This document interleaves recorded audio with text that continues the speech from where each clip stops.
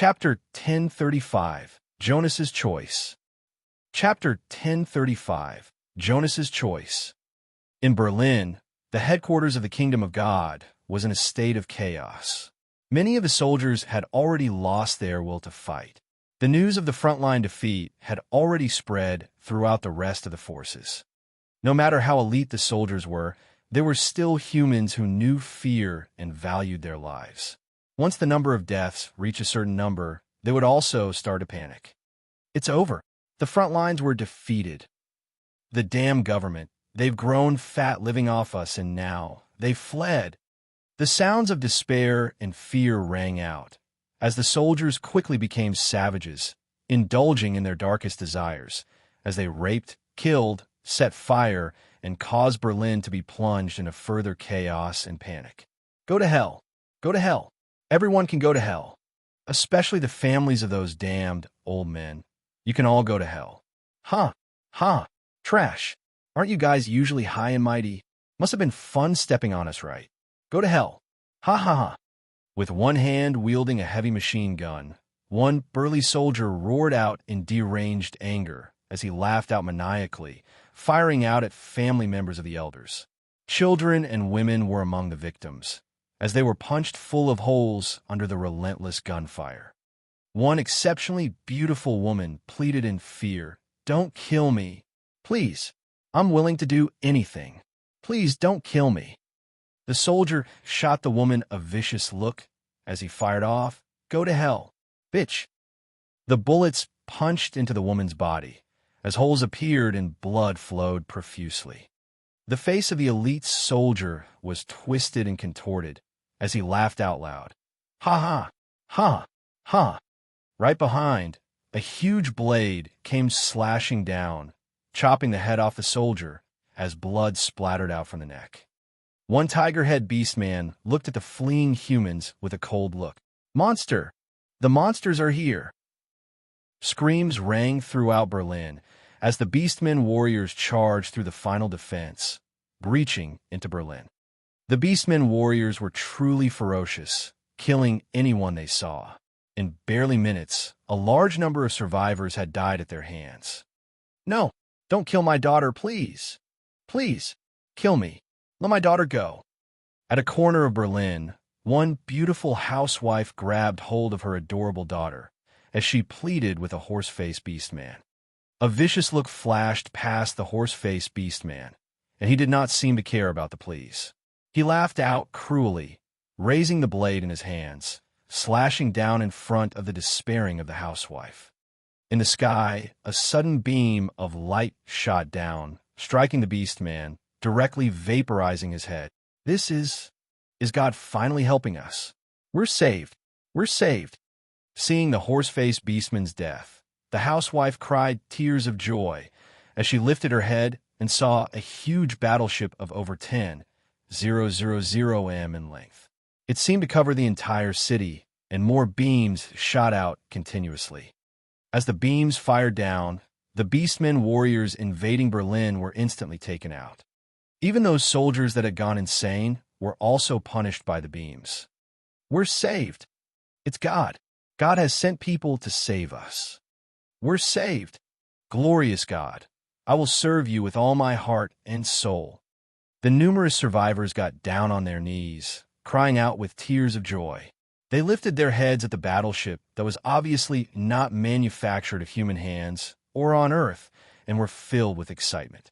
Many of them had started to treat the person from the battleship as an envoy in their hope.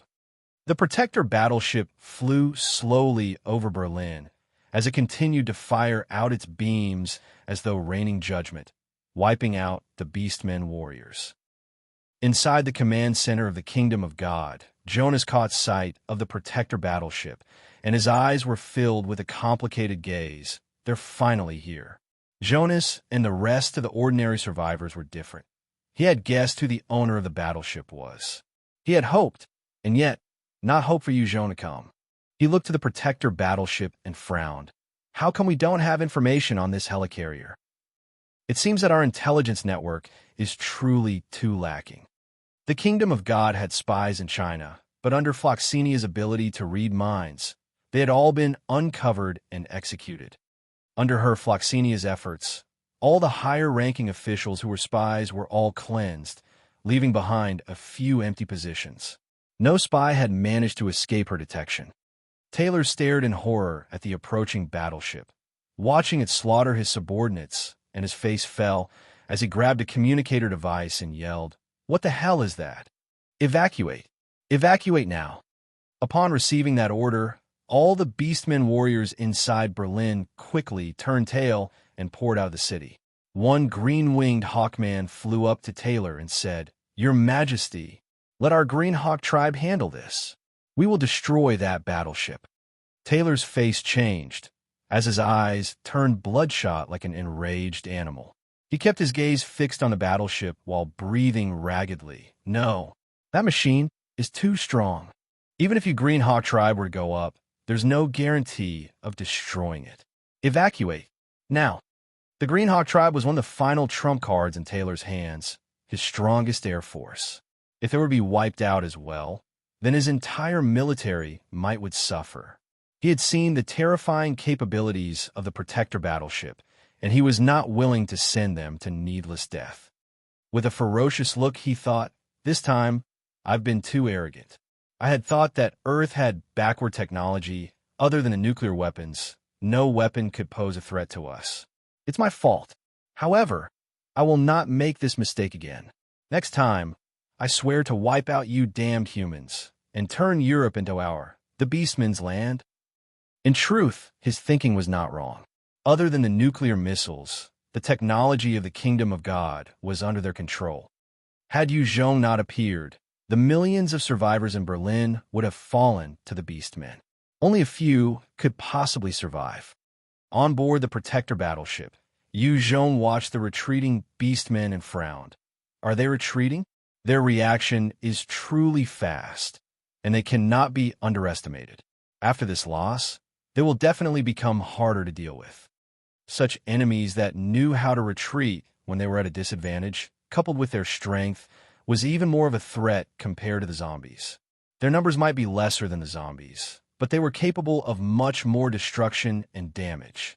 The first time the Kingdom of God utilized the nuclear missiles to wipe out more than 100,000 Beastmen warriors was the only time it had been effective. The subsequent ones barely took out a few dozen thousands. While the nuclear weapons were devastating, they had their weaknesses. It was that they could be destroyed. Once a Type 6 expert were to stand far enough and fire a powerful shot, they could detonate the missile before it even posed a threat. If it were to detonate over a dozen kilometers away, it would at most injure some Type 6 experts, but not enough to kill them. All of a sudden, Yu Zhong's image appeared on the display inside the Kingdom of God's control room. Yu Zhong swept them a glance, announcing indifferently, "I'm Yu Zhong." This faction had pressured Yu Zhong so much at the initial period of the apocalypse, as compared to now, where he could meet them straight on. The millions of lives in Berlin were in his hands. As long as he left, they would be killed by the Beastmen. Because of the death of the first apostle Edward, there were no more experts to protect them. Jonas looked to Yu Zhong and thanked him sincerely. "I'm great Elder Jonas of the Kingdom of God. Thank you for coming to aid us." Chapter 1036. The Beastman Battles the Zombies. Chapter 1036. The Beastman Battles the Zombies. Yu Zhong looked at Jonas. "Great Elder Jonas, Berlin is no longer inhabitable. I cannot stay here for long. What are your plans?" One of the elders immediately shouted in despair. "No, Yu Zhong, you can't leave. Once you leave, the millions of survivors will be killed by those damned Beastmen. You can't leave us like this. Please, stay. Power and women will be yours as you wish." They had just felt the true threat of death and were shaken. They did not want to be forced to hide and live underground for the rest of their lives. Yu Zhong eyed the elder coldly, without saying anything, then turned to Jonas.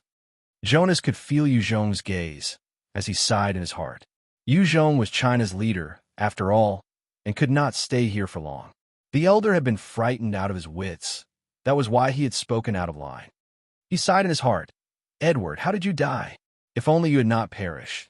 Edward, Leo, Yu Zhong, They were all peak experts on Earth and were the core figures of the three large factions. With Edward's death, the morale of the kingdom of God had fallen drastically, and the 12 apostles were fractured. 8 of them had fallen, while 3 ran with no news. Jonas maintained silent for a short while, before speaking slowly. Yuzhong, we hope to migrate our people to China, and hope that you can accept us. What? No. Jonas, are you insane? We are the great Aryans. How can we move to China? The moment Jonas spoke, all the elders went into an uproar, vehemently objecting.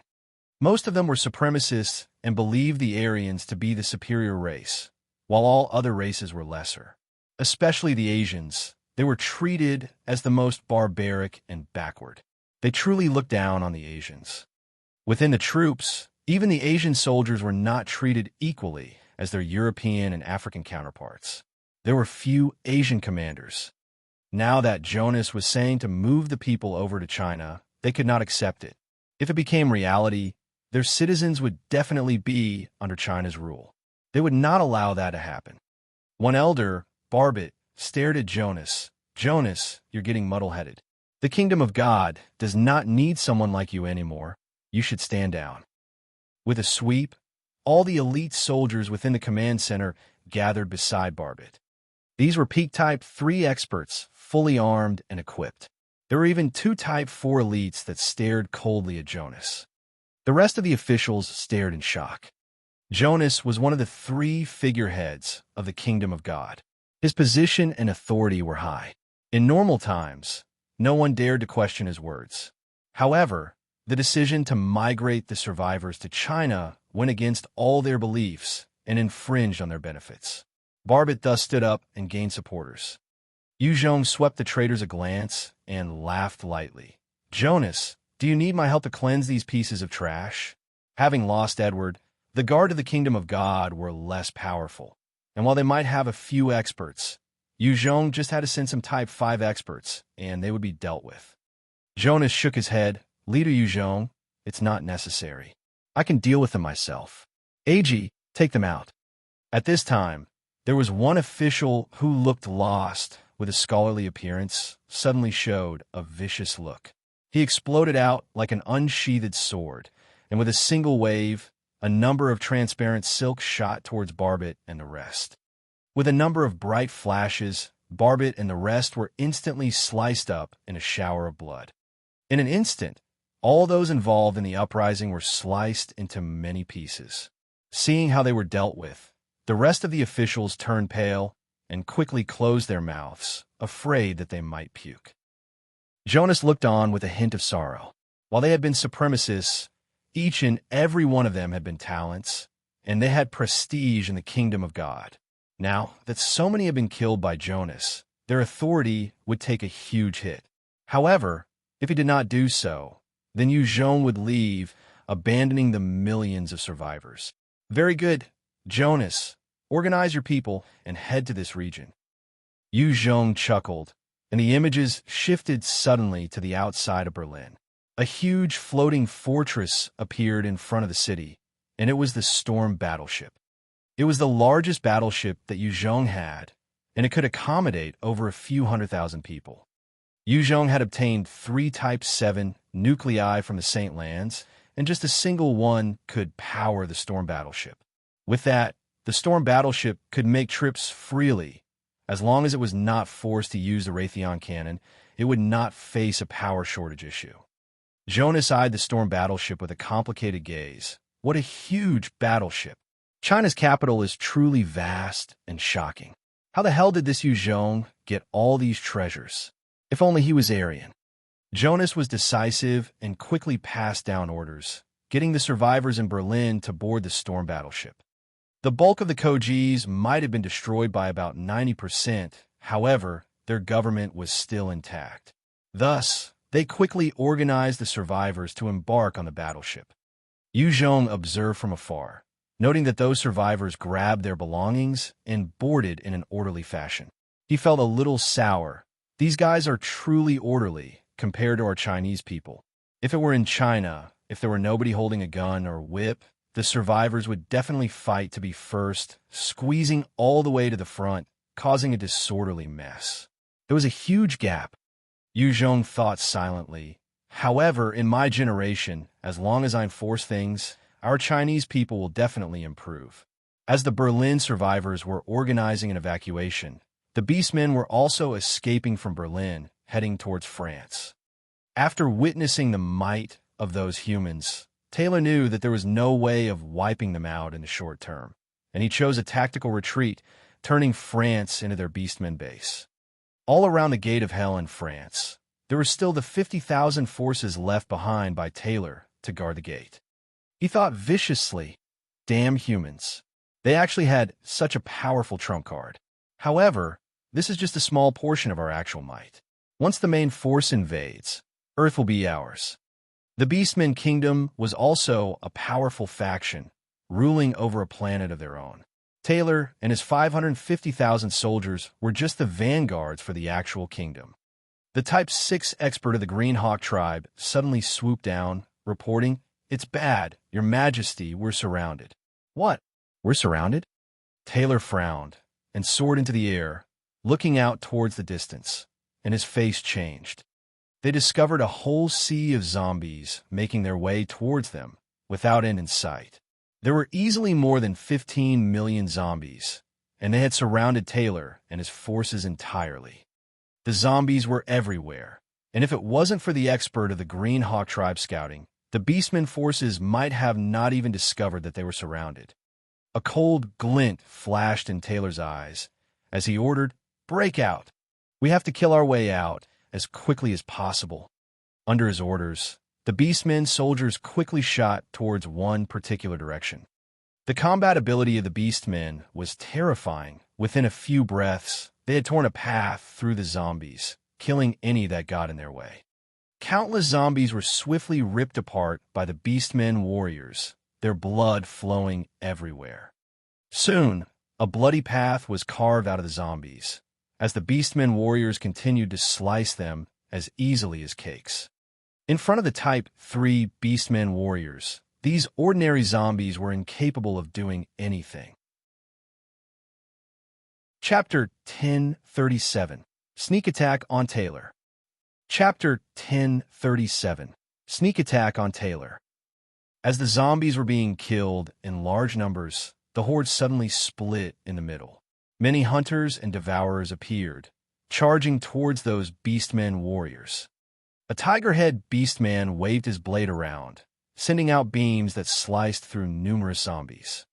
All of a sudden, a tongue shot out explosively, like a powerful cannon as it struck the head of the tiger-head Beastman, directly blasting it apart. A bullhead Beastman was waving his bone mace as it directly crushed a dozen zombies into meat paste. The horde then suddenly parted, and a devourer pounced out, lunging for the bullhead Beastman, biting off his head in one snapping motion. Within the horde, the tank-like L5s charged through the ranks, waving their massive fists as they pummeled Beastmen into meat paste as well. As the elite zombies continued to charge forward in a frenzy, more Beastmen were directly wiped out, preventing them from even reacting or fleeing. At the same time, the zombies on either side of them continued to converge in on the center. In the skies, multitudes of aerial zombies pounced downwards at the Beastmen warrior within the hordes. Taylor roared out with bloodshot eyes, "Attack!" The aerial Beastmen soared towards the skies, clashing with those winged zombies.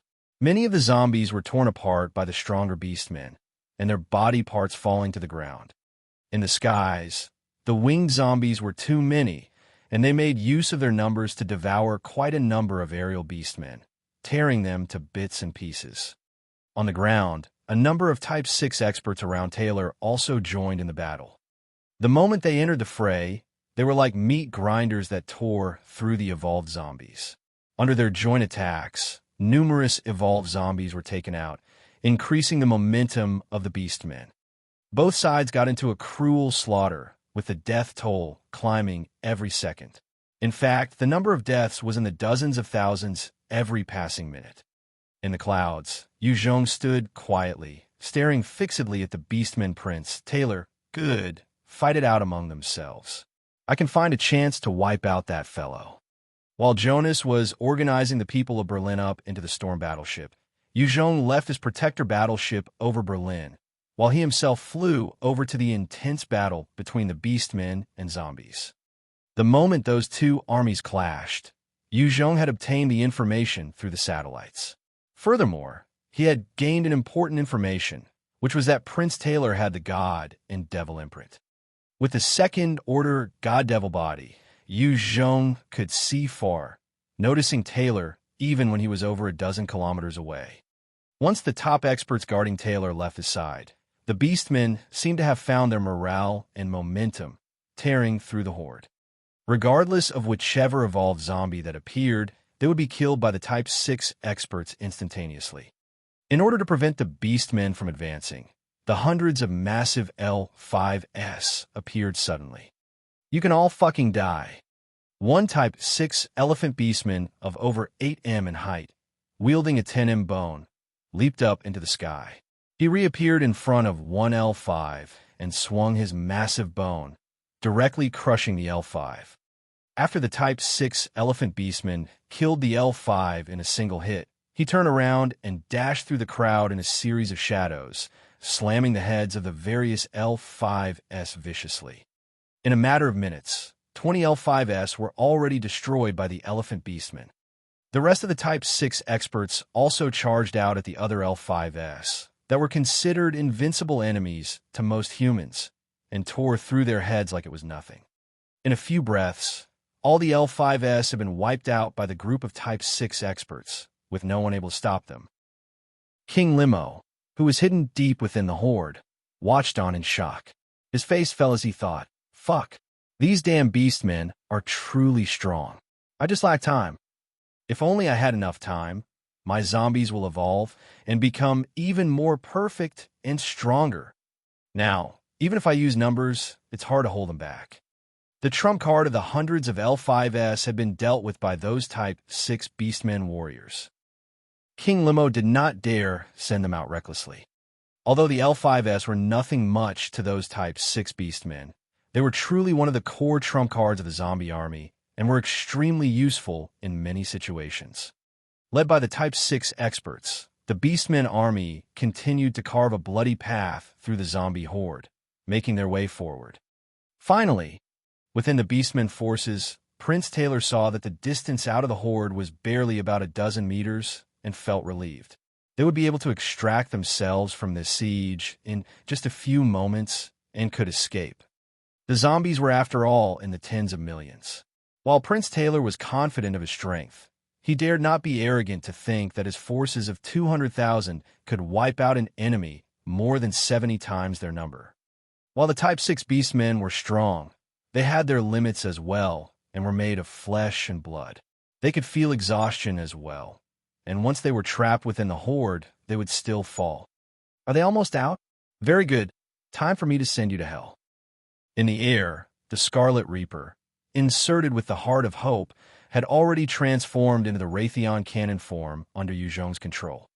Countless light sparks converge at the mouth of the cannon, and in a flash, a huge beam of over 1 kilometer in width shot down from the skies, blasting towards Taylor's location. At the split second before it fired, Taylor had felt a powerful sense of doom. He channeled the atmospheric energy and waved his hands, causing a round, jade-like plate to appear. A bright scarlet radiance then enveloped him, covering him entirely. Also, he tapped his foot, transforming into a blur as he tried to flee towards a distance. He was unsure of the danger, but leaving his original location was the best way to avoid death. The moment he moved, the powerful beam struck the center of the Beastmen forces.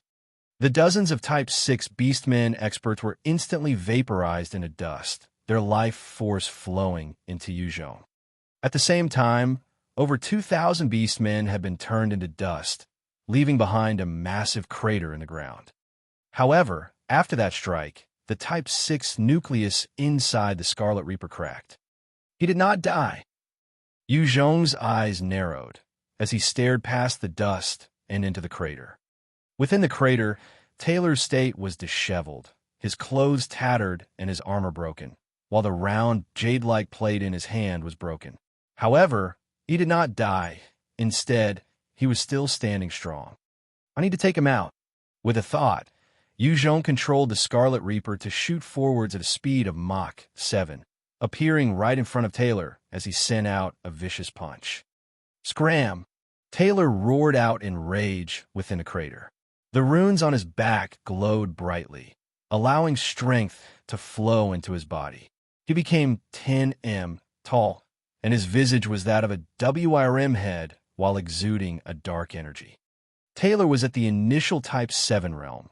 After transforming into that huge Wyrm head creature, his strength rose to the mid-Type 7 realm. He sent out a powerful fist at the Scarlet Reaper. When both fists met, a powerful blast occurred, as the resulting shockwave shot outwards in all directions. Taylor was sent flying over a dozen meters by the recoil, spitting out a mouthful of blood.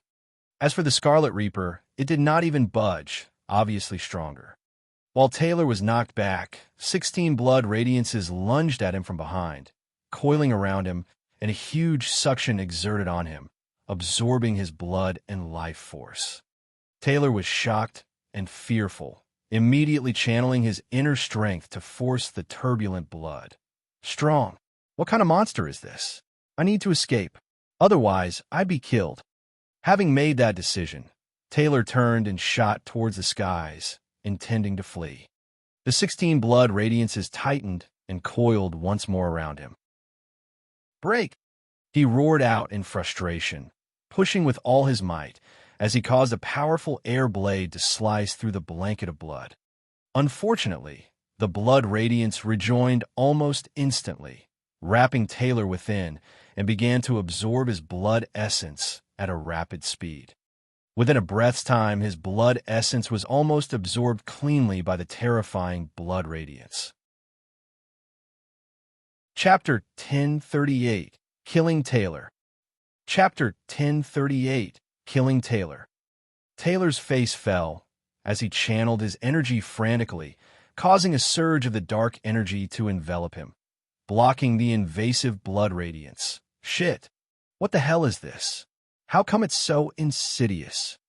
With a thought, Yu Zhong stepped out of the Scarlet Reaper, his eyes flashing coldly. He then shot into the blood radiance, his fist blasting out at the head of the monstrous Taylor, using his second-order God-Devil body strength. Since Taylor was in his transformed state, he could sense the thick, killing intent the moment Yu Zhong got within range of himself.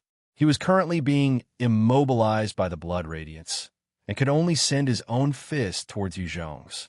The seemingly small human fist came in contact with that large Wyrm head Beastman. A powerful force exploded outward upon impact, and the transformed body of Taylor began to crack and break apart, revealing his true form. At the same time, he spat out a mouthful of blood due to the recoil. There was a sense of shock and fear in his eyes. Impossible? How did he break my Wyrm transformation? When Yu Zhong had controlled the Scarlet Reaper, it was at most a match for Taylor. He did not expect Yu Zhong's true body to be so much more powerful. Since Yu Zhong possessed the second-order God-Devil body, in terms of hardiness, he was definitely stronger than the Scarlet Reaper. He was evolving toward the perfect state, after all. Taylor's body could not withstand the aftermath of the blow, and his blood essence continued to flow out of him without his control. It was then absorbed by the blood radiance. "No, don't kill me. No!"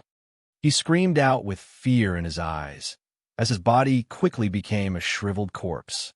With his death, Yu Zhong waved his hand and grabbed Taylor's right hand that had the God and Devil imprint.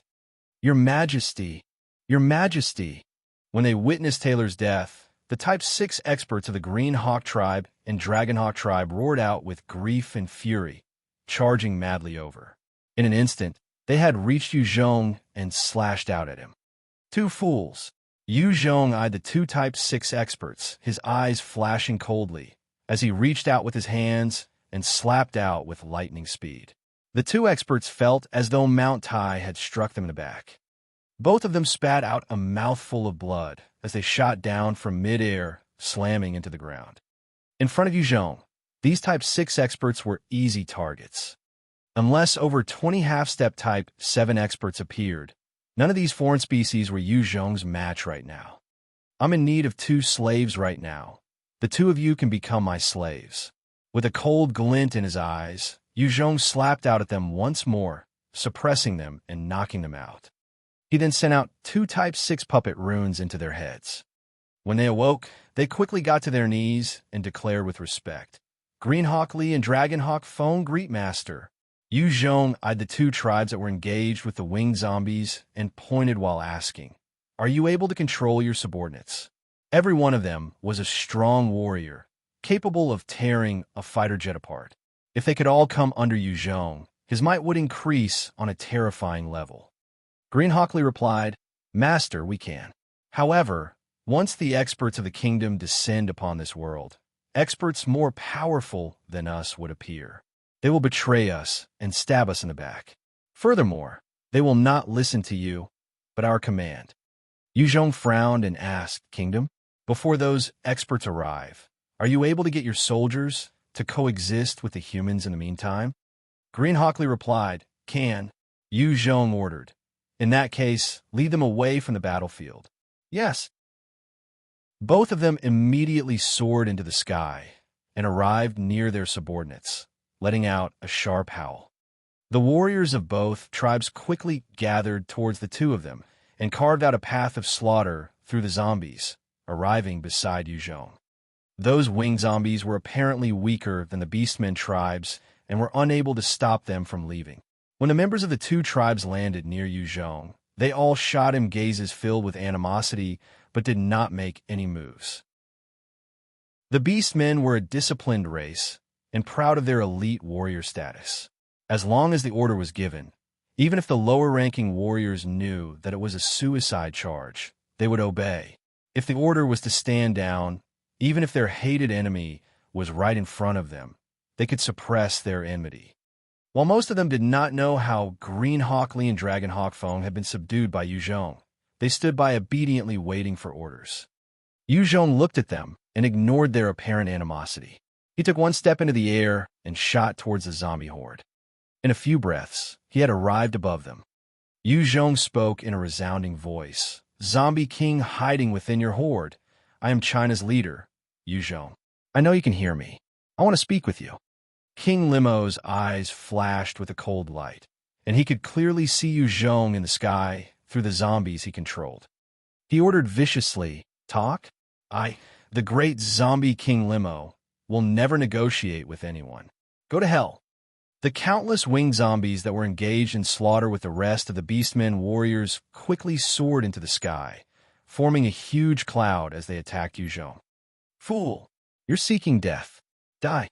Yu Zhong eyed the incoming thousands of winged zombies, and he frowned, pointing at the zombies. The 16 blood radiants revolving around him immediately shot forward, turning into a huge blood mist that enveloped the winged zombies. The moment the blood radiance transformed, its surface area became incomparably large, but its defense and offense were multiple times weaker. Against those zombies, however, it was more than enough. The blanket of blood swept over all the zombies, and immediately, the winged zombies fell like rain. Every single drop of blood within them had been absorbed cleanly, and they were all emaciated and killed within seconds. After all, even if they had turned into zombies, there were still areas where there was fluid within them. Most of it was in their brains, and the moment they were sucked out of them, these zombies would also perish. That's insane. Is he still human? How come he has such a perverted and overpowered ability? When King Limo saw how Yu Zhong wiped out over thousands of his winged subordinates in a breath, he could not help but recoil in horror. With a thought, the remaining winged zombies quickly separated and spread out. If Yu Zhong continued like this, then all of King Limo's aerial forces would be wiped out within seconds. Yu Zhong watched the thousands of corpses drop out of the sky, his face pleased, strong. This blood manipulation ability is truly strong. It is one of the strongest methods to deal with crowds right now. With this, a small horde is no longer an issue to me. One of the strongest points of this secret technique was that it consumed very little energy. Compared to the God Devil Flame, which could also wipe out thousands of zombies in a second, or even hundreds of thousands, it would take him almost 1/3 of his energy, sometimes even half. As for the blood manipulation ability, there was practically no consumption on his end. Instead, the more the blood radiance absorbed, the stronger it grew. Having gotten a clearer grasp of his blood manipulation ability, Yu Zhong stared down with a fierce gaze. Shall I wipe them all out? In the end, he retracted his killing intent. He knew that, with his ability, it was possible to wipe out over 1 million, but to deal with all 15 million would be tough, especially since they can escape. Furthermore, if they were to scatter, then the effectiveness of the blood radiance would diminish. At the end of the day, Yu Zhong was hoping to utilize them to wear down on the Beastmen warrior strength. Yu Zhong knew that on Earth, the human factions were the weakest right now, at the bottom of the food chain. Without utilizing all they had, it was hard to survive once the gates of hell were to open fully.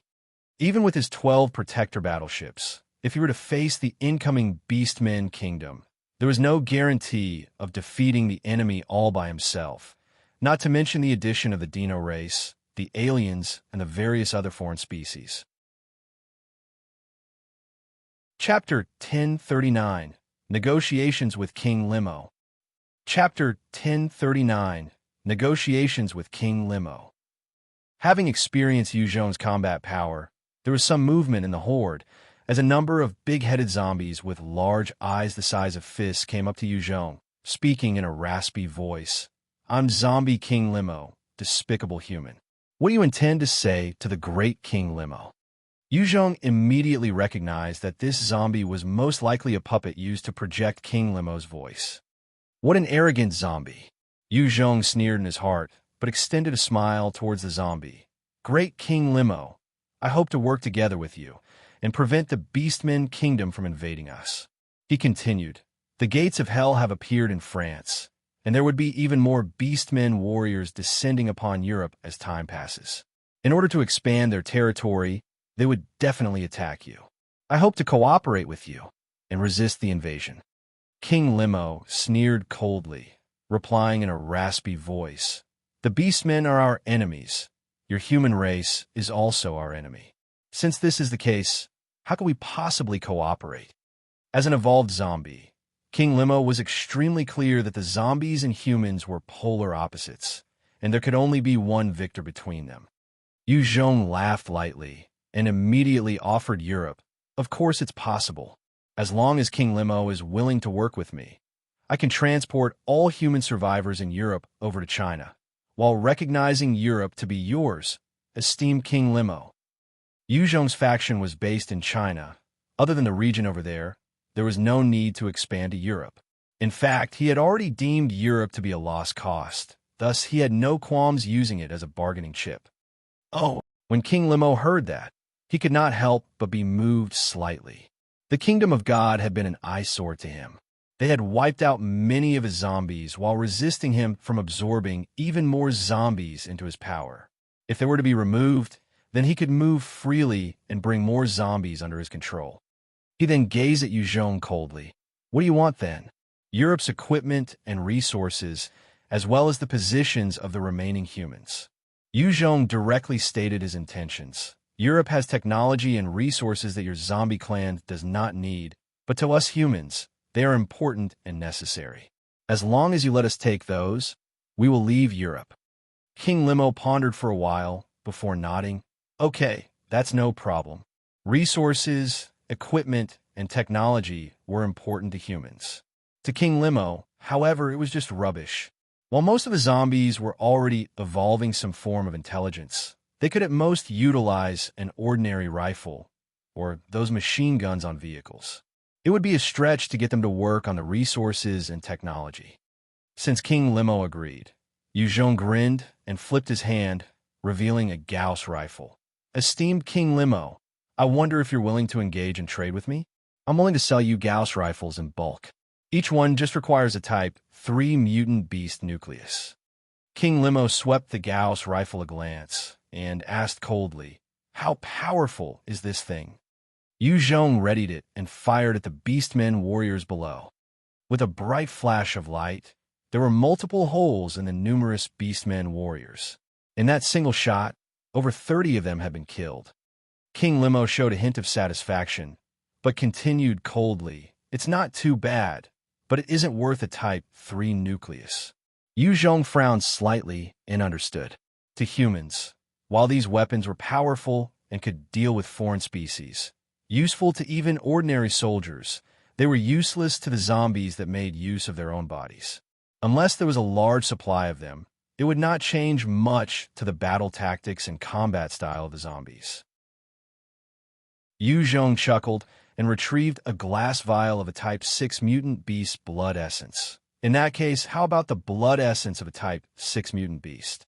Type 6 mutant beast blood essence. Hearing that, King Limo's eyes widened with greed and haste, quickly replying, "I'm interested. Of course, I'm interested. What do you want in exchange?" Zombies required swallowing blood essences to evolve. Yin Shuang's evolution path was of a higher level, requiring her to consume mutant beast nuclei. To King Limo, the Type 6 mutant beast blood essence was enough to bolster its personal strength. On Earth, there were currently already some mutant beasts that had evolved to the Type 6 realm. However, King Limo had not even killed a Type 5 mutant beast before, not to mention a Type 6 one. He was willing to pay any price for the blood essence in front of him. Yu Zhong chuckled at the look of anxiety. "Esteemed King Limo, if you want this, you need to offer something that can move my heart." King Limo's eyes flashed with greed. "I can give you 300,000 ordinary nuclei, 20,000 Type 2 nuclei, 3,000 Type 3 nuclei, and 20 Type 4 nuclei in exchange for that." Since he controlled over a dozen million zombies, all the mutant beasts within the zombies' territory had been torn apart and consumed. King Limo himself had slaughtered his fair share of them, obtaining many nuclei in the process. He was not like Yin Shuang that was able to consume nuclei to evolve. They were basically no different from rubble to him. However, he knew the value of it. Thus he had collected all that he came across. Quite a number, Yu Zhong thought to himself, but he shook his head outwardly. Not enough. King Limo gritted his teeth. Twice the amount. Yu Zhong shook his head still. Not enough. The veins on the ordinary zombie were bulging by now, as King Limo roared out, "Thrice the amount." The current amount he had offered was all that King Limo had, and he could not help but feel some heartache. Although he had no use for the nuclei, he could guess that with further evolution, the nuclei might be of use in the future. Yu Zhong continued indifferently. Not enough. King Limo's eyes were bloodshot as he stared at Yu Zhong. If it was not for him being helpless against Yu Zhong, he would have wiped him out. "Yu Zhong, those are already all I have. What the hell do you want?" Currently, King Limo could not deal with Yu Zhong, nor could Yu Zhong do anything to him. Because of this strange equilibrium, both sides could negotiate. Yu Zhong chuckled. "I need some treasures from you. You have already traversed Europe for a long time. There should be some artifacts with you, right? They're useless to you, but extremely important to me. If you let me take a look, and as long as there are some that I can utilize, I will hand the blood essence to you." Ever since the world changed, the various strange artifacts of the past had slowly begun to surface. Yu Zhong had obtained the pearl within an old territory of China. However, it had been consumed by Yin Shuang. He believed that it was the same in Europe. Since King Limo had been in control over wide areas of Europe, it was likely that he had obtained similar artifacts. King Limo frowned as he stared warily at Yu Zhong. He seemed to hesitate for a long while, before replying slowly, "Wait, I'll go get them." Yu Zhong turned around to watch the struggling Beastmen warriors. After losing the lead of the Type 6 experts, the rest of the warriors were struggling to survive. There was no way of breaking out of the Horde, and while they killed over thousands of zombies every passing moment, there were casualties on their end as well. The Horde was getting denser and denser, threatening to consume them. Inside such an endless Horde, even a Type 6 expert would perish. The 200,000 Beastmen were destined to perish. Seeing this, Yu Zhong sighed. The combat style of the zombies is truly frightening. Without any large area of effect, weapons, or the advantage of territory, they could be considered truly invincible. Everything in the universe had their bane. While the Beastmen warriors were strong and had slaughtered the kingdom of God, in comparison, the kingdom of God had been able to make use of fortifications and firepower to hold back the zombies.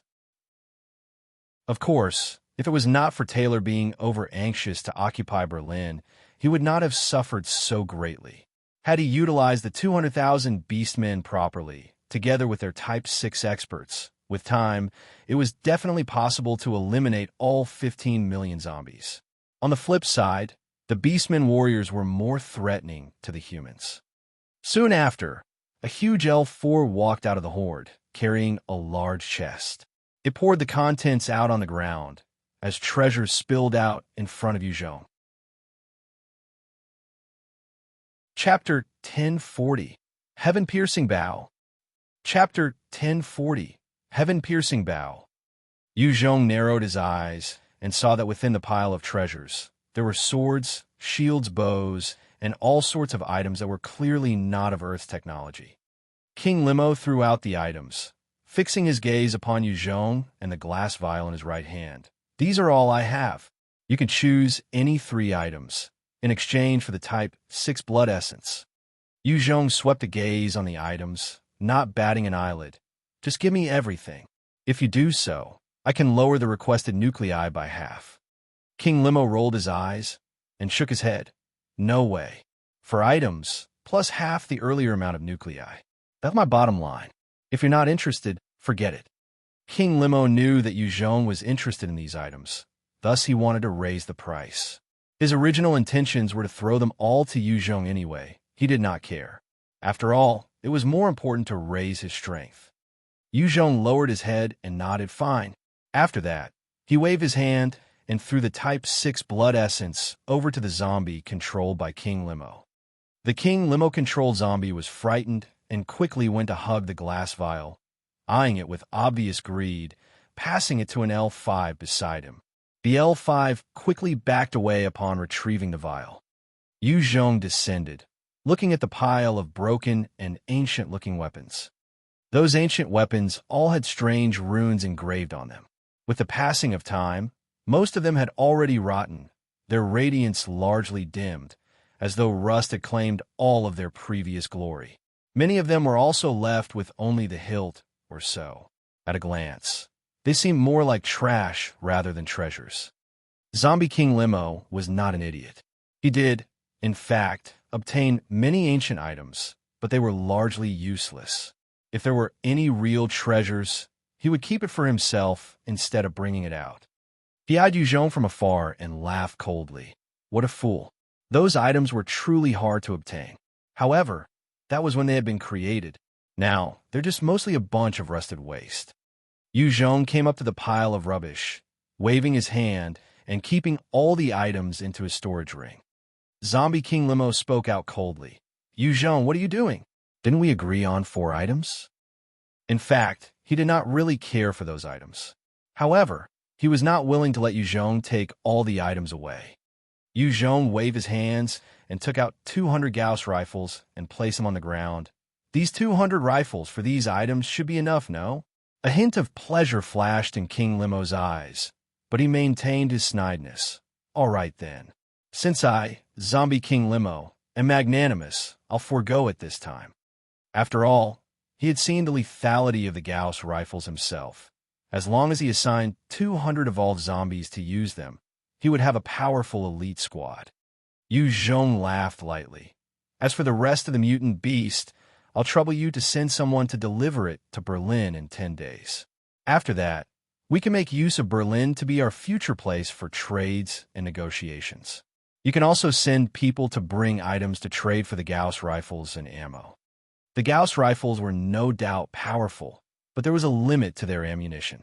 Within each magazine, there was at most 200 rounds. Once spent, they would have to purchase the ammunition from Yu Zhong. Therefore, even if Zombie King Limo had obtained them, to Yu Zhong, it was still not a cause for concern. Of course, it would not be the same in the future. To the human race, The most dangerous threat right now was the Beastmen kingdom, aliens, as well as the Dino race. The Saint race was also powerful, but compared to the Beastmen, aliens, and Dino race, they were not comparable. If there was any advantage of the Saint race, it would be that their technology was more advanced. The other three races did not place so much emphasis on their tech. King Limo's gaze changed. As he shot Yuzhong a cold glare, I got it. He was not stupid. He had already thought of the need for ammo and the significance of Berlin as a trading facility. However, it was not unbearable. He did not wish to fall out with Yuzhong right now either. His current target was to conquer the whole of Europe. Yuzhong chuckled before stepping into the sky and leaving for the distance. Then I shall wish you all the best in unifying Europe. Goodbye. The controlled zombie stared at Yuzhong, a strange glint in its eyes, as a raspy voice sounded. Despicable human. Wait till the day comes when I conquer all of Earth. Your human race will die. After that, the zombie's eyes dimmed as it retreated back into the zombie horde. As for Yuzhong, he led the Green Hawk tribe and Dragon Hawk tribe towards Berlin. Inside Berlin, the survivors were still heading into the storm battleship. A number of elite warriors were still patrolling the city warily. The Beastmen forces might have retreated under Taylor's orders, but there were still some leftover warriors within the city that had not received the orders and were unfortunate and abandoned. All around the storm battleship, hundreds of the Kingdom of God elites were maintaining order. One of them gazed towards the sky out of boredom, when suddenly his face fell as he shouted loudly, "Enemy! Enemy! The monsters are back!" When they heard those words, the humans began to panic once more. Everyone, settle down. Everyone, settle down. Those are the two Beastmen tribes that leader Yuzhong had just subdued. Everyone, settle down. Maintain your order and board the battleship. Immediately, a mechanical voice rang throughout the storm battleship. Hearing that, everyone began to calm down once more, eyeing the skies with uncertainty. Under everyone's astonished gaze, Yuzhong walked through the air and descended upon the ground. With a swoosh, the Green Hawk tribe and Dragon Hawk tribe also followed after Yuzhong, kneeling behind him. Oh my God, who is he? So strong. Is he God's envoy? Who is that man? Oh heavens, that was unbelievable. When the survivors of Berlin saw how Yuzhong walked through the air, as well as the Beastmen tribe kneeling behind him, they were filled with shock. In their eyes, only God was capable of something like that. Thus, many of them quickly got on their knees and kowtowed to Yuzhong, reciting verses from the Bible, as though Yuzhong was God's messenger. Since the earth had changed, almost everyone had heard of the initial declaration and knew that there was an existence far above them. Since then, humanity had nearly collapsed, while many came to possess faith. Since Yuzhong was practically performing miracles, they had come to view him as holy. In the distance, Jonas eyed Yuzhong as well as the foreign species behind him, his eyes containing complex emotions. So that's Yuzhong? He's truly extraordinary. Yuzhong had just landed when he was greeted by the mature and beautiful Zhuye Tong, dressed in military wear.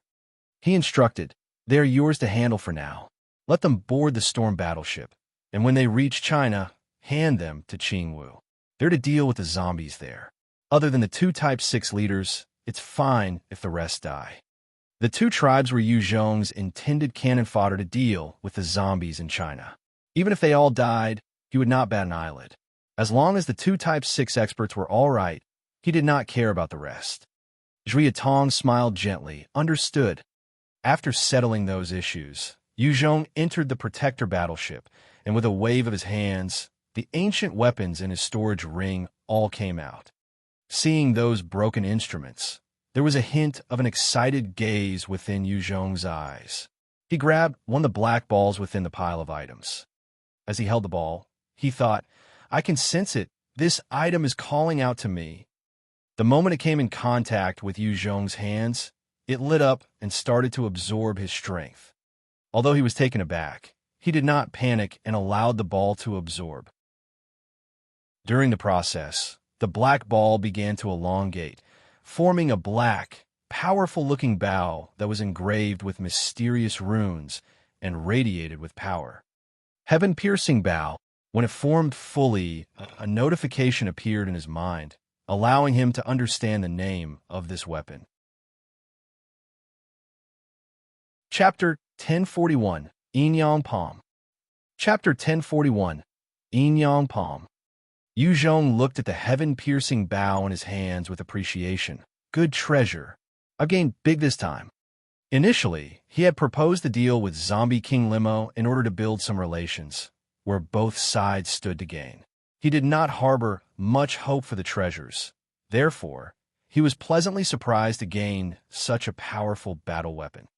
Holding the heaven-piercing bow, a sense of blood resonance transmitted from it, filling Yu Zhong with joy and familiarity.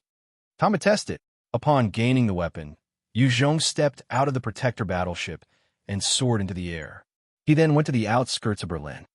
Wielding the bow, his gaze narrowed, and with a thought, the heaven-piercing bow radiated with power as it absorbed a portion of his energy.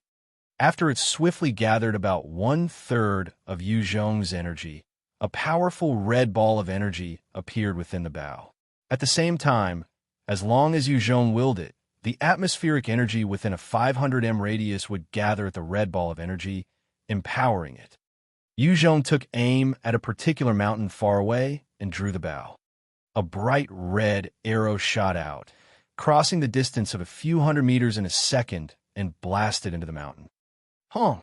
With a loud, earth-shaking roar, the entire mountain crumbled into dust. Yu Zhong watched the mountain crumble with a look of excitement as he laughed out in an unbridled manner. Ha ha! Awesome! I've finally reached such a stage. One more trump card now.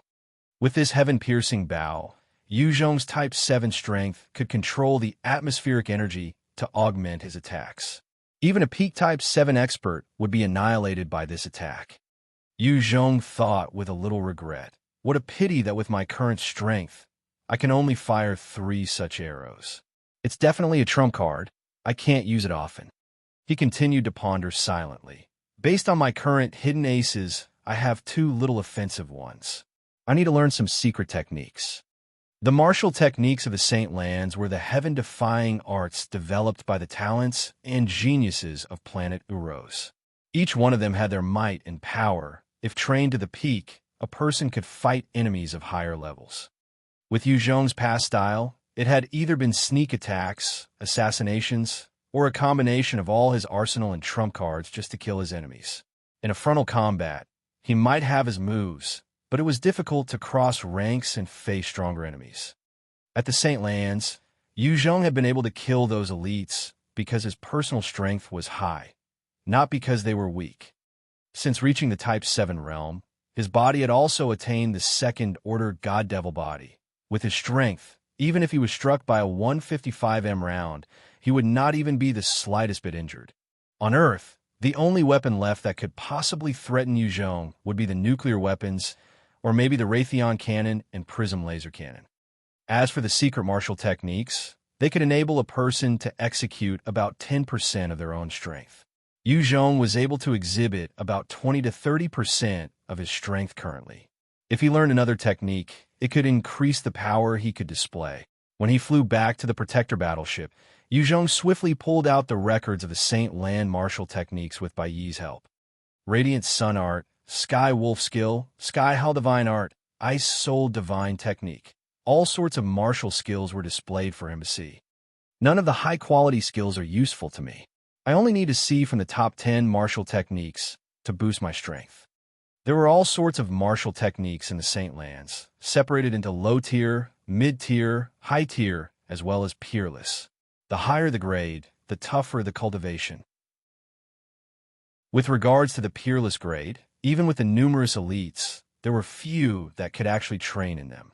He looked through the countless techniques and immediately dived into the top 10 of the Saint Lands, intending to find a strong offensive skill. With his God and Devil imprint, as long as he continued to kill his enemies, he could evolve crazily. He did not have to rely on any of the energy cultivation technique within the martial arts. Instead, he was focused on finding an offensive technique. While looking, he thought quietly, all these techniques are all deep and profound. If they had been introduced prior to the apocalypse, even if I had the chance to look at them, I would not be able to learn them. Now they're all so simple to understand. Which should I choose? Yu Zhong's gaze continued to roam, before finally landing on one particular skill. Those that are mainly cultivation can be excluded. My god devil body is already the strongest physique in the world. Those techniques that require too much time to train can also be excluded. I am lacking time. Those that cannot grow and follow my increase in strength and evolution should also be excluded. That leaves this one, Yin-Yang Palm. The Yin-Yang Palm was one of the most shocking skills created by a human expert of the Saint Lands. He had been the most outstanding Saint Lord across the ages and had used this skill to kill an initial Type 8 expert of a foreign species. It had been vital to the survival of the apocalypse in planet Uros then. There were a total of 9 levels to the skills. The first could allow 100% of a person's strength to be displayed. That meant all of the person's strength. The second level could double it, with each level increasing. By the 9th level, a person could exhibit 256 times his or her strength. It was because of this skill that the Saint Lord at that time had crossed ranks and levels to defeat a Type 8 expert. Of course, it was an incredibly hard skill to master.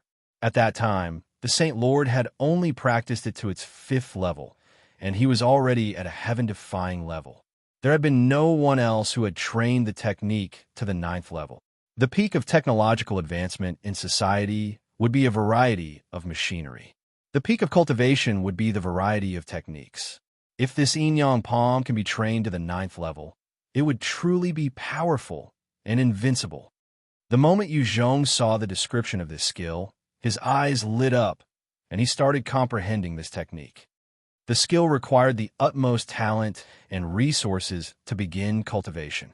With Yu Zhong's original potential, no matter how hard he worked, he would not have succeeded. However, since reaching the 2nd Order God Devil body, he had already started breaking out a mortal shell, and his latent talent had undergone a huge change. Whatever he saw, he could learn. In fact, he started to rapidly progress through the 1st, 2nd, 3rd, and even 4th level, before his speed of comprehension began to slow after reaching the 5th level.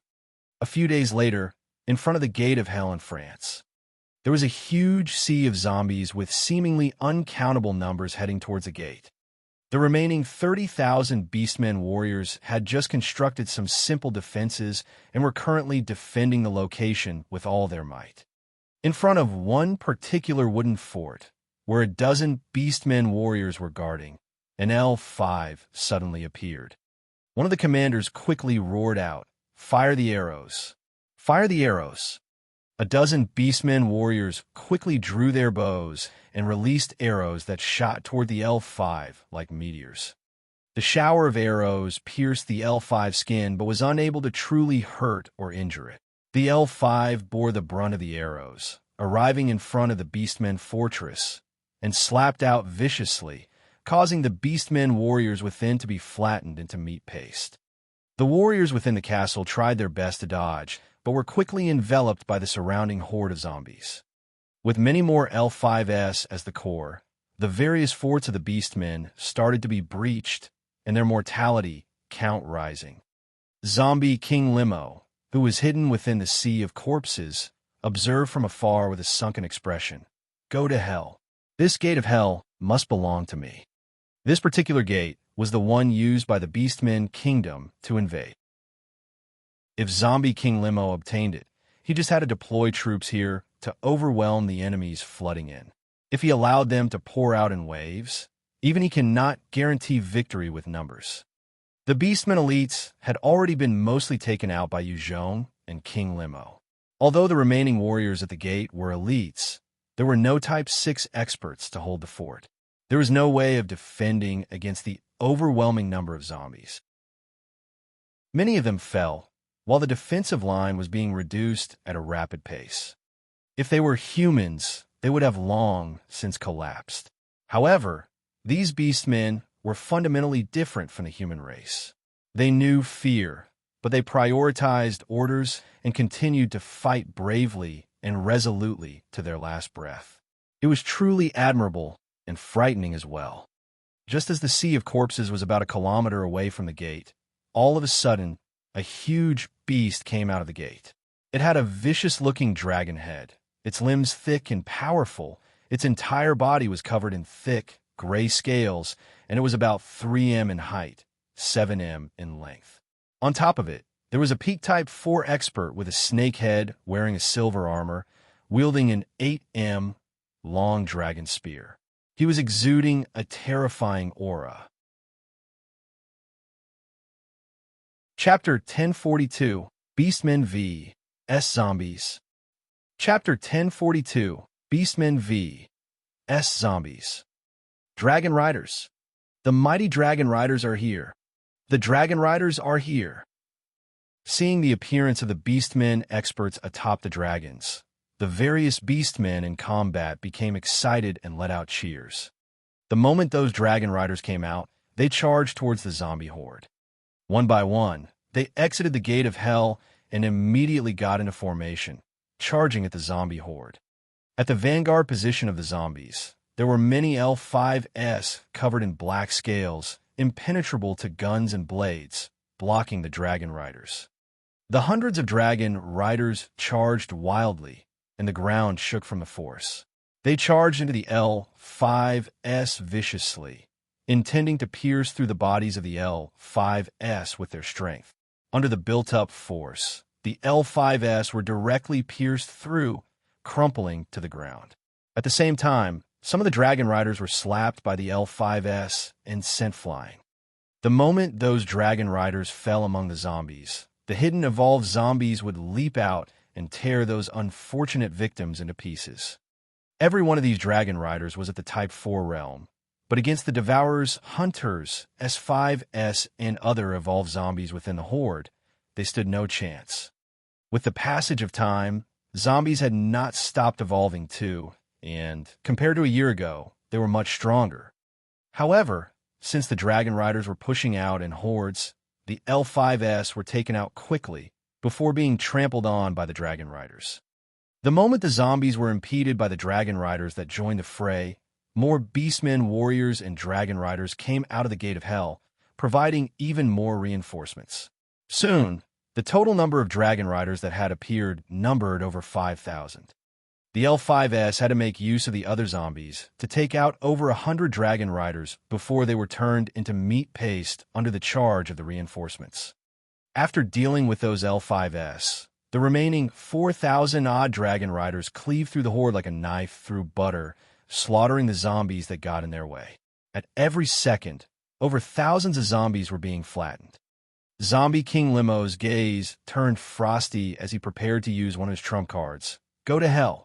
Just as the Dragon Riders were about to charge through further, a small troop of 200 S5s flickered over. This entire squad was fitted with the Gauss rifles obtained from Sichuan.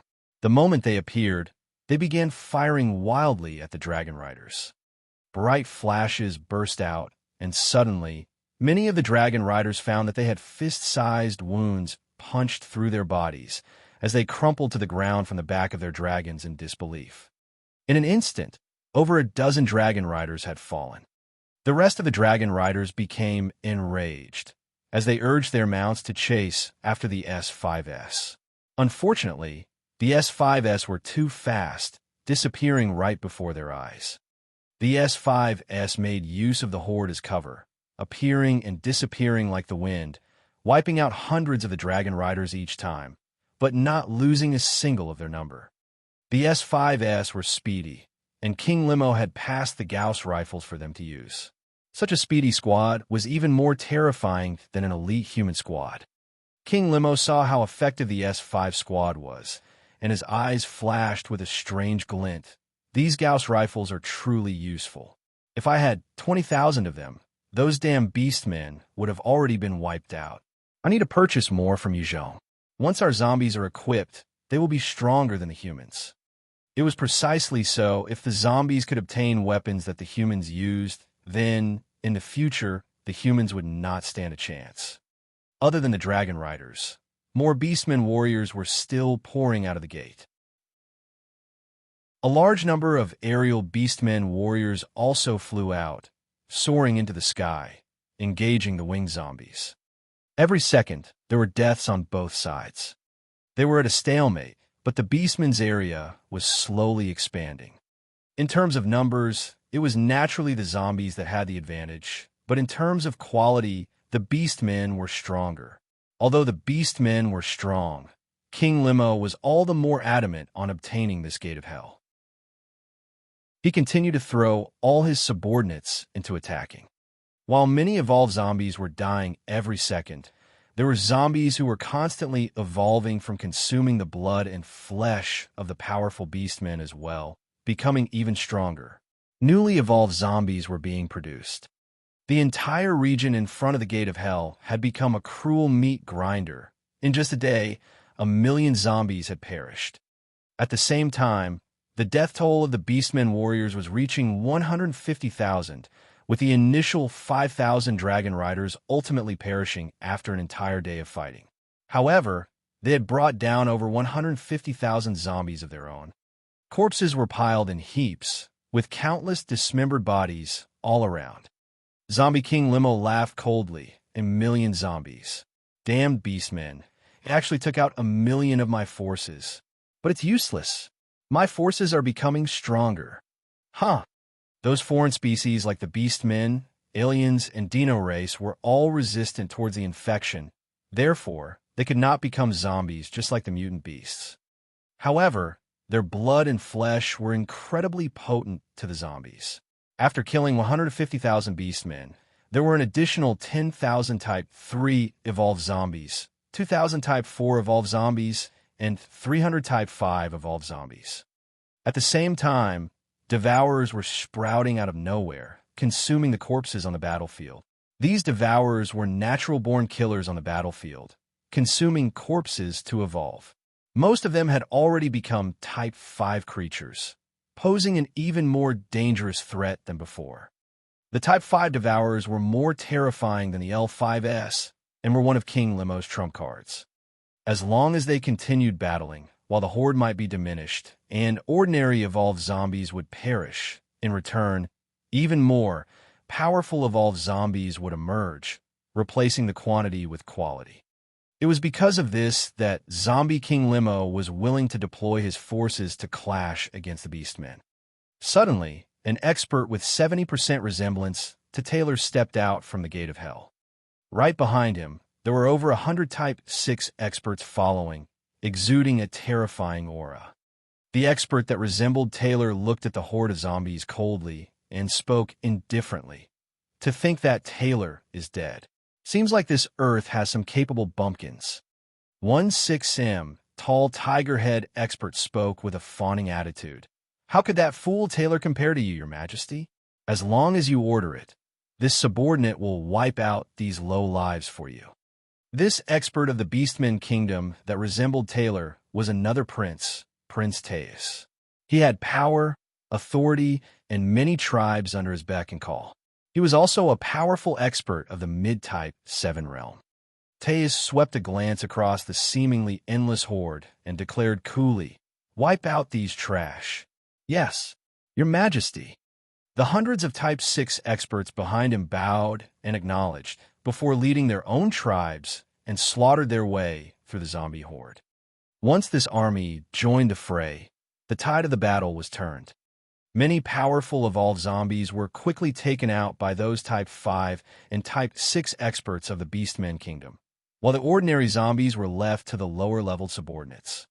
Although the horde was trying to advance further, they were starting to suffer heavy losses. In fact, they were losing ground and forced backward, while more Beastmen poured out of the Gate of Hell.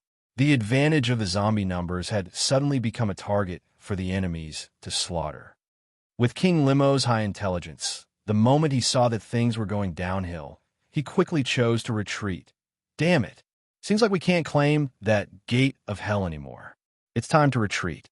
Once my army has finished evolving, We will come and deal with these damned Beastmen once more. Had King Limo thrown all his trump cards into the battle and joined the fray himself, there might have been a chance to conquer the Gate of Hell. However, he valued his life and strength too much, choosing to take a minimal risk and retreated the moment things turned bad.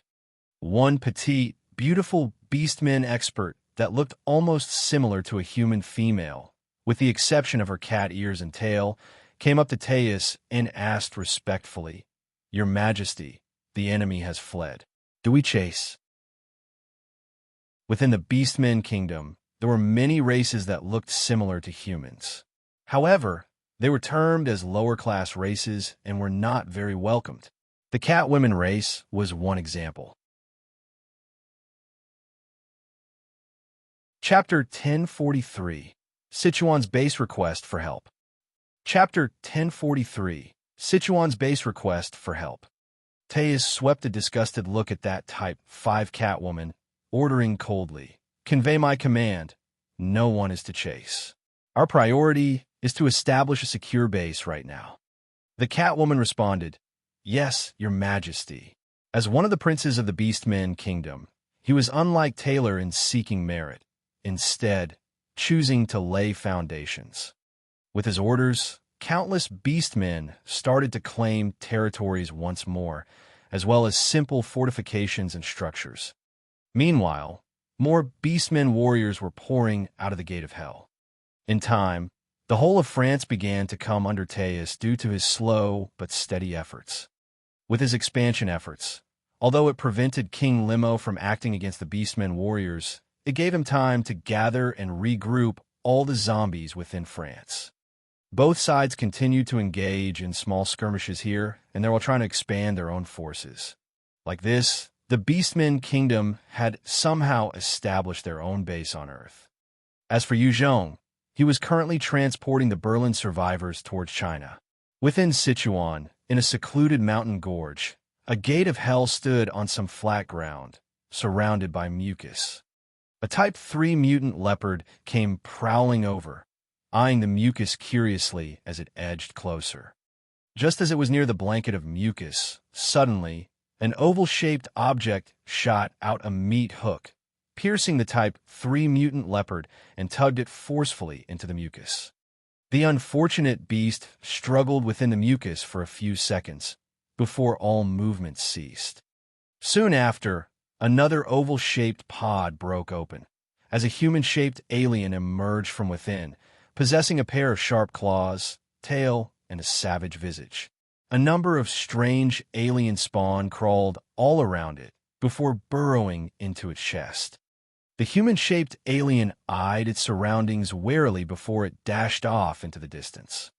The alien was a species that could extinguish all life of any planet, and they had come to Earth through the Gate of Hell. Of the 300 gates of Hell littered all over Earth, every world could make use of the gates to enter. Protecting just one door could only prevent access from that particular door. Yu Zhong knew this, but with his current strength, he could at most stand guard over a few places. As for the rest, even if he knew about them, there was nothing he could do. The more he spread out his forces, the more risk he was putting them through. He had obtained many different technologies through the different worlds, and they were being researched and produced, but to equip his forces on a mass scale, he needed more time. Within a secret room inside China's capital, Yu Zhong opened his eyes slowly, his gaze sharp and radiant. He was filled with joy as he thought, "I've finally achieved level 5 of the Yin-Yang Palm. This martial technique is truly profound. It took me an entire month to reach this stage. Now, I've gained an additional card. It might not have much use in war, but against any Type 8 experts, I have a chance now." Since he obtained the second-order God Devil body, his talent and potential were heaven-defying. He possessed superhuman memory and could recognize any language of any country. With just a single hour, he could speak more fluently than a native speaker. With such potential, it had been a breeze to learn the first 4 levels of the Yin-Yang Palm, but it actually took an entire month for him to reach the 5th level. As he walked out of the room, Chen Yao came up to him urgently. Yuzhong, the base in Sichuan had just sent a request for help. They're being surrounded by zombies and have requested aid. They're willing to join us after. Yuzhong frowned and replied, Sichuan? Fine, I'll make a trip myself. Currently, China was undergoing some huge changes, pumping resources and efforts into a huge survivor base. At the same time, Ji Qingwu and the other generals were leading their subordinates to clear the zombies all around China. With Ji Qingwu by Xiao Sheng, Zheng Minghe, Zhu Yitong, Chen Shenggang, Li Guang, Chen Yao, who were Iran, and the rest handling the zombies, as well as the structural works being handled by the numerous subordinates, Yuzhong only had to concern himself with the big picture. Since he had been holed up in the capital in closed-door cultivation, he was truly getting restless. As for the forces and troops, they were focused on defending and not deployed lightly. Only Yuzhong had the authority to. In any case, he alone could wipe out 1 million zombies with no problems. Chen Yao chuckled. Are you bringing Yin Shuang? Yin Shuang stuck to Yuzhong like glue. This was a fact everyone knew. Yuzhong shook his head. No. She is too important. She has to stay here to guard the capital. It'll be better that way. She had already reached the Type 7 realm and was the only other expert of China comparable to Yuzhong. With her holding the fort, she could at least deal with any short-term dangers that cropped up. Having made the decision, Yuzhong boarded one of the protector battleship and brought along the storm battleship as he headed toward Sichuan. Outside the city of Sichuan, there was another city that had been built not too long ago, surrounded by massive wooden walls. At a valley connecting to the city, hundreds of soldiers were currently taking out a number of evolved zombies. Sichuan was mountainous and had many valleys. The new city had been constructed right behind one of such a valley, allowing only 2 cars' width of an entrance. Relying on the natural terrain advantage, the hundreds of soldiers were able to defend against the numerous zombies. At the peak of the small hill, some commanders were looking out at the distance. One of them complained, Commander, the brothers do not understand why you must contact the Yuzhong. He's obviously a tyrant that had been lucky enough to conquer the capital. And that damn faction actually established what bullshit government. We're able to sustain ourselves and live by our own rules. Why must we request for his aid?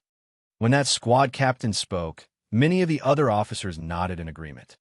Yuzhong had been an ordinary man before the apocalypse. After he established the new government, the old guards in Sichuan were not receptive. Some had joined him, while others viewed him as a rebel and traitor, while some sat on the fence, without any indication of their opinions. As for this particular base, the military was the law. They held the authority over the survivors, and such a feeling had already started to corrode some of their hearts. The leader, a man with good-looking features and a muscular physique, spoke slowly. Wang Depao, we are all military men. The military exists to protect the country. Since Yuzhong has the capability to protect our country, we should submit to him and work for him. We need to protect our people. This is what we should do. This commander was called Yu Haimin, a regiment commander prior to the apocalypse. When the world changed, he had led his surviving subordinates to take out the nearby zombies, regrouping with other troops, as they rescued a large number of survivors from Sichuan and settled within this mountain gorge. With the help of the terrain, they had defended themselves over this entire period. Wang Depao had a reluctant gleam in his gaze, but he still voiced his respect. Yes, Commander. Yu Haimin had plenty of support within the troop. Although Wang Depao had his supporters too, it was not enough to go against him. Yu Haimin looked at the seemingly endless horde and had a look of worry. Furthermore, the zombies are evolving stronger. Our ammunition is running out as well. The evolution of the zombies was terrifying, producing even more variants as well. If it was not for the terrain, this base would have long since been wiped out. Wang Depao seemed like he did not think so. While those zombies are evolving, our brothers have become stronger too. Look, they aren't a match for our brothers. At the entrance of the valley, over 20 soldiers were using system equipment to slaughter the evolved zombies. Behind those soldiers, there were over 100 others waiting to switch out. With the help of the terrain as well as numerous enhancers, Wang Dapao felt that their base was practically heaven. There was no need for anyone to help them. Old Wang, that day, that beauty, you fucked her, right? How was it? Get lost. Huh? At the entrance, the soldiers awaiting their turns were laughing and chatting, unafraid of the zombies. In the midst of their conversation, one small alien spawn managed to slither towards one of the soldiers at a corner before pouncing on his face and burrowing into his brain through his nostril. At the moment the alien spawn landed on his face, the soldier let out a shriek of terror. The hundreds of soldiers turned to face him but did not discover anything. One of them complained, "Big Nose Lou, what the hell did you scream for? Trying to scare us to death." Big Nose Lou wanted to say something when suddenly his mind turned blank and he chuckled, "I don't remember." Chapter 1044. Turning Zombies into Ash with a Wave of a Hand. Chapter 1044. Turning Zombies into Ash with a Wave of a Hand. With the natural terrain, as well as the efforts of the experts, the zombies were kept at bay, prevented from entering the mountain gorge. After battling intensely for an entire day, the zombies still could not breach the gorge. The valley was too narrow, and unless the zombies activated their winged counterparts or the intelligent ones to launch an assault, there was no way to breach the pass. The battle continued for some time, while Big Nose Lou went back towards the base silently. Early the next morning, Yuhai Min had a look of excitement as he told the rest, "The leader of the central government is here. Let's go welcome him." Many of them exchanged glances. While some were reluctant, they still follow behind. "AI, what is that? Is that a spaceship? Holy shit. Did the Martians already invade Earth?" These commanders all turned to look at the sky, their eyes filled with shock. The huge metal behemoth soaring above them was precisely the Protector battleship. It was a helicarrier, the likes of which had never been seen on Earth before. It was the first time these military officers had seen something so advanced, hence their astonishment. As they continued to stare, the battleship opened as a smaller-sized carrier came descending. The moment that carrier touched down, over a dozen soldiers equipped with nano-armors on the outside, as well as battle armors on the inside, carrying Gauss rifles, electromagnetic rifles, came rushing out. They were all armed to the teeth, with Type 4 strength guarding the helicopter. Elite soldiers. Look at their weapons. So futuristic. Is this the strength of the new government? When the commanders saw the soldiers disembarking, they were truly taken aback. They were not considered newbies and had seen their fair share of war and battles and could sense the aura emitted by these soldiers. Under their stunned gazes, Yu Zhong came out, dressed in military wear. Beside him was the small, petite beauty, Floxenia, whose gaze was sharp. Yu Zhong was already pretty much invincible on Earth. If he did not come across any other freaks from other worlds, he did not need to fear anything. However, in coming to pick up the survivors from Sichuan, he had to watch out for the human heart. Yuhai Min came up to Yu Zhong, saluting him in the military style, with a hint of respect in his gaze. "Leader," Yuhai Min reporting, "it is an honor to finally meet you." He had received the radio broadcast from long ago and had been kept updated on news from the capital. In truth, he had been contemplating to initiate contact for the longest time after Yu Zhong regained the capital. However, it was only after hearing that Yu Zhong, the Kingdom of God, and America had signed the Earth federal government papers that he decided to contact Yu Zhong. Finally seeing him in person, as well as the grand and powerful entourage, Yuhai Min felt relieved and celebrated his decision. Yu Zhong laughed politely. "I'm Yu Zhong. Very pleased to meet you, Commander Yu." At this time, the ashen-faced Wang Dapao, who had been standing quietly behind, came up and stared at Yu Zhong. "Leader Yu Zhong, there are too many zombies here. Our current forces are weakened. Since you're here, why not help us eliminate some and show us the power of the famous Central Army?" Many of the other commanders also looked at Yu Zhong quietly, intending to witness the strength of Yu Zhong's forces for themselves. Although they had heard from themselves the broadcast from the capital, they were clear that it did not count for much. Without seeing it for themselves, they would not blindly trust the messages. They wanted to see just how strong the Central Army was. If they were weak, then they would not stand on ceremony. Instead, they were prepared to capture Yuzhong. Yu Haimin frowned, but he did not scold Wang Dapao. Instead, looking at Yuzhong expectantly. No problem. Yuzhong chuckled before giving an indifferent order. Heed my orders. Wipe out everything outside the valley. Wang Dapao laughed coldly. Wipe out everything. What boastful words. There are over 500,000 zombies out there. Just you guys, and you intend to wipe them out. What arrogance.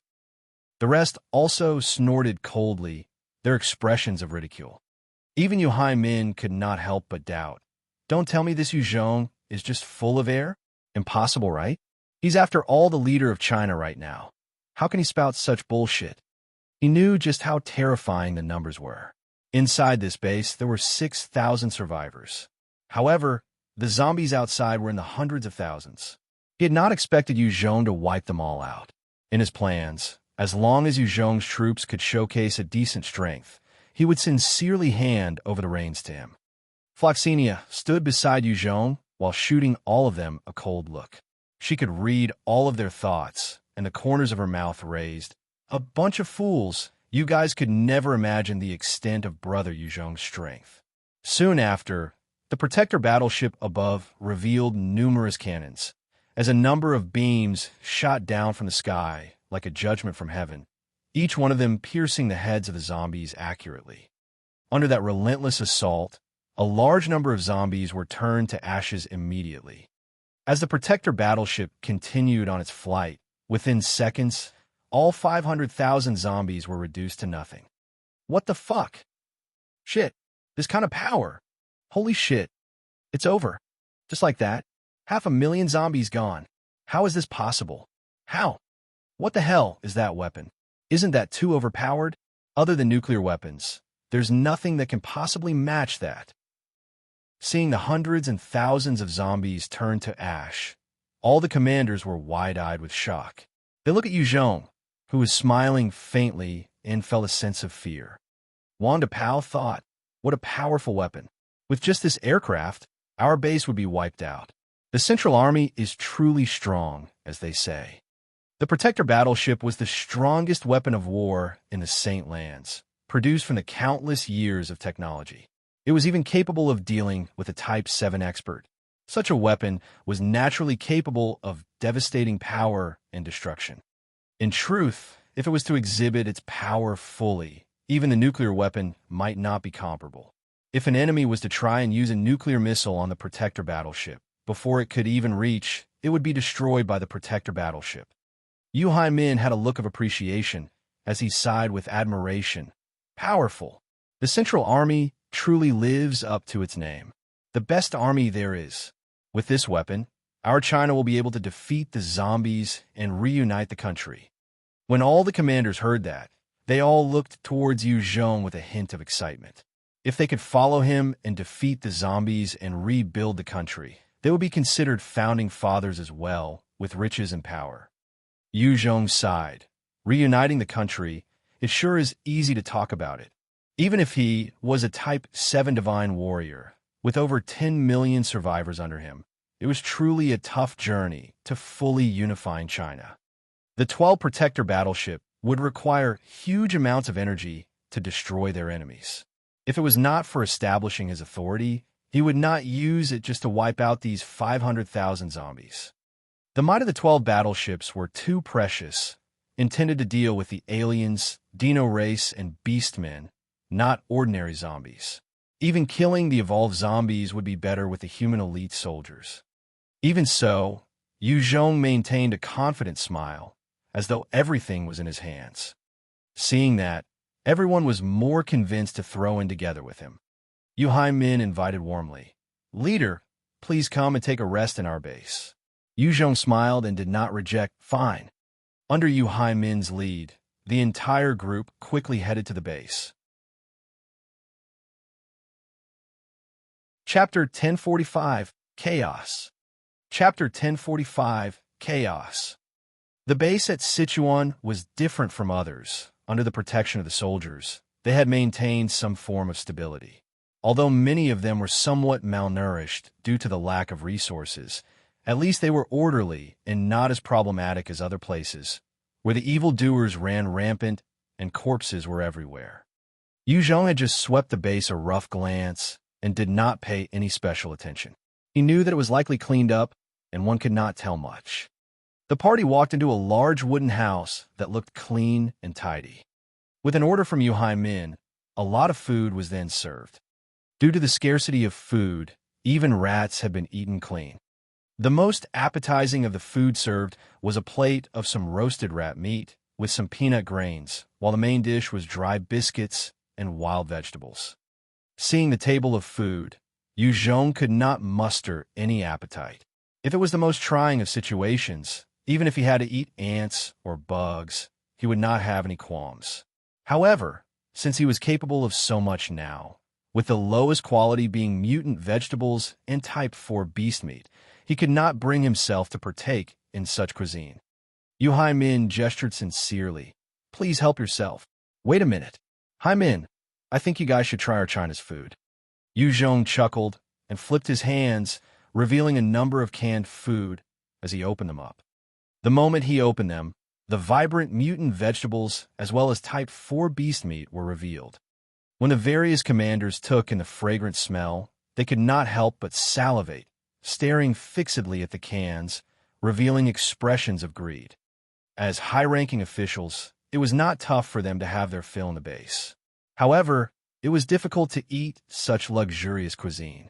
Many had fallen sick and died because of the lack of nutrients. Otherwise, the base would not have been left with only 6,000 odd survivors. Dig in. Hearing that, the commanders quickly raised their chopsticks to grab some food into their mouths. As Yu Min bit into the type 4 beast meat, his eyes lit up, revealing an expression of greed. He began to grab more frantically. Amazing! This is too delicious. This taste seems to be changing even my physique. It's unbelievable. The rest of the commanders were not fools. They could sense the benefits of the food for themselves.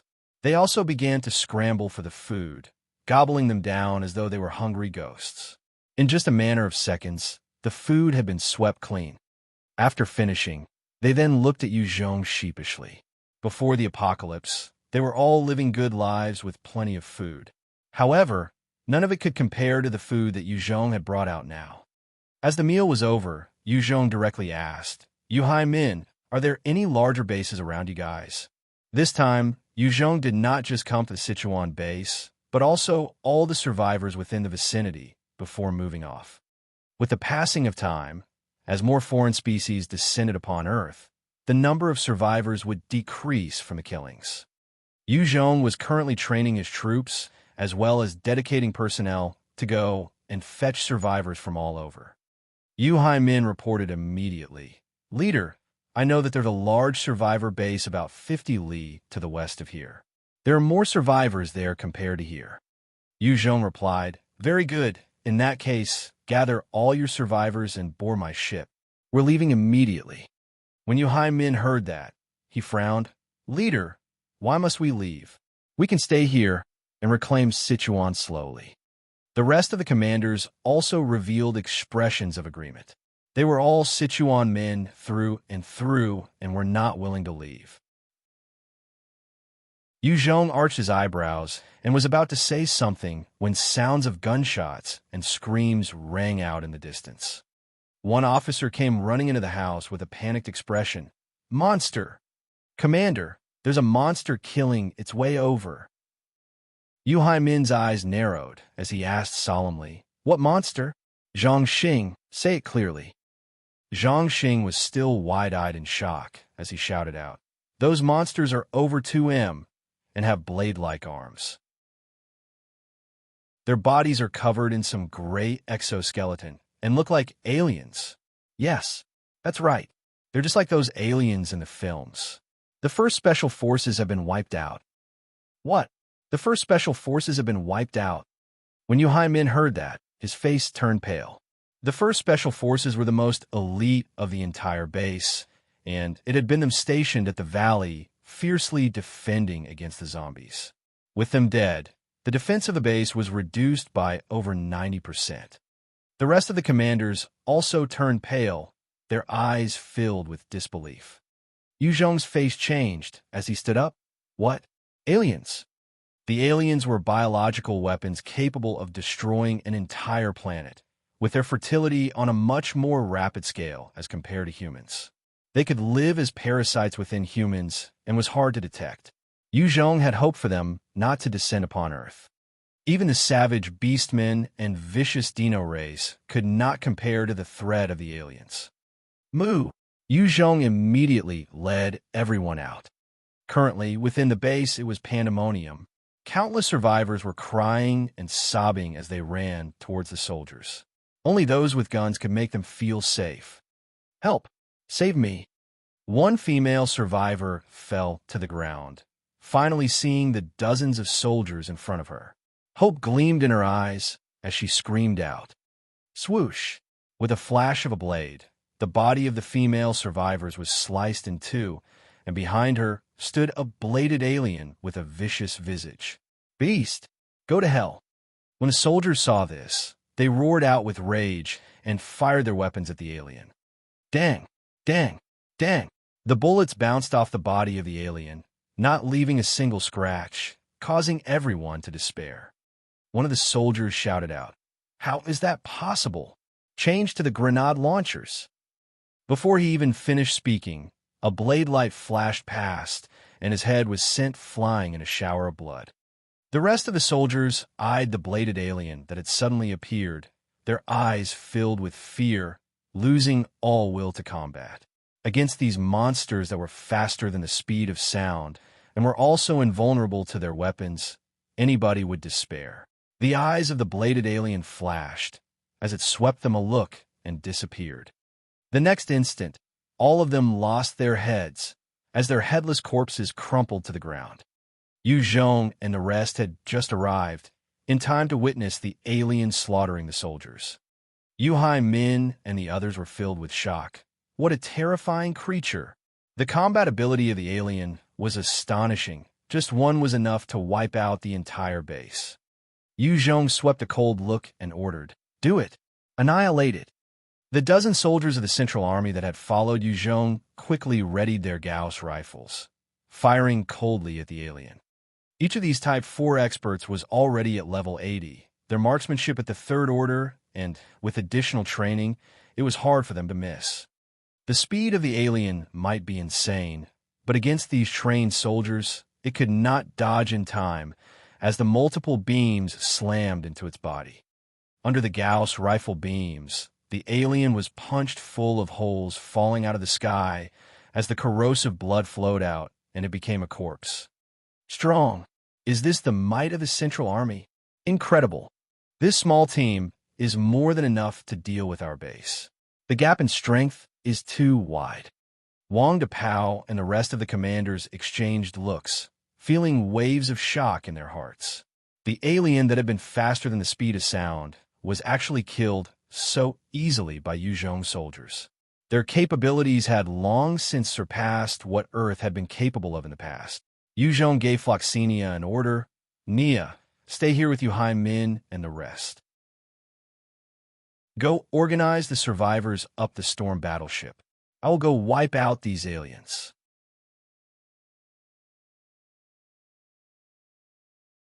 Chapter 1046, Floxenia. Chapter 1046, Floxenia. Yu Zhong's personal combat strength was strong. It was easier for him to kill the aliens compared to his subordinates. Furthermore, he did not bring too many elite soldiers, as he meant for them to maintain security and sift out the parasites hidden within the survivors. Floxenia saluted him. Understood, leader. She was more mature than any girl of her age, and Yu Zhong was reassured by her leading the troops. After she promised, Yu Zhong directly soared into the sky. He flew. A human can actually fly? Is that a skill? The rare flight ability? Seeing Yu Zhong ascend to the sky, Min and the rest were filled with shock and felt that Yu Zhong was even more unfathomable than before. The moment he left, Floxenia's gaze turned incredibly cold as she passed a cold order. Lu Xiong, go bring some men to maintain order, and make sure you check every survivor. Those who dare to cause trouble or prevent any inspection, execute them without mercy. Although she looked like a girl of only 12 or 13, she was incredibly far-sighted, and she had seen the darkest of the human's heart. Over 1,000 spies have lost their lives under her orders alone. One of the Type 5 Central Army soldiers responded, "Understood." These Central Army soldiers knew how terrifying Floxenia was, and they quickly got into formation and readied their weapons at the survivors. Floxenia then swept Yu Min and the rest a look. "Commander Yu, order your men to do their duty well. Organize those that pass the inspection, the head up into the storm battleship orderly." Yu Min eyed the girl in front of him. His eyes flashed with a strange glint. A commander like him had to listen to some lowly who was not even 15. It truly felt discomforting, and he could not help but hesitate. Wang Depao shot her look and laughed condescendingly. Yu Zhong is truly muddle-headed, actually giving the command to a little girl. "Hey, little girl, go and hide. Let us grown men handle the commanding." The rest of the commanders also looked at her strangely, not moving. She shot them a cold look and waved her hands. With a sweep, the 20 elites besides her immediately adjusted their aim at them, their gazes cold, and their killing intent bursting forth. The commanders felt their hearts turn cold upon feeling the killing intent. Floxenia spoke coldly.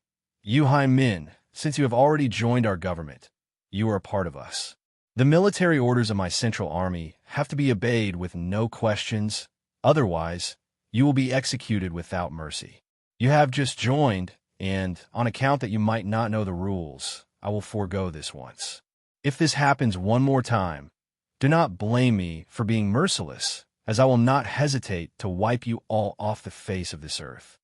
Sensing her cold gaze and killing intent, even Yu Min could not help but feel a chill. "Let me through. Scram. Let me through. My uncle is Commander Lin Gang. Scram. Otherwise, you will all regret this." Right at this time, there was some commotion among the survivors, as an ordinary young man came scrambling forward. In his rush, the weaker survivors were shoved aside. One soldier barked out coldly, "Maintain order. Go and line up." The young man shouted back arrogantly, "Do you know who the hell I am? My uncle is Commander Lin Gang. Scram. Otherwise, this senior will get my uncle to make your life hell." Lin Gang was a commander with considerable authority and one of the higher-ranking officials in Sichuan. His family was arrogant and despotic and abused their power constantly. The moment the young man's words fell, there was a clear gunshot as a bullet hole appeared in his brain, and he slumped to the floor dead. At the same time, the rest of the soldiers also fired at the hooligans beside this nephew of Lin Gang, riddling their heads full of bullets. "Ah, help! They're killing people!" Seeing this terrifying scene, many survivors screamed out in fear. The commanders behind Yu Min were also filled with a chill. They had not expected the Central Army to be so decisive and vicious, directly executing those who had not obeyed the rules. One soldier barked out as he exuded a terrifying aura, directly suppressing those survivors. "Shut up. Get in line. Those who dare cause trouble will be executed." When they were shouted at, the survivors became obedient once more, getting in line. Floxenia then turned her cold gaze to those commanders. "Still not moving? Are you intending to disobey orders?" Yu Min bolted upright. "Understood." Lin Gang, who stood behind Yu Min, stared hatefully at Floxenia, his gaze venomous. "Damn bitch, you dare kill my nephew. I will not let you off. Once I go back, I will gather my people and kill all your men and steal the battleship." After the world had changed, Lin Gang was left with only this nephew. Because of this, he spoiled the young man. Now that he was killed by Floxenia, Lin Gang was infuriated. Floxenia swept him as well as those men beside him, a look and barked, "Wait! The few of you, step out." Under the threat of the Gauss rifles, Limo gang and the rest could only step out. Floxenia's gaze was cold as she waved her hand. "These men have questionable intents. Execute them." "No!" The Gauss rifles fired out brightly, as Limo gang and the rest watched in horror, fear, and regret. Seeing their deaths, the rest of the commanders turned steely, their hearts palpitating. Yu Haimin's face was steely, as he stared coldly at Floxenia and asked loudly, "Miss Floxenia, what were you doing? Why did you kill my men?" Right now, everyone saw this little girl as a terrifying demon. Without batting an eyelid, she replied, "I have mind-reading abilities. That Limo gang was the uncle of that young man I had just ordered the death of. The rest of them were his trusted aides. He was intending to cause a rebellion at the moment of embarking the ship. Thus, I decided to wipe them out first." With disbelief, Yu Haimin thought, "Mind-reading? How is that possible?" She looked at him, her face cold and impassive. "You're thinking right now, mind-reading. How is that possible?" Yu Haimin was shocked. "Impossible? She really knows it." "You're thinking right now, impossible. She really knows it." "Very well.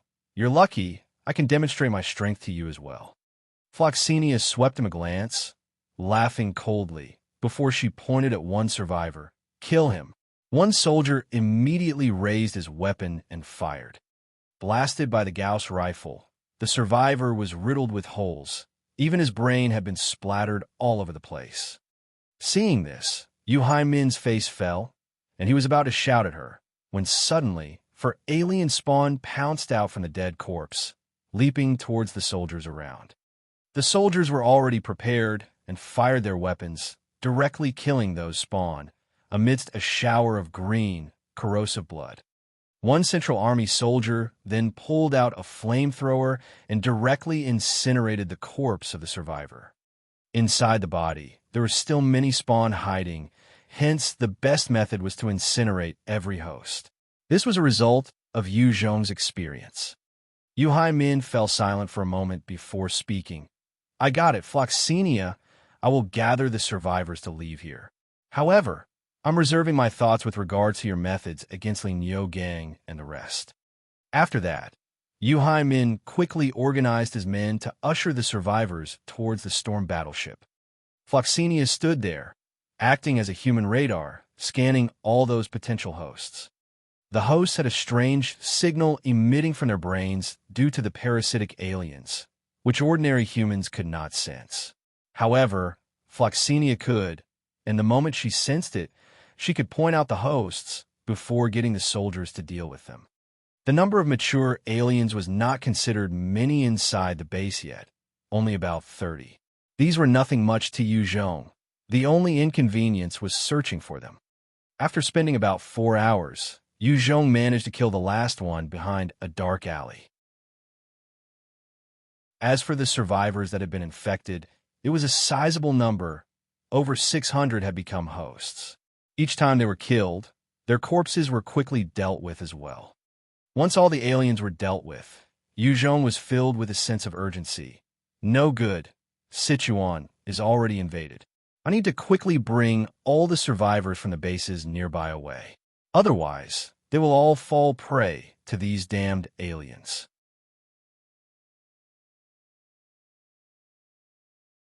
Chapter 1047. The Arrival of the Mech Empire. Chapter 1047. The Arrival of the Mech Empire. After they had ushered all the survivors up the store battleship, Yu Zhong quickly led his troops towards the other large base in Tsangya. "Master, there's a disturbance in the direction of the Tsangya base." Halfway through the journey, Bai Yi appeared on the display screen to report. All the satellites of Earth had already come under Bai Yi's control, and whatever the satellites saw, she could see. Yu Zhong ordered, "Pull out the images right now." "Yes." Bai Yi then pulled out the images. Currently, within the Tsangya base, over hundreds and thousands of aliens were slaughtering the humans within, while taking on a mechanized battalion. One portion of the mechanized battalion was a close combat armored beast that was covered with sharp alloy blades, wielding a pair of blades. There was also another portion of armored vehicles that had 2 main cannons and 36 subcannons, specializing in long-range battles. The combat strength of the close combat armored beasts was astonishing. While they were not a match for the aliens in a one-on-one setting with 12 in a squad, it was easy to surround and kill off the aliens. Within the base, one bladed alien flickered and appeared in front of one close combat armored beast. With a slash, it managed to slice the mech in two as countless parts fell out and the machine exploded in a loud blast. The resulting explosion forced the bladed alien over a dozen meters. At that instant, 6 other close combat armored beasts appeared behind the bladed alien, directly slashing at it. The bladed alien waved its blades and slashed out in a counterattack, slicing one of them in two. It then swung its tail, which slammed into another, causing it to break apart at the waist. In just a breath, it managed to wipe out another 2 close combat armored beasts. If it were a one-on-one, it would have already won. However, at the same time, the remaining 4 armored beasts already slashed out, slicing the alien in multiple parts, as the corrosive blood splattered everywhere. After killing that alien, the remaining mech beasts then formed another smaller group, regrouping with the surviving units of the other battles, and forming new teams. One Type 5 multi-clawed alien was engaging 12 armored beasts in combat, and both sides were locked in a cruel battle. The aliens and the mech beasts were existences that did not fear death. Hence, their fighting style was cruel and vicious. In just a few moments, over 3 close combat armored beasts had been destroyed by the Type 5 alien, while the alien itself had suffered numerous injuries. Right at this moment, on a tall building afar, many spider-like mech beasts crawled up and were adjusting their cannons. With a bright flash of light, a number of electromagnetic cannons fired upon the Type 5 multi-claw alien, causing the other close combat armored beasts around it to be destroyed too. Although the aliens possessed terrifying combat power, the mech army was over 200,000. Each of them had incredible aim, and their teamwork was seamless. At every second, there was an alien being taken out. The mech army continued to slaughter the aliens, while at the same time, not distinguishing the innocent humans as well. As long as any life form appeared before them, they would kill without mercy. Yu Zhong saw these powerful mech machines and frowned, wondering to himself, "Damn it, where did this mech army come from?" He was sure that these were definitely invaders using the gates of hell to arrive here, but he wanted to know through which one. Bai quickly replied, "There's no data on them inside the database." The satellites were also not omnipotent. Although they could scan most of the land on Earth, there was a limit to their abilities, and they could not be scanning all the time. Bai continued to run some numbers before reporting, "Master, these are just the cannon fodder. Based on my estimations, the commander should be the sentient robots. However, the enemy is constantly jamming my signals, preventing me from taking control. If you could deal with them, I could control them. Alternatively, you can capture a few to the battleship, and I can connect to them through hard wires, swallowing their intelligence and controlling them." The display then changed and revealed 20 human-like figures behind the mech army. Yu Zhong took a look and could not help but be shocked. What? Sentient robots? That is to say, intelligent programs? Bai Yi replied, "You could say that." He asked, "How strong are they?" Bai Yi said, "I'm unable to determine for sure. There's not enough information." "Fine then, I'll go check them out." Yu Zhong swept them a gaze as he channeled his energy and shot out from the protector battleship. Behind the mech army, one of them, who had perfect looks and golden locks, wore a human-like smile. On this planet Earth, who knew that there would be such powerful and savage beasts? Interesting. The original masters were the humans, but they're so pathetically weak. After wiping out this base, there should be another 3 survivor bases in Sichuan. Once we wipe out these cockroach-like humans, our mech kingdom can begin to dominate Earth and evolve once again. Long live the mech kingdom! Another sentient robot, who had yellow skin and black hair, stepped up to speak. Bardonia, the humans are not so easy targets. Our mech kingdom has successfully conquered 3 planets and gained the chance to evolve thrice. But those humans were not weak, and each of them had possessed some powerful oracle. We cannot be too careless and must take them all out carefully. In order to conquer this country, so we can evolve once more and escape from that dreaded god's hands. Long live the mech kingdom. Bardonia nodded. Fang Sheng, I understand. We will definitely conquer this country. Long live the mech kingdom. He then eyed the sky and laughed lightly. Ha! I discovered something interesting. There are actually some satellites on this Earth. Let me go and bring them under my control. To these super AI's controlling satellites was a simple matter. The moment Yu Zhong had brought Bai Yi back, all the satellites had come under her control. Without moving, Bardonia started to shoot out beams as his eyes ran with numbers, intending to infiltrate the satellites. In a few breaths, he opened his eyes, revealing a shocked look. Not good. I'm unable to get through. There was some impedance. The opponent is also a super AI, a powerful one at that. I can sense that only the Emperor could match her in computing and analytical ability. Fang Sheng frowned and made an accurate guess. What? Is the opponent that strong? Seems like the expert on Earth had managed to get a treasure of hope then. It should be the super AI. Otherwise, based on the abilities of this planet, it could not possibly produce such a powerful AI. Fang Sheng then turned to another robot. The opponent has satellites, while we don't. They have the advantage. Bali Wong, go break through the atmosphere and destroy their satellites while becoming our own eyes and ears. Understood. Bali Wong replied expressionlessly, revealing a pair of robotic wings.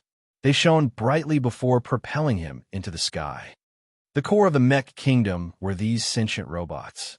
Each of them had their own unique abilities. Be it transforming into tanks, fighter jets, battleships, or even satellites, they were incredibly adaptive. Bali Wong's ability was to break through the stratosphere, turning his entire body into an instrument of offense, as well as surveillance. He could destroy other satellites while transforming into one himself. Yu Zhong, who was hiding afar, swept Bali Wong a look and frowned. Not good. I can't hide forever. If he breaches into space, then we're in trouble. If Bali Wong made it into space, although Yu Zhong could still control the Scarlet Reaper to fly into space, it would be extremely tough to find him and kill him. Furthermore, if Bali Wong was able to destroy the satellites, the humans on Earth would suffer a 30% drop in combat potential. Chapter 1048, Combat Mech. Chapter 1048, Combat Mech. With a flip of Yu Zhong's hand, the Scarlet Reaper appeared in front of him. He stepped into it, and it began to radiate with light. A pair of wings burst out, and he soared towards the sky. In a few breaths, he had caught up to Bali Wong by shooting like a meteor, pulling out a huge laser blade to slice out at the enemy mech. The speed of the Scarlet Reaper had reached another level under Yu Zhong's control, and the blade was extremely fast, where even some Type 7 experts might not be able to block it. Without any means to prepare, Bali Wong just allowed the blade to slice through itself as countless parts scattered through the skies. As the two halves separated, there was no explosion. Instead, the parts began to merge together once more into the mech known as Bali Wong. Yu Zhong saw how quickly the mech had reformed, and his eyes narrowed. Not dead yet. Most robot life forms would explode the moment they were sliced in two. As for this Bali Wong, it was able to regenerate, something Yu Zhong had never seen before. Bali Wong swept Yu Zhong a look, and his robot eyes lit up as it spoke in a human-like voice. Human? This is China. Based on the intel we have, the strongest human is Yu Zhong, and he possesses a red mech body. You should either be him or one of his trusted subordinates, right? Yu Zhong stepped out, eyeing Bali Wong as he frowned. You have been slashed by me. How come you're still alive? Bali Wong laughed out in a human-like manner. Yu Zhong, do you think we will be so stupid as to reveal such classified information to you? Just submit. Your human race has no hope. Our mech kingdom is full of experts. We could easily squash all resistance on this planet. Our vanguard force alone numbers over 250,000. The weakest is the close combat armored beast, and it is on par with the Type 4 Divine Warrior. They are also not afraid of death. Thus, their combat potential far surpasses you, humans. These 250,000 mechs will be enough to deal with Earth's humans. Furthermore, within our mech kingdom, there are over 160 billion of those close combat armored beasts. Even if you manage to defeat this vanguard force, just the reinforcements will be enough to drown you out. If you don't submit, only death awaits. Submit to us, and we can allow you to remain king of the humans. 160 billion. What strength! Yu Zhong was shocked when he heard this. That number alone was a challenge, not to mention that they were mechs. If the humans on Earth were to face this number, it was like ants against dragons. There was too much of a gap. Yu Zhong was already a Type 7 Divine Warrior, with a second Order God Devil body, his combat potential heaven-defying. However, against 160 billion armored beasts, there was only escape. The rest of China would serve to become prey. With a thought, Yu Zhong laughed out coldly. There's no use trying to scare me. There's definitely a limitation to how many of you can come.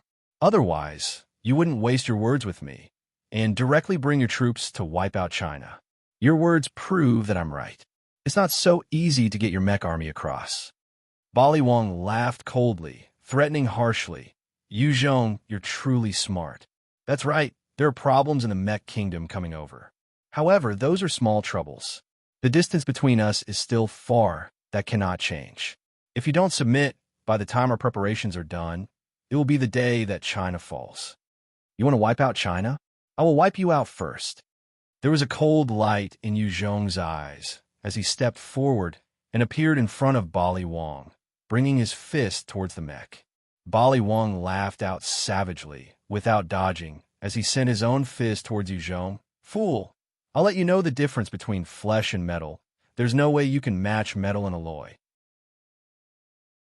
At the point of impact, Bali Wang smiled insidiously as a sharp alloy shot out from his fist. Even so, Yu Zhong's fist continued towards the alloy blade. Bali Wang might be a robot, but his sentience was high, not losing out to humans, and his battle experience was abundant. Trash, break for me. Yu Zhong roared out in rage, his right fist covered in the powerful god-devil flames, as well as his Do Chi, radiating a bright gold glow as the fist slammed into Bali Wang's. Following a powerful impact, Bali Wang's right fist, as well as the alloy blade, was crushed and destroyed, shattering in multiple pieces. There was a look of shock in Bali Wang's eyes as he groaned loudly while retreating backward. How is this possible? My body is made out of the most powerful of alloys, even stronger than the toughest of diamonds. Unless it is a laser, my body would not be harmed so easily. You're just a human. How? Yu Zhong stared at Bali Wang, noticing that the broken pieces did not merge back with Bali Wang, instead scattering. He immediately let out a cold laugh. I thought that you were truly invincible. Seems like it's not perfect. You are of no use to me, Dai. With a wave of his hand, a bright blood radiance shot out from his sleeve, coiling around Bali Wang, instantly trapping him. Bali Wang was made out of mechanical parts and possessed powerful strength. In terms of combat ability, however, he was still at the initial Type 7 realm. After being bound by the 16 blood radiances, he could not move. However, since he was not made of flesh and blood, the blood radiance could not absorb anything. Bali Wang quickly screamed downwards. I'm being attacked. Save me. Bardonia lifted his head, barking out. Bali Wang is being assaulted. Quick, go support him. Before his words were fully out, the rest of the 19 sentient robots immediately soared into the sky. They're flying over 19 mechs with Type 7 realm abilities. Hee, you're all going to be my prey. Yu Zhong swept them a look and laughed coldly. He entered the Scarlet Reaper, grabbing Bali Wang, who was still immobile as he turned into a beam of light and charged towards the Protector battleship. You want to catch me? Not so easy. Bali Wong roared out in anger as his body began to separate, turning into numerous black balls, attempting to spread in all directions. Fool! In front of me, there's no way to run. Yu Zhong laughed coldly, stretching out his palm as he executed the martial technique dragon-catching claws, and the atmospheric energy churn around him, forming a huge dragon claw that grabbed the entire region. The numerous round balls were then squashed into one huge metal ball. The blood radiance then quickly coiled around Bali Wong, turning into a blood cocoon. Under the forceful pressure, Bali Wong was being squashed smaller, finally transforming back into his human shape, but was fully immobilized this time. Yu Zhong, let go of our kin. Right behind him, the voice of Bardonia sounded, together with the rest of the mechs. Yu Zhong did not seem to care, as he continued to soar forward while laughing coldly. The Scarlet Reaper's speed was incredibly sick now that Yu Zhong was stronger, and Bardonia and the rest could not keep up. Bastard! Bardonia roared out in rage, his body transforming. In a breath, he became a powerful-looking fighter jet of about 10 m long, covered in strange runes. After transforming, Bardonia's wings glowed brightly, and his entire being transformed into a flash of light that shot forwards. His speed was increased by 10 times, and with a blazing hot trail, he shot towards Yu Zhong like a shooting star, pulling the distance close. As he caught up to about 3 kilometers away from Yu Zhong, the 4 superparticle cannons on him fanned out and fired at Yu Zhong wildly. Yu Zhong controlled the Scarlet Reaper and executed dodging movements. However, in a moment of carelessness, the Scarlet Reaper's right leg was still struck by one of the beams and exploded in a shower of parts. Chapter 1049, The Might of the Yin-Yang Palm. Chapter 1049, The Might of the Yin-Yang Palm. At the moment when the Scarlet Reaper's leg was struck, Yu Zhong was filled with a sense of shock. What a powerful fighter jet! This mech is strong. If this goes on, I will be destroyed by it. This expert from the Mech Kingdom is truly terrifying. The Scarlet Reaper is still lacking compared to them. If I can gain one of their peak mechs and insert the Heart of Hope, it would be another powerful trump card. With a thought, Yu Zhong quickly activated the energy shield of the Scarlet Reaper, while continuing towards the Protector battleship. From afar, the Protector battleship was also flying towards him. In just a few breaths, Yu Zhong had arrived in front of it and entered. The moment the Protector battleship retrieved Yu Zhong, it activated its own energy shields to block in front of it. Reinforcements, break for me. Bardonia's super particle cannons continued to fire wildly at the Protector battleship. Those beams that could pierce through a Type 7 expert slammed into the energy shield of the Protector battleship, causing ripples, wearing down on its energy. Yu Zhong grabbed the blood cocoon and brought it in front of the central computer, pulling out a cable and directly plugging it into Bali Wong. Bali Wong saw the cable coming near him, his eyes finally revealing some fear, and he screamed out, "No! Yu Zhong, you can't do this to me! No!" With his intelligence, he could tell that once he was plugged in, he would truly die and be reduced to a slave. Yu Zhong's gaze was cold, as he directly connected the cable to Bali Wong. Go to hell. With the connection, a large amount of data surged into Bali Wong's consciousness, directly consuming it. In just 2 seconds, the radiance in his eyes dimmed. As a white-silver-gray treasure, Bai Yi's might was truly terrifying. As long as it was in her territory, she was invincible. Truthfully, every treasure of hope had amazing potential. Of course, in order to exhibit their maximum, the conditions were different. Even so, out of all the treasures, the Super AI was considered one of the strongest and versatile. The light in Bali Wong's eyes came back as he spoke. Bali Wong greets Master. From now on, Bali Wong is willing to serve Master till the end of my life. Yu Zhong had a pleased look. Good. I've managed to save a Type 7 puppet rune. Ha! A Type 7 mutant beast nucleus was hard to find, and Yu Zhong did not have many of them. He was not willing to use those he had to fuel his Type 7 puppet runes. Now that Bai could easily infiltrate and overwrite Bali Wang's program, it was cause for joy. After all, a Type 7 expert was already considered an undefeatable existence on Earth. It was also tougher for a Type 7 expert to descend upon Earth. This time, the Mech Kingdom had sent 20 Type 7 experts to Earth at a huge price. After all, there were restrictions, and the gates actually restrict most Type 7 experts from other planets. Of course, it was a different case for those who entered and raised to become Type 7 existences or people of Earth like Yu Zhong, who was free from the restrictions. That's great. These mechs will be mine. There was a look of greed in Yu Zhong's eyes as he hurried to put on the stealth armor, hiding all signs of life, and he soared back out of the battleship. Right outside of the Protector battleship, Bardonia and the rest of the mechs were currently firing wildly at the Protector battleship. The battleship was large in size, with numerous cannons, and they fired back at the fleet of mechs. Bardonia's fighter jet form also activated his shield, forcefully defending against the rain of cannon fire. From time to time, his particle cannons would fire back at the battleship.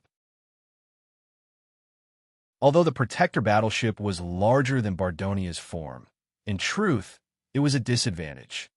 The weapons of the battleship was effective against those large numbers of foreign species. As for Bardonia, whose strength was at the Type 7 realm, be it its speed or firepower, they were above the Protector battleship. With the passing of time, he would definitely be able to break through the Protector battleship's shields. Yu Zhong re-entered the battle zone in stealth, and with a thought, he sent an order to Bai Yi, adjust the aim, force him towards my direction. Yes, Bai Yi swiftly made the appropriate response, causing a fire net to form an envelope towards Bardonia, forcing him towards Yu Zhong's position. However, the movement that Bardonia executed was out of Yu Zhong's expectation, instead going further away from Yu Zhong, making it hard to catch him. Bai Yi then reminded, the energy shield is at 43%. Based on enemies' current firepower, the shield will break down in another 5 minutes. No, this won't do. I need to take it down now. I can't sneak attack him in stealth. Yu Zhong quickly made a decision and waved his hands, causing the Scarlet Reaper to appear. He took a step into it, and the body radiated. He shot towards Bardonia's position. So you want to fight it out with me? Yu Zhong, hand over Bali Wang. Otherwise, this time next year will be your death anniversary. Bardonia roared out in fury and did not charge straight for Yu Zhong. Instead, he continued to evade and adjust his cannons, firing at Yu Zhong. He wanted to use kiting tactics to wear Yu Zhong down. As Yu Zhong piloted the Scarlet Reaper, his speed reached Mach 7, which was a 6 speed for many Type 7 experts. However, in comparison with Bardonia's speed at Mach 10, it was still lacking. Yu Zhong, who always prided himself on his speed, could only eat Bardonia's dust and suffer his attacks. Right this time, the other 18 mechs also shot over.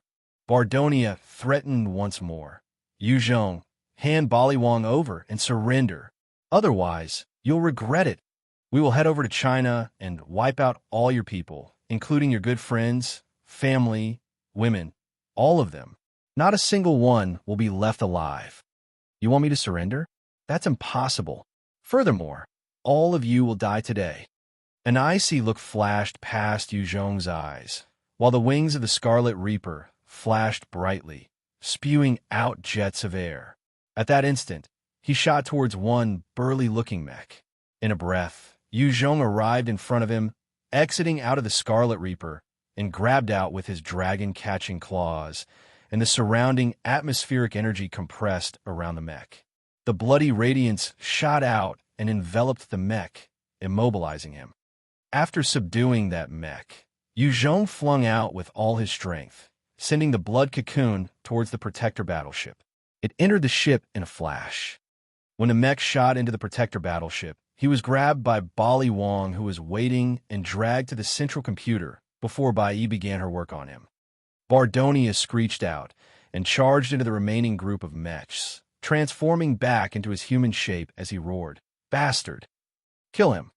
The remaining 18 mechs quickly got into a formation, and each of them revealed a powerful cannon from their bodies as they fired out in a strange and profound manner, aiming for Yuzhong. Among them, 6 of them focused on sealing the spatial area, locking Yuzhong's region. Even a Type 8 Divine Warrior would not be able to get out of this sealing array without some special means. With the lock of space, coupled with the convergence of the shots, it was enough to annihilate some Type 8 experts. This attack could be said to be invincible on Earth. Yin-Yang Palm. Against that powerful imminent attack, Yuzhong was forced to a corner, and with a ferocious glint in his eyes, his left hand was wrapped with dark and cold Yin energy, while his right was covered with bright, radiant Yang energy. As both converged, they formed a powerful palm that shot out towards the incoming firepower. When that palm came crashing down, it caused the firepower to scatter, even tearing apart the spatial lock. Without any diminished strength, the Yin-Yang Palm continued towards the 18 mechs, directly destroying 3 of them, with no way to regenerate. The rest of the 15 were sent flying backward, amidst various parts of their bodies scattering away.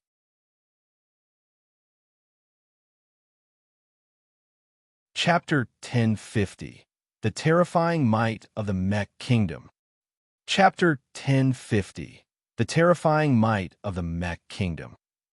Bardonia trembled, and quickly produced some limbs, eyeing Yuzhong with fear and shock. "How is that possible? You're just a human. How could you possibly deal with 18 of us?" The 18 of them, when joining hands, could even deal with a Type 8 expert. Yet, Yuzhong had single-handedly beat them back. It was truly beyond expectations. Yuzhong frowned. There was no life force. Seems like the life force of these mechs cannot be absorbed by the imprint. That is to say, only flesh and blood work for me. The God and Devil imprint was a heaven-defying item, allowing their users to evolve continually. While other humans might need to cultivate diligently for over 100 years just to reach the Type 7 plateau, Yuzhong had done so in 2 years, even forming his God-Devil body. However, it had a weak point, and that was it could not absorb any experience or life forms from non-biological life forms. Forget it. Even if I cannot absorb, as long as I can capture all of them, it will be a boon too. The Yin-Yang Palm was magnificent, but it expended too much. With my current strength, I can only execute the 5th level of it another 10 times. No wonder only one person managed to reach the 5th level in all of the Saintland's history.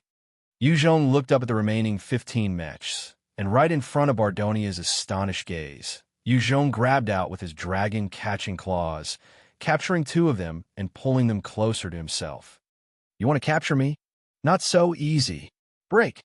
One of the mechs roared out in rage, his body expanding as he transformed into a dragon-like robot with a height of over 10 m, his back glowing with 3 pairs of sharp, metal wings, as well as multiple blades around his frame.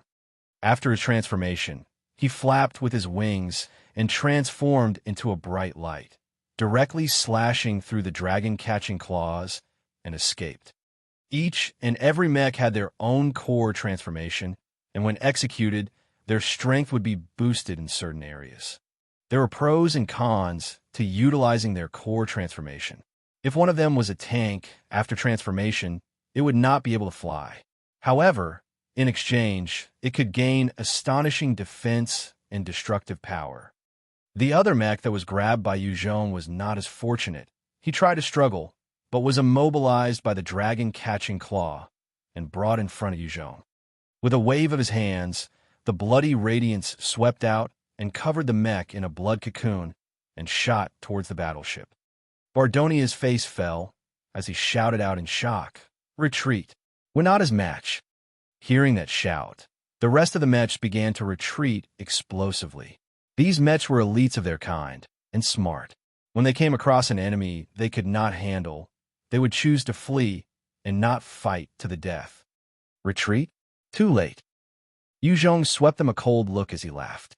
With a single step, he shot towards Bardonia's location. Bardonia was the fastest in terms of speed. Yu Zhong could allow the rest to escape, but definitely not Bardonia. Otherwise, it would be a future problem. Bardonia celebrated wildly, transforming into his fighter jet form. Fool, if you went to catch others, you might be able to grab one or two. You want to catch me? There's no hope at all. When the mechs joined hands to attack, in order to gain an advantage where 1 + 1 was more than 2, they had to be in their human forms. Otherwise, if one was in the sky and another was on the ground, it was hard to suppress the enemy. That was why Bardonia had to keep switching depending on the situation. Do it! Right as Bardonia was transforming, Yu Zhong shouted out furiously. The Protect battleship had already readied its radar and released a disrupting pulse towards the mechs.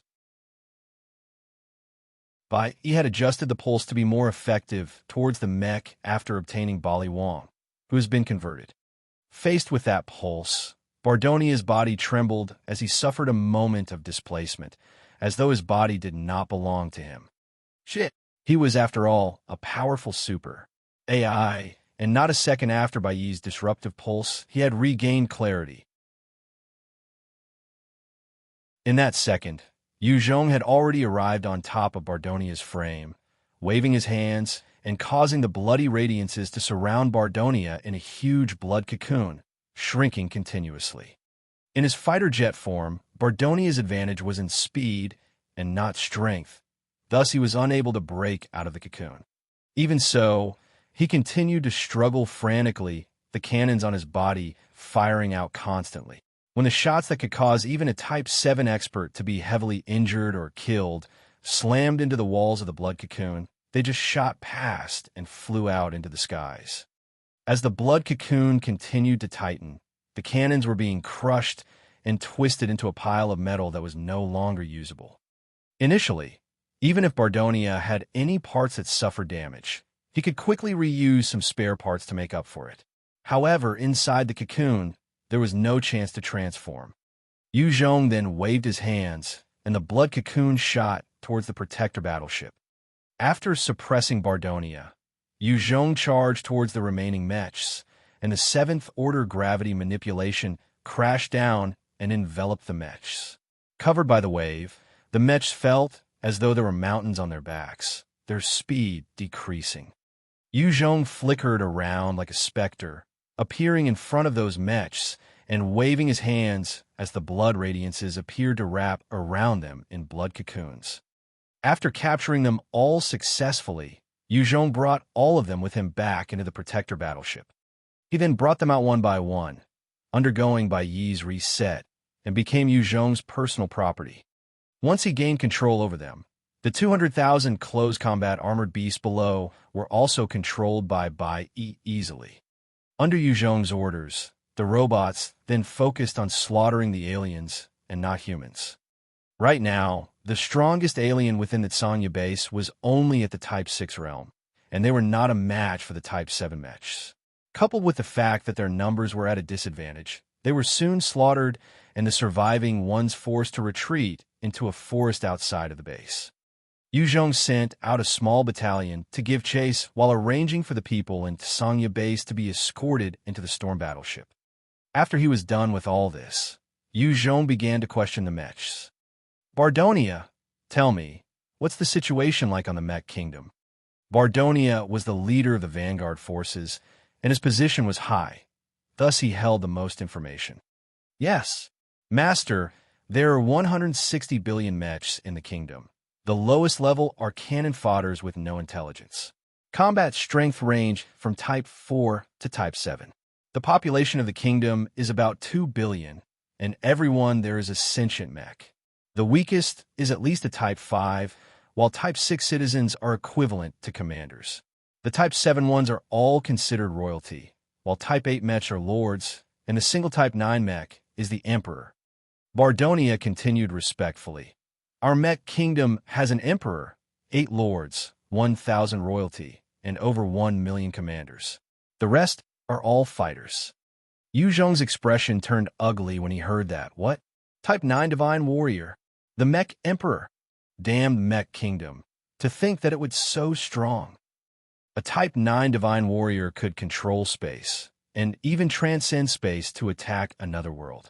Each of them possessed the qualification to challenge God and was a heaven-defying existence. In front of a Type 9 Divine Warrior, Yu Zhong was still a small ant. One move was enough to wipe him out, without even the chance to flee.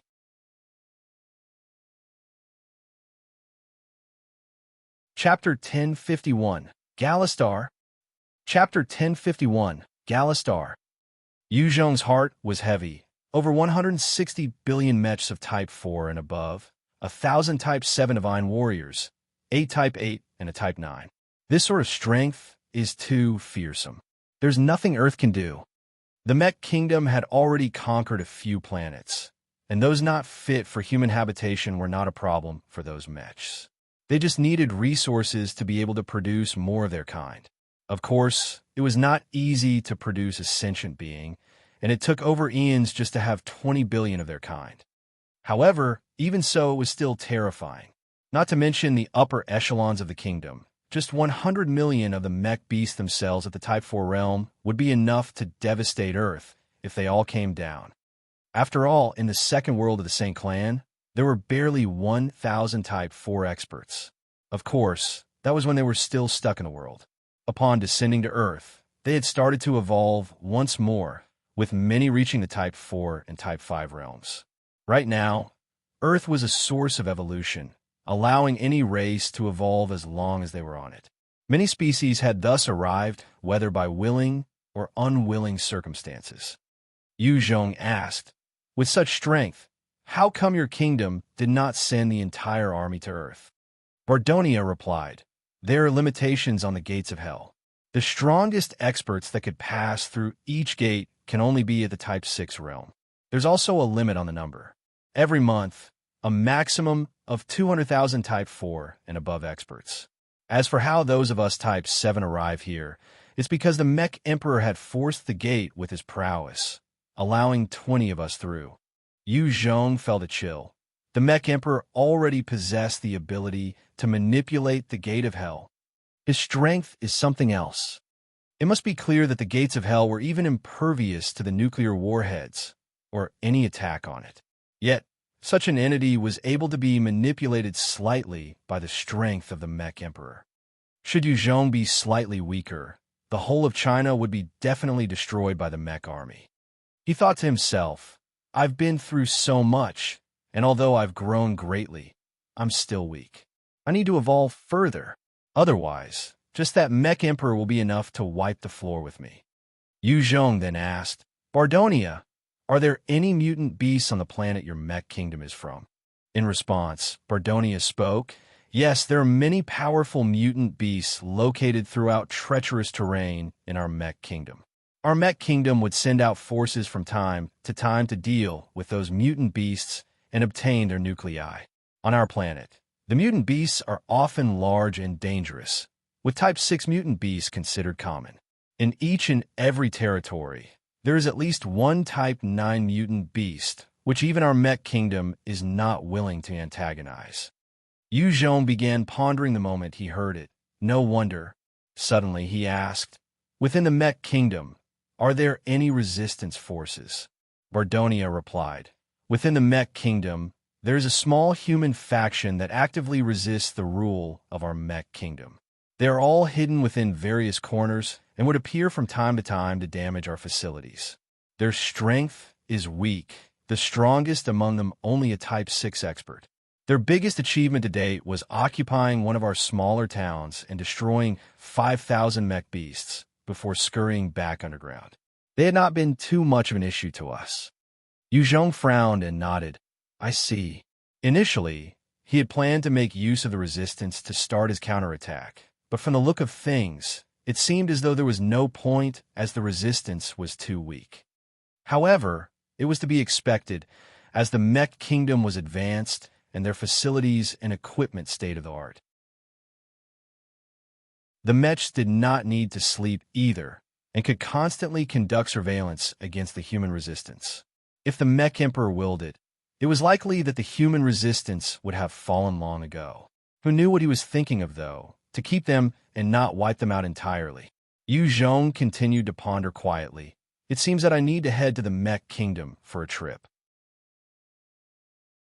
Unless there are other precious relics that appear or the appearance of a Type 7 mutant beast, it is hard for me to improve and achieve a breakthrough. Staying on Earth is waiting for death. Having made that decision, he did not hesitate any longer and ordered 3 of the mechs towards the main base. Of the remaining ones, Yu Zhong left 8 at the gate, preventing the next batch of experts from the Mech Kingdom. The rest, as well as the 200,000 mech beasts, were handed over to Han Xiong to lead, moving through Sichuan to attack the zombies and rescue the survivors of Sichuan while scavenging for resources. After he had made his preparations, Yu Zhong donned on the stealth armor, completely hiding his aura, and went through the gate of hell to the Mech Kingdom. With a flash of light, Yu Zhong went through and arrived at the mother planet of the Mech Kingdom, Galastar. After passing through, Yu Zhong immediately felt his body sinking. Holy, this gravity is at least 100 times that of Earth. The location of the Gate of Hell was at a wide, vast plain, which had been converted into a huge fort made of metals and alloys. Other than the Gate of Hell's location, which was sandy, the rest had already been built up into a metallic landscape. There were countless sensors and cannons aimed, with radars and sound detectors sweeping the area of the Gate of Hell. As long as somebody intruded, he or she would be blasted to pieces in an instant. Even a Type 8 expert would be killed with the amount of firepower here. Furthermore, the entire area was covered by super alloy, with no way out whatsoever, not even an area to dig out of. Yu Zhong scanned the area and thought quietly, this Mech Kingdom is truly crafty, actually setting so many traps. If it was not for the stealth armor, as well as by I might have been blasted to pieces the moment I exited. Even if I escaped all those somehow, the area is locked down. Without anybody opening the gate, there's no way to exit. Unfortunately, I have Bai. This electronic cage will not hold me down. Right now, Yu Zhong was celebrating the fact that he had obtained Bai. If it had been something like the Sword of Solemn Promise, no matter how strong he was, he could not break out of here. Bai, do it! Under Yu Zhong's orders, the numerous sensors dimmed slightly, and a huge alloy door of about 20 m in thickness and height of 500 m opened, revealing a wide and vast tunnel. Yu Zhong swiftly proceeded through. The core of this defense had obviously been at the Gate of Hell, while the rest was considerably slacker security. Yu Zhong passed through them easily. When they were at a tunnel, he suddenly spoke, Master, there are 3 tunnels to choose from. However, outside of them, there are mech standing guard. Once the doors opened, they will know that someone has intruded. Yu Zhong frowned. Damn it, their security is so tight. Wait, if I wait for them to open it and make my way out, it will be safe and no one none the wiser. But it will take too long. They can only go through once a month, and if the Mech Emperor were to arrive himself, it will be a problem. That's a freaking Type 9 monster. I can't hand my fate to luck. He calculated, before walking towards the location where the mechs were the least, and asked how confident are you in blocking their communications over the other side? Bai replied, I can jam their signal for about 5 minutes. However, Master, you had better deal with them quickly. Once they lose their connection for too long, the enemy will also discover the anomaly. Based on my estimations, it's best to destroy them in 20 seconds. 20 seconds? I got it. Yu Zhong breathed deeply, and a resolute look appeared in his eyes as he commanded, Open. The moment he gave that order, the super alloy door slid open. He executed his 7th order shadow steps, pouncing towards the 4 mechs outside. The moment the super alloy door slid open, all 4 mechs whipped around to see. All of a sudden, 4 blood-red radiances coiled around them and wrapped tightly. Yu Zhong stretched out his hands and crushed all 4 of their brains, revealing a few microchips containing Type 6 mutant beast nuclei. The manufacturing of these mechs required the mutant beast's nuclei, and their smart chips were their weakest points. As long as the microchip was intact, even if their bodies were destroyed, they could regenerate. Of course, depending on the damage, the greater the loss to the mech strength as well.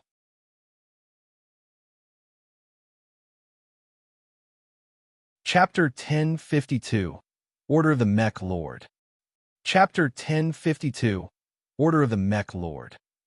When he saw those smart chips, Yuzhong waved his hands, and a mech of about 10M appeared out of thin air. The storage ring was void of oxygen, thus it was not suitable to keep flesh and blood within. Furthermore, the mechs did not need to breathe. That was why they could be kept in the storage rings. This particular mech, Huyanda, was a human-shaped robot with radars and displays. Its combat strength was at the Type 7 realm, but considered weak. However, in terms of electronic battles, he was extremely strong. With the ability to scan his enemies, cyber attacks, and calculations, he was adept and powerful. The moment Huyanda appeared, 4 data lines appeared and connected to the 4 smart chips. After his system had been overridden by countless streams of data overflowed the 4 smart chips, directly taking over the original consciousness. Huyanda then retrieved the data lines, while the 4 mechs that had their heads damaged by Yuzhong quickly recovered, revealing their original state. Once the 4 of them were restored, they came up to Yuzhong and bowed, "Master." He swept them a look, "Stay here and keep things status quo." They replied respectfully, "Yes." After that, he quickly charged for the outside. Along the way, he relied on his sneak attacks to take out another 18 mechs, and under Baiyi's guide, he arrived outside of the fort. The Gate of Hell had appeared on a desert area of Galastar, but it was already converted into a huge army camp. Countless mech beasts were prowling and patrolling around the base. The ones that Yuzhong saw on Earth were the riffraff of this huge army. A number of gigantic floating spaceships were in the air, each of them over 100 meters in length, possessing countless particle beams. Yuzhong had known from Bardonia's intel that these powerful-looking and enormous battleships were called Viper battleships, and each of their particle cannons could injure or even kill a Type 6 expert. Even so, within their ranks, they were classified as just A grade, with a B grade and even C grade above them. A B grade battleship could deal with a Type 7 expert, with its firepower even stronger than those of the Protector battleships. In fact, even the Raytheon cannon could not match the B grade ones. As for the C grade ones, they could kill a Type 8 expert, and within the Mech Kingdom, there were only 8 of such ships, and they were controlled by the Mech Lords. In the legends, there was even a D grade one, which could harm a Type 9 expert with a single shot. It was rumored that it was controlled by the Mech Emperor. No one knew if it was true or false, not even Bardonia. Yuzhong swept a glance across the camp and thought, "I must leave this place first. If I do anything here, the Mech Kingdom will react quickly. By that time, it will be impossible for me to return to Earth." With a plan in mind, Yuzhong quickly activated his stealth and left. Along the way, he could see sentries and numerous mech beasts stationed every step of the way. On top of that, within the navigation routes and tunnels, there were radars and sensors constantly sweeping for threats. Furthermore, he could sense with his second-order God Devil body that there was a strange wave that was being emitted throughout the camp. Once there were any strange movements, it would be picked up immediately. Since he was wearing the stealth armor, which was considered a treasure of hope, it could block off most of the sensors and heat radars. However, under the threat of that strange wave, it was likely that he might be exposed if he were to make a random move. However, Yuzhong also had Bai, and as she controlled the sensors, she could control them to release some distortions, allowing Yuzhong to traverse through. As he was walking, all of a sudden, there was a huge sound of alarm within the camp. Countless mech beasts walked out from various parts of the camp, forming a neat formation as they followed the routes. As they gathered in numbers, Yuzhong finally saw for himself how terrifying they were in numbers. There were many types with different body sizes and limbs, some with wings, others with powerful frames, all equipped with massive weapons of war. The moment he saw those mechs, Yu Zhong felt an overwhelming pressure, and his face fell. Was eye exposed? There were only enemies everywhere in this camp. The moment he was exposed, then no matter how strong he was, the chances of him surviving were minuscule. No, that's not right. If I was already exposed, there would have been firing. Due to his experience of countless battles, he had reacted quickly and not acted rashly.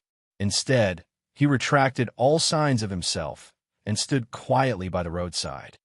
The huge army continued to march forward in formation, while Yu Zhong stood and listened to the thundering footsteps. The numbers and weight of the mechs caused the ground to rumble without stop.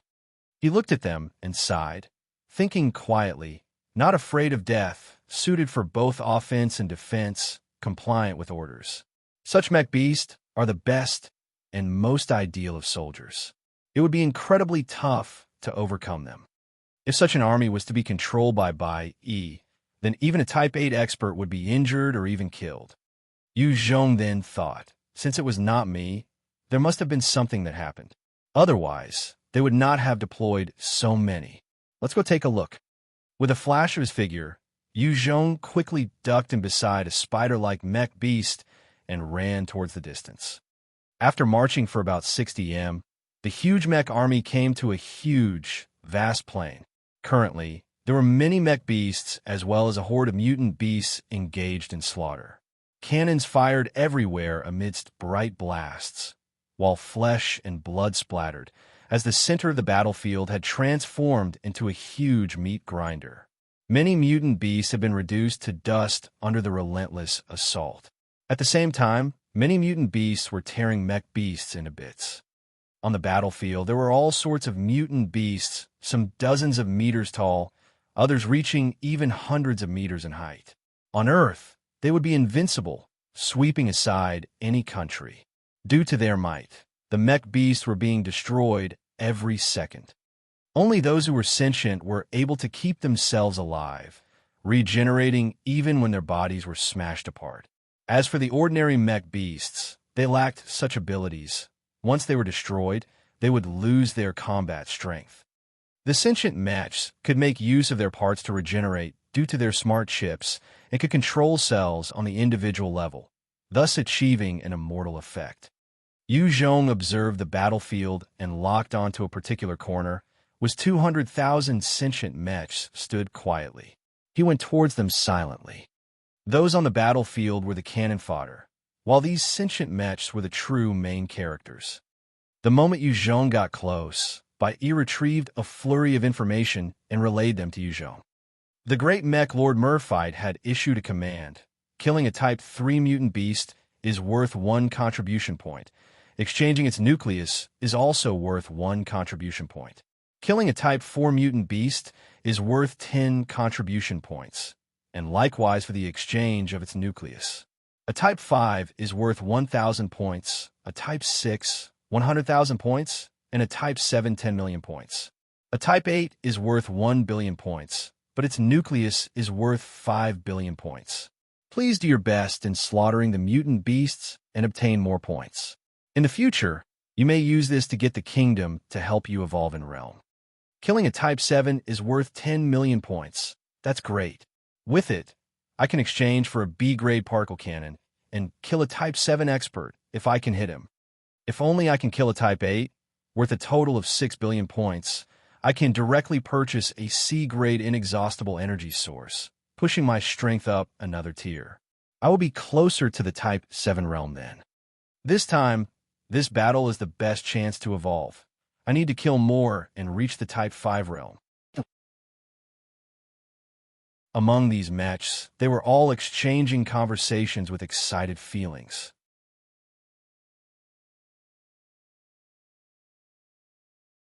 Chapter 1053, Galastar Virtual Network.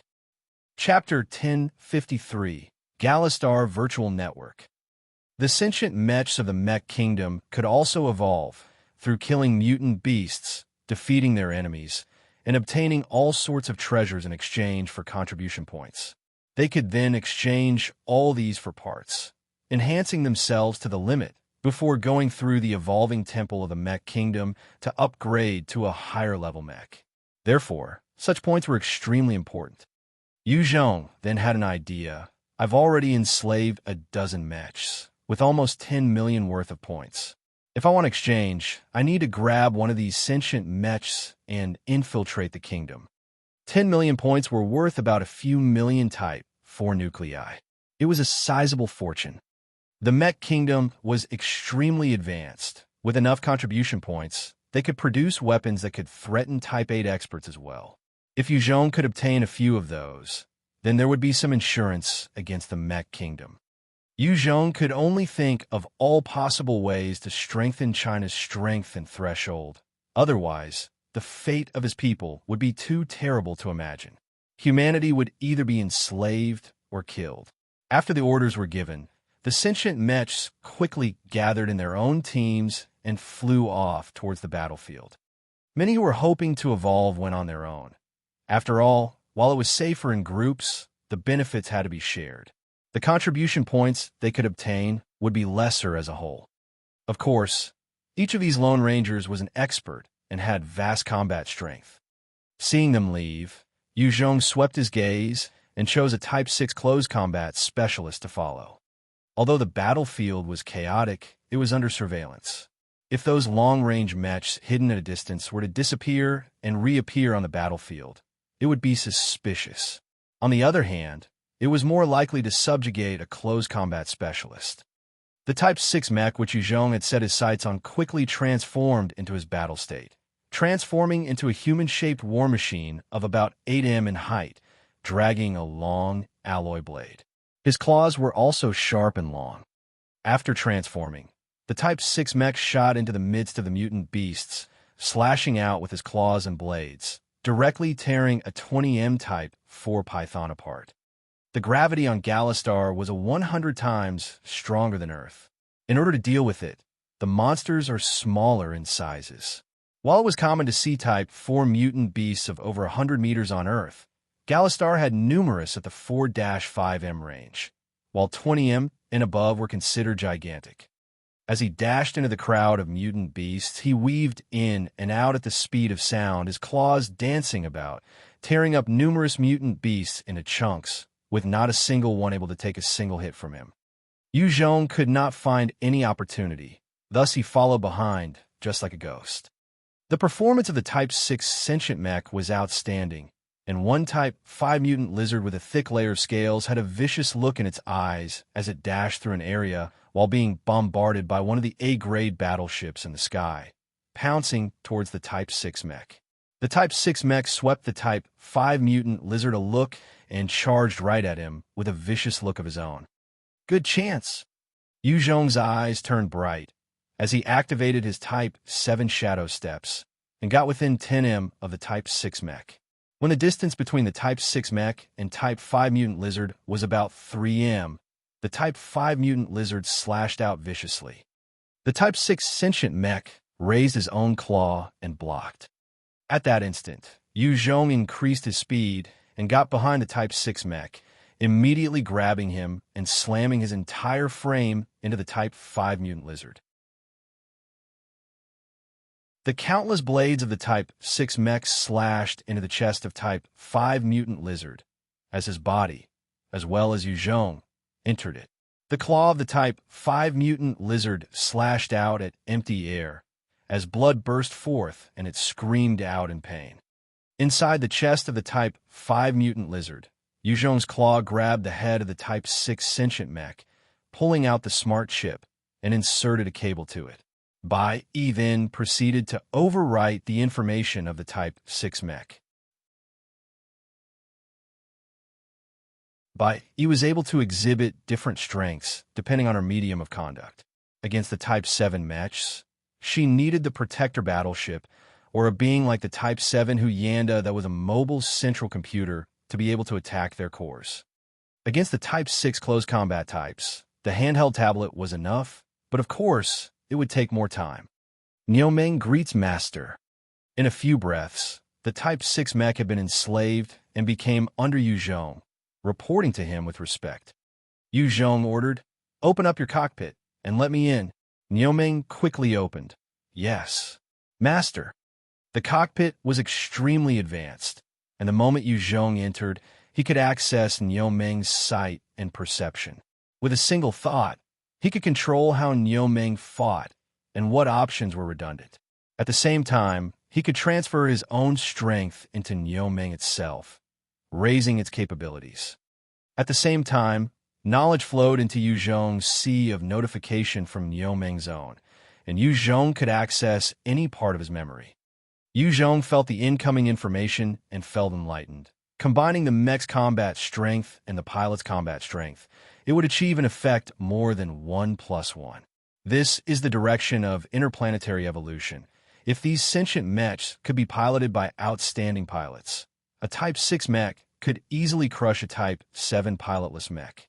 If Yu Zhong could find a few talented pilots, then even if their personal strength might not be high, by piloting these evolved mechs, they could exhibit a powerful strength.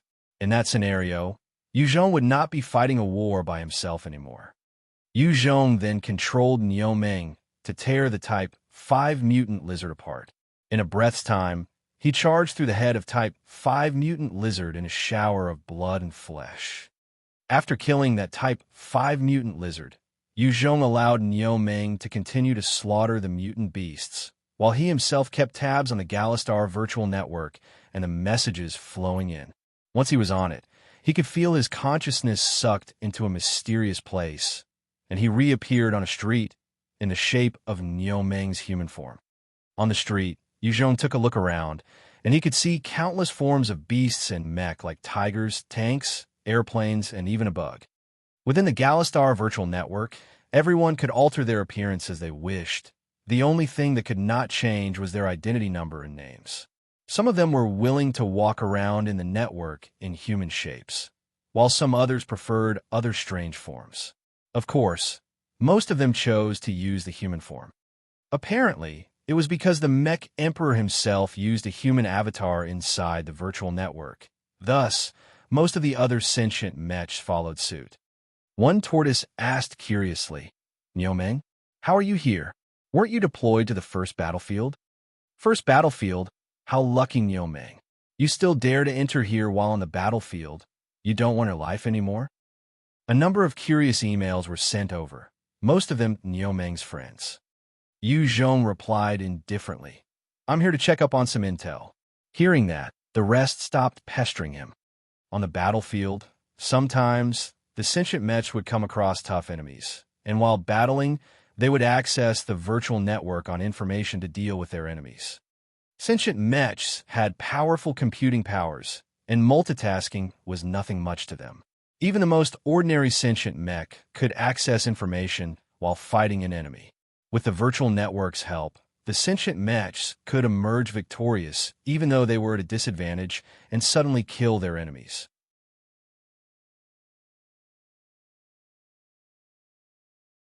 Chapter 1054. Exchanging a B-grade particle cannon and B-grade laser blade. Chapter 1054. Exchanging a B-grade particle cannon and B-grade laser blade. On the Galastar virtual network, Yu Zhong could call up any information with just a thought. In a flash, countless information flowed into his mind. Amidst them, he could see the parts needed for mech beasts and weapons of war that could cause one to go blind with greed.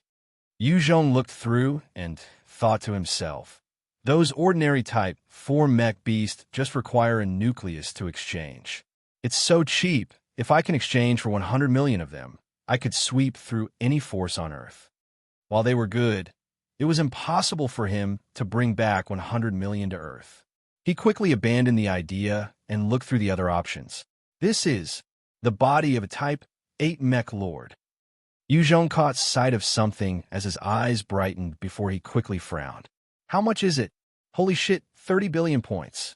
Too expensive. In this exchange list, the strongest item was this body of a Type 8 mech lord.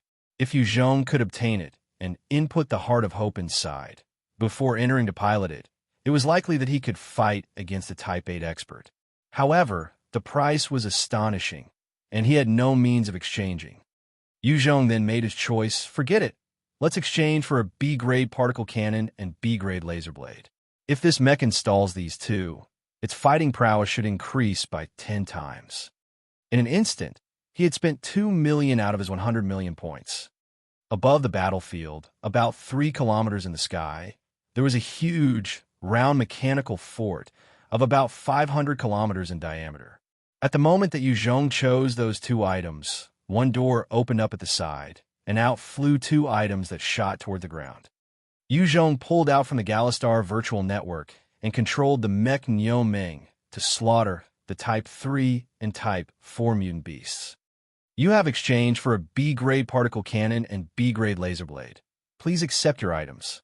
As Yu Zhong was piloting the mech to tear through the head of a Type 3 mutant beast, a sound rang out in Niu-Ming's head. At the same time, the 2 items shot downwards from the sky.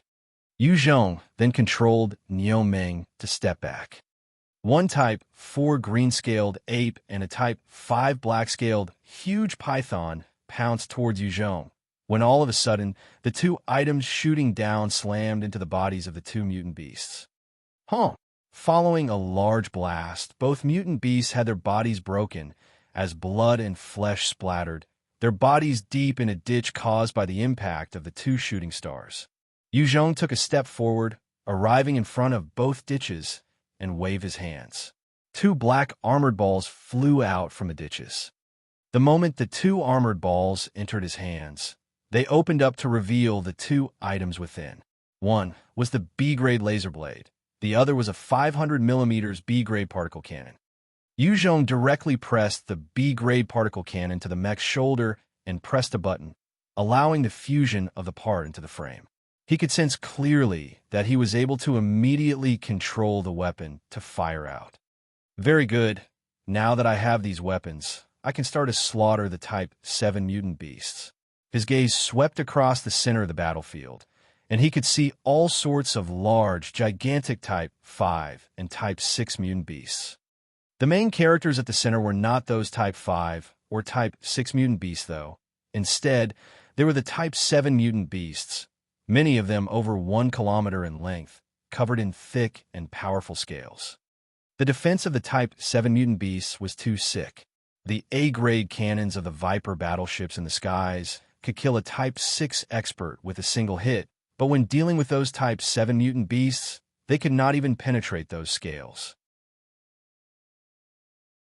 The Type 7 mutant beasts continued to weave through the horde of mech beasts, slapping out with their massive bodies, turning them into a pile of scrap metal.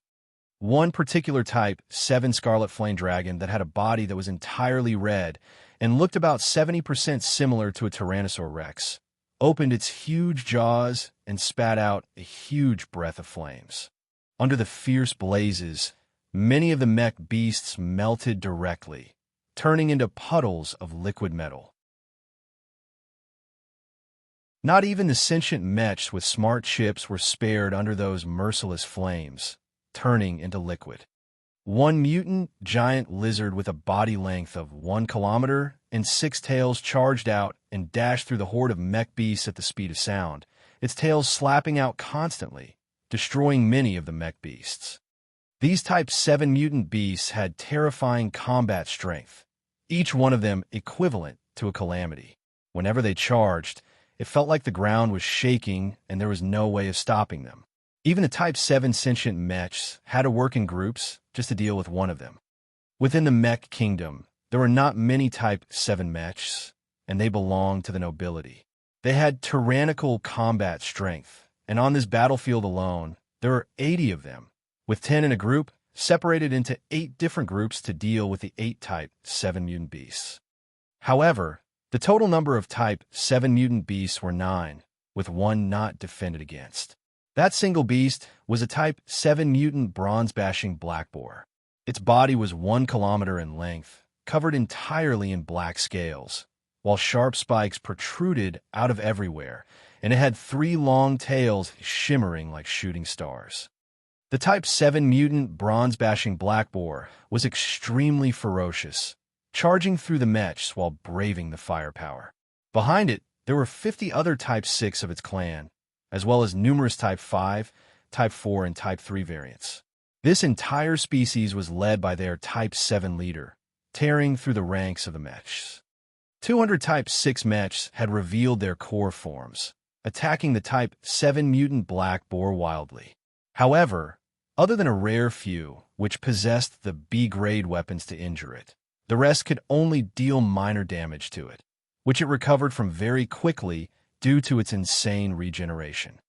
The Type 7 mutant black boar continued to terrorize the mechs with a frightening speed, far beyond what their reinforcements could offer. Yu Zhong stared at that Type 7 black boar with a heated gaze. That's the one. It will be my first prey. After killing it, I will definitely continue to evolve. In the past, he would have barely been an ant-like existence to such mutant beasts, not being able to tear apart their defenses in the slightest. However, he had grown to reach a realm capable of challenging such Type 7 beasts. With a thought, Yu Zhong controlled Niomeng to charge towards the center of the battlefield. Immediately, the Type 3 and Type 4 mutant beasts surged towards him. Venom, bone spikes, ice shards, flame pillars, all sorts of attacks were thrown at Yu Zhong and the mech Niomeng he controlled. Although he tried his best to dodge, most of them still struck the mech.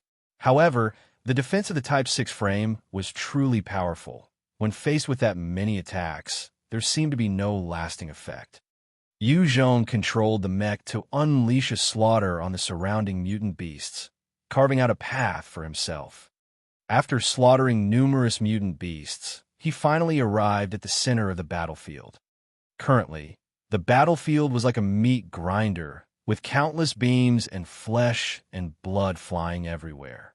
The main forces were also the Type 4 and Type 5 mutant beasts. On Earth, Type 4 and 5 mutant beasts would be considered overlords of their own territories. However, here they were barely cannon fodder. The true overlords were the Type 7 mutant beasts. The corpses of the mutant beasts were piling up into a small mountain. Let's have me some fun. With a flash of his body, he leaped onto the headless corpse of a mutant beast over 150 m tall and aimed a recently obtained B-grade particle cannon, firing it at a Type 6 mutant black boar. That single beam tore through space, slicing through the head of the Type 6 mutant black boar. When it pierced through, fresh blood splattered out of the wound in the forehead of the Type 6 mutant black boar.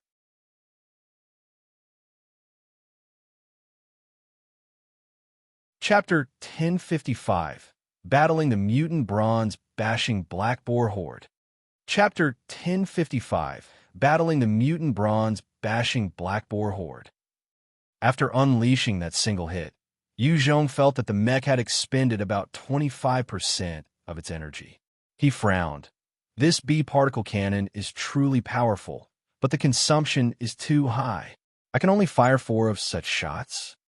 When the Type 6 mutant black boar took this hit, it did not die immediately. Instead, it let out a shriek of agony and looked towards Yu Zhong with a hate-filled gaze. Hearing that wail, the meat tank-like Type 7 mutant black boar immediately turned around, its gaze sweeping past Yu Zhong, cold and dangerous. Immediately, it led its little kin as they all surged towards Yu Zhong. That's Niomeng. Did he exchange the B-grade cannon and laser blade to deal with this Type 7 mutant beast? How could a Type 7 mutant beast be so easy to deal with? Who among us do not have such weapons? Even so, we're still not a Type 7 mutant beast opponent. He's too rash. This time, it's likely that he's going to go back in pieces. The many Type 6 mechs looked at the horde of mutant black boars charging towards Yu Zhong, and discussion broke out. Even so, on account that they were all mechs, many of them raised their weapons and began firing at the horde. Under the flurry of assault, many of the lower-level mutant black boars were blasted to pieces. They were all at the Type 4 or Type 3 stage. The defense of those above Type 5 was too shocking. Even when they were blasted continuously by those powerful weapons, it was not enough to take them out in one hit. Against the charge of the Type 7 mutant black boar, Yu Zhong's eyes narrowed. He did not retreat, instead charging forth at it. It's over. Is he insane? The other Type 6 mechs saw Yu Zhong charging towards the Type 7 mutant beast and were filled with disbelief. To them, this was practically courting death. Both sides got closer and, within a breath, the distance had been pulled to 300 m. The eyes of the mutant black boar flashed dangerously as its tails began to emit energy before slashing towards Yuzhong.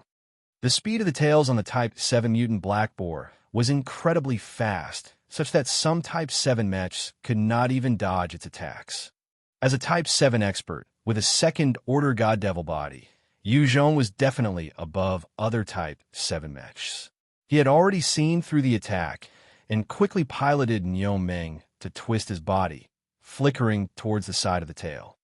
The hammer-like tail brushed past Yuzhong, slamming into the ground, causing a huge crater as cracks appeared in the ground.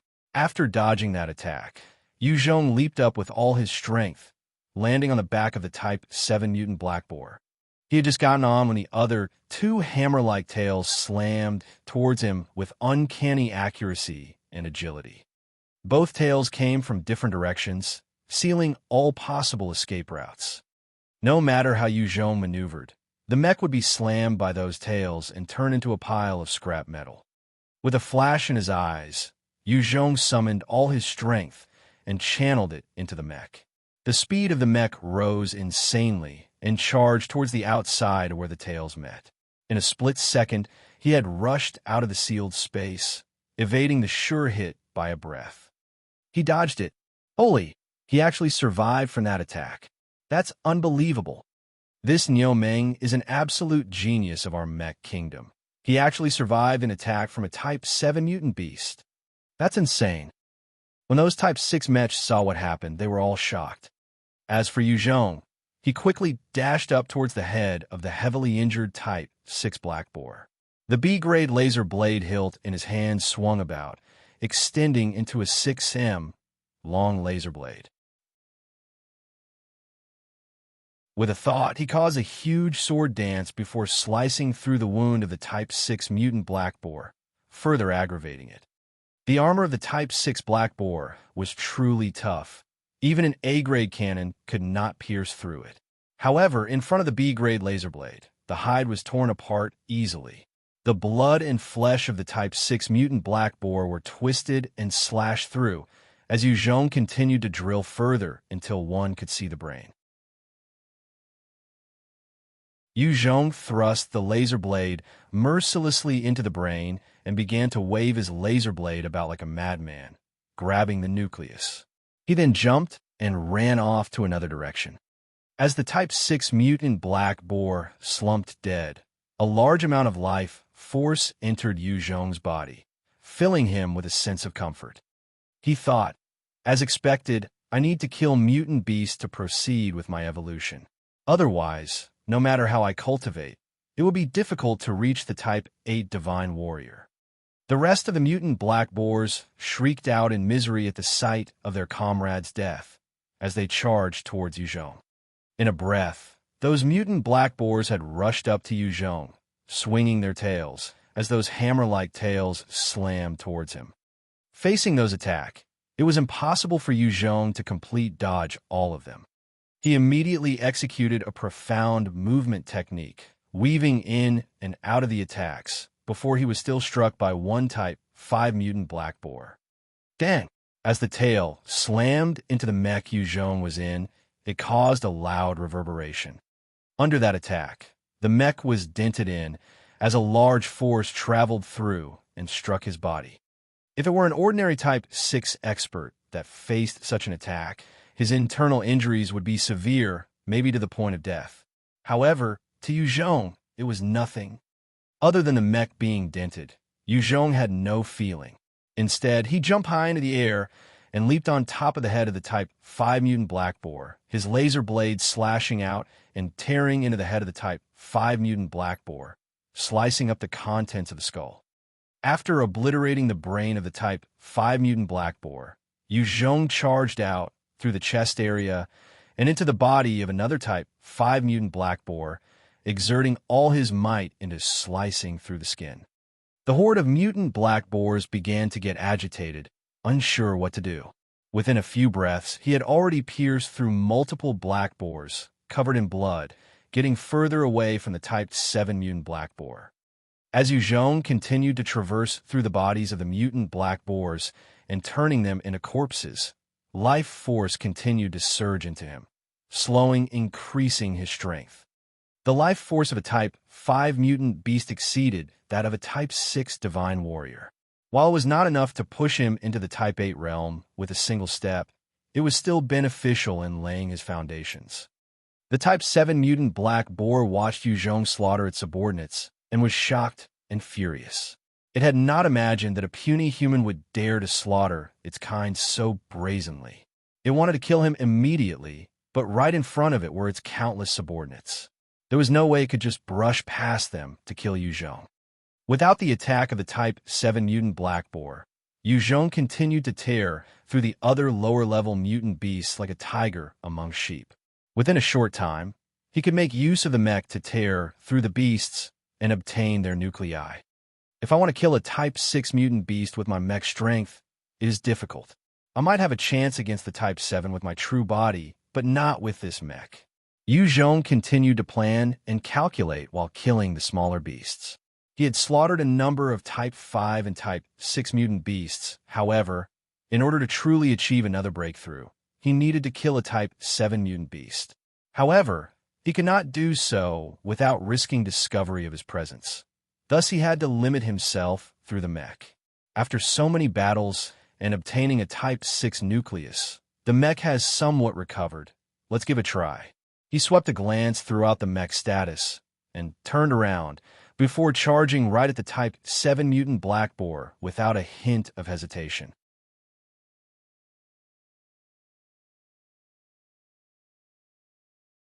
Chapter 1056. Killing the Type 7 mutant black boar. Chapter 1056. Killing the Type 7 mutant black boar. When the Type 7 mutant black boar saw Yu Zhong challenging its might once more, it was finally enraged beyond reason and began to channel its innate ability, ground manipulation. At that instant, the ground began to shake for a radius extending dozens of miles, as though the entire earth was raging against Yu Zhong. Beneath his feet, the ground split opened, revealing a deep chasm, intending to swallow him up. Yu Zhong's face fell, and the mech quickly fired out jets behind its back, charging away from the bottomless abyss. The eyes of the Type 7 black boar glowed viciously, swinging out its tails as they slammed towards Yu Zhong with the force of mountains. The speed of the tails was slower than the first time, but Yu Zhong's expression turned worse.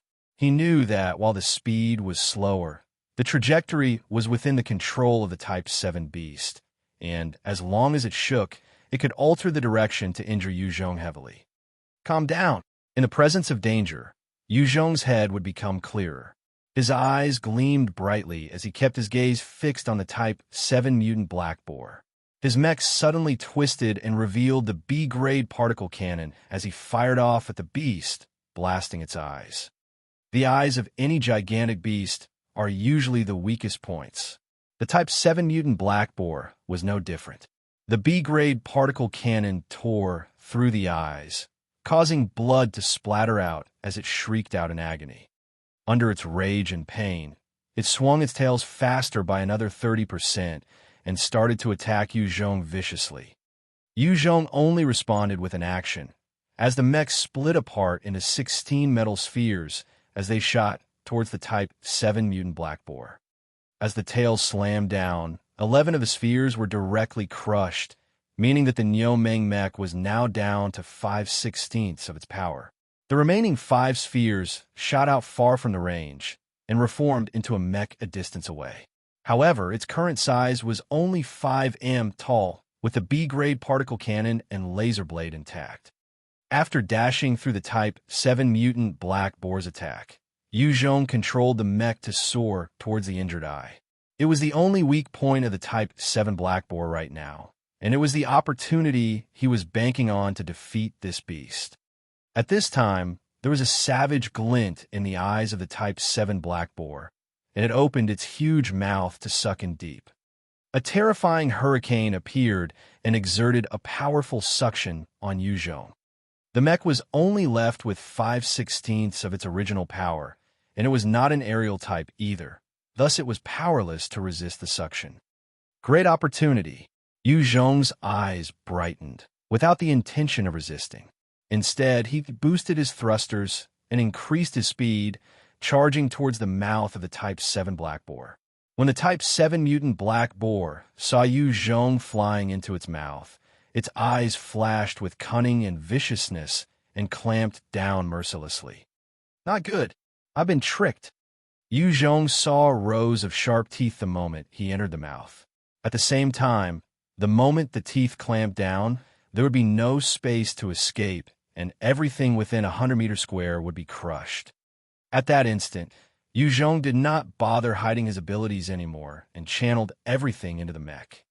Receiving the bulk of Yu Zhong's strength, the Niumeng mech began to groan. Apparently, it was a huge burden for its frame as well. However, his strength was pushed to the max, and the mech shot towards the throat in a blink. Kacha! With a loud gnashing sound, the teeth of the mutant black boar snapped shut, and although Yu Zhong had given it his all, half the mech was still crushed within the teeth. With a thought, the bitten half was separated. At this time, the large tongue of the Type 7 black boar that had been hidden in the throat came slithering out, intending to envelop him. The moment the tongue appeared, it came at full force and speed, not intending to let Yu Zhong go. Break! Yu Zhong wielded the large laser blade and slashed out, meeting the incoming tongue with multiple profound blade beams. In a shower of fresh blood, the tongue was sliced off part by part.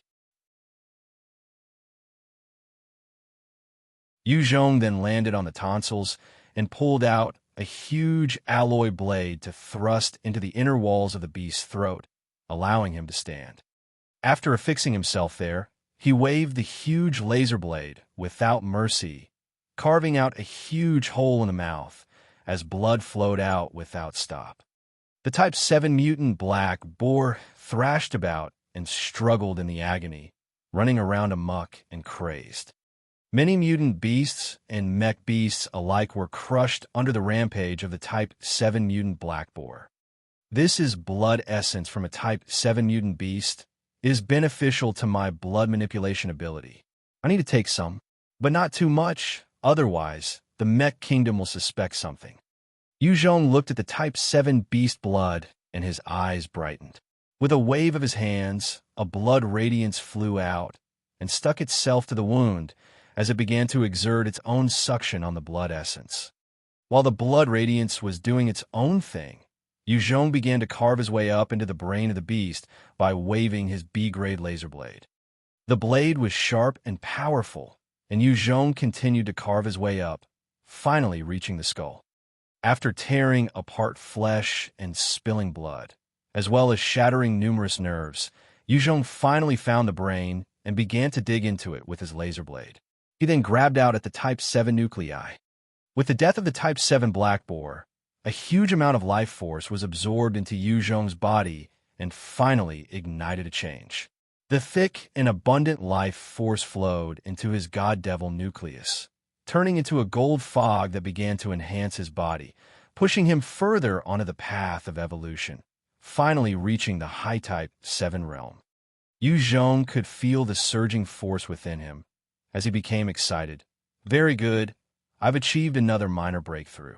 I can already sense domain laws. Once I've reached the peak of the Type 7 realm, I might understand it better. This god devil body is truly wonderful. In such a short time of my evolution, I've already grown so much. After killing some more Type 7 mutant beasts, I'll be able to reach the peak Type 7 realm and finally be invincible among those of the same realm. Planet Uros was a cultivation planet, and while the humans there could not reach the Type 8 Divine Warrior realm and understand domains, their ancestors have been like Yu Zhong, going through countless gates of hell to experience other worlds and thus accumulating training techniques and knowledge. Domains were unique to those geniuses of the Type 8 and above. It was something that most Type 8 experts would strive to achieve, and even most ordinary Type 8 Divine Warriors might not possess one. Yu Zhong had assumed that all Type 8 experts would have a domain because the sensation from the God Devil body gave him the feeling that in order to progress to the Type 8 realm, he had to understand a domain. In fact, many of those experts who possessed the God Devil body would already surpass mortals, evolving towards the direction of God. Once they broke through the Type 8 barrier, they would immediately grasp the concept of domains and become powerful, undefeatable existences. After killing the Type 7 mutant Black Boar, Yu Zhong charged out from the body of the Type 7 Black Boar. At that instant, he felt a strong sense of death looming.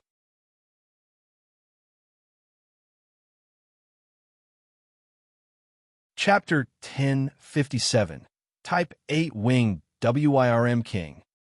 Chapter 1057, Type 8 Winged Wyrm King. At the moment when Yu Zhong exited the corpse from afar, an entirely silver Type 7 White Wyrm stared and channeled its innate ability towards Yu Zhong. A bunch of frozen air blades shot through the air, slamming towards the region, turning it into a frozen tundra. Yu Zhong had just piloted Niu Meng out when he was struck by the freezing breath and was immediately encased in ice, immobilized. Inside the cockpit, Yu Zhong could feel the cold invading him as well, freezing even his God Devil body. He began to think, what a terrifying Type 7 mutant beast. If this goes on, even I will be frozen and cease to think, unless I burst forth with my true self and break out. Otherwise, with the mech strength, there's no way I can escape. These Type 7 mutant beasts cannot be underestimated. The innate abilities of Type 7 mutant beasts were usually overbearing and terrifying. Even among Type 8 experts, they would be affected. Yu Zhong was piloting a Type 6 mech, and there was no way he could resist the biting cold. The moment Yu Zhong was frozen, the Type 7 Scarlet Flame Dragon also opened its huge jaws and fired out a blazing trail of flames at him. The moment he was struck by those flames, then the Type 6 mech Niu Meng would definitely melt. Even its smart chip would be destroyed, with no chance of revival. Yu Zhong took in all these and did not retreat immediately. What do? I can only wait. Damn it, I really looked down on these Type 7 mutant beasts. Seems like I need to escape back to Earth. When Yu Zhong had evolved his God Devil body, his strongest skill was the Devil Flame, which had then evolved into the God Devil Flame. It was even stronger than the flames of the Scarlet Flame Dragon. As long as he shrouded himself in his God Devil flames, he could withstand the incoming assault. Seeing that the mech that Yu Zhong was in about to be destroyed, a searing hot meteor shot down from the skies, slamming into the frozen tundra, shattering the ice. There was a tripod within, containing a round sphere engraved with strange runes and powered by a Type 6 nucleus. It was glowing brightly, as it enlarged into an energy shield, protecting Yu Zhong within. The bright flames of the Scarlet Flame Dragon slammed into the shield, almost melting it, but it managed to withstand the damage, as the air distorted from the heat. Chance! As the flames were about to burn through, Yu Zhong grabbed the ball projecting the energy shield and charged up into the sky, flying towards the camp of the Mech Kingdom. He had already expended most of the mech's energy dealing with the Type 7 mutant Black Boar, and his current strength had depleted. Even a Type 5 mutant beast could damage his mech. It was not suitable to remain in the midst of battle. Far away from the sea of mutant beasts, there was an overwhelming pressure as an enraged voice sounded. Merfight, you dare to act? Are you not afraid of my wrath? In the skies, there was a huge floating platform far above the battlefield as a cold and stern voice sounded. Winged Wyrm King, it was your poison dragon Canyon then acted against us first. Our Mech Kingdom is not so easily bullied. You had better leave behind 1,600 Type 6 mutant beast nuclei, apologize and scram. Otherwise, today will be the day we wipe out your poison dragon Canyon. Dog fart. Go to hell. Get the hell away from the gates of hell. Our poison dragon Canyon must get to Earth to evolve. That place holds opportunities for us. If you don't want to scram, I will tear you all apart and destroy your smart ships, truly wiping you out. with a loud roar that could shake the heavens and earth, a being that looked somewhat like a dragon, with a body of over 5 kilometers in length, and a pair of huge dragon wings soared out, releasing a powerful pressure. It stared at the huge fort floating in the skies, its eyes filled with a heated gaze. On Earth, where the potential of evolution was at its peak, many biological life forms were constantly growing. It was an opportunity for this peak-type 8-winged Wyrm king. Because of this, it had led these many mutant beasts against the Mech kingdom in order to go through the gates of hell. With evolution, these mutant beasts would become even stronger and possess an intellect that would not lose out to humans. The Type 8-winged Wyrm king could already speak in multiple languages. Murphy's voice rang out once more. Annihilate us? What a joke. This Galastar is our Mech kingdoms. If you damn bees stay obediently within your canyon and gorges, things are still negotiable. If you dare come and challenge our might, you can all go to hell. With that, a satellite floating in space adjusted its cannon and fired out many beams at the battlefield. Under the seemingly endless particle beams, many mutant beasts were directly obliterated. All the Type 3 and Type 4 mutant beasts were either killed or incapacitated, while the Type 5 ones were heavily injured. Only those of the Type 6 realm and above managed to withstand the damage. Even so, it was not pleasant. The Type 8-winged Wyrm king snarled out with rage at the sight of his subordinate's death. Murphite, you dare to use the satellites to kill my people. I will not forgive you. I will tear out your smart ship one day and smash it. Faced with a multitude of blasts, in just a few breaths' time, over 1 million mutant beasts had died. Such a figure was also painful to the Type 8-winged Wyrm king. It flapped its wings and disappeared from its location, reappearing in front of the mechanical fort, slashing out with its claws. The fort then glowed brightly as an energy shield was activated, blocking the assault of the Type 8 mutant beast. When the two Type 8 powerhouses slammed into one another, a terrifying shockwave blasted outwards in all directions.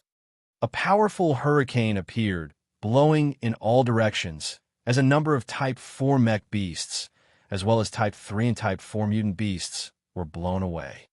Yu Zhong eyed the battle from afar, his heart full of regret. What a pity it isn't time to reveal myself. Otherwise, I really want to go and engage them in battle. After that, he turned around and quickly soared towards a far distance. He had already earned enough contributions for killing the Type 7 mutant beast and could rest. After all, it was not reasonable to expect a Type 6 mech to continue battling a Type 7 mutant beast. The Mech Kingdom had sent its mechs towards the battlefield to grant them experience, helping them evolve, and not to treat them as cannon fodder. The true cannon fodder was the mindless mech beasts. The support camp was in the air, a huge floating island of over 10 kilometers in length. On it, there were many tall structures that reached towards the stars. The floating island was full of shade, and one could see all types of flowers and plants. It looked extremely beautiful, as though it was a paradise. Many sentient mechs, albeit injured from battle, were laying among the plants, receiving treatment from a number of male and female slaves of various species. One particular mech that had only its lower body left was carried by 4 bullhead creatures. As he spoke, Niu Meng, you're truly valiant to think you took out a Type 7 mutant beast. Well done, Niu Meng. This time, you performed so brightly, you will definitely be drafted into the army. Don't forget us old friends then. Once Yu Zhong landed, over a few mechs came over and expressed their congratulations. With a Type 6 strength, killing a Type 7 mutant beast was a terrifying result. In the span of 1,000 years, there had only been 3 others who were capable of that. One of them had fallen during the passing of time, while the other 2 had become part of the Mech Lords. They were recognized widely and had high prestige. Seeing Niu Meng accomplish such a fact, many of them were elated for him. Upon gaining sentience, these mechs knew emotions as well, including escaping from danger, valuing their lives, as well as bootlicking.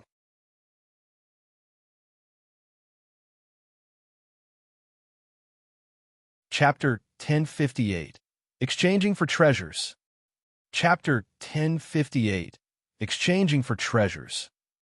Yu Zhong chuckled. All right, when I, Niu Ming, reach the elites of the army, I will not forget everybody. He then handed the niceties to Niu Ming to handle, while he stepped into the Galastar virtual network, sourcing for treasures. Star Luo Technique. This can allow the flesh body to be trained to the Type 9 stage. It only requires 10 million points. Cheap. Type 7 Human Slave, 10 million points for one. Type 7 White-Winged Human Slave, 30 million points for one. Type 6 Human Slave, 100,000 points for one. So many slaves. They're all from foreign races. There are actually Type 7 and Type 6 humans caught and sold here. This Mech Kingdom is truly terrifying. Yu Zhong looked through the list and felt incredibly shocked. A Type 7 Divine Warrior was an invincible force on Earth. Even for the planet Uros, where cultivation was rife, the Saint Lord and most of the other elders would be at that level.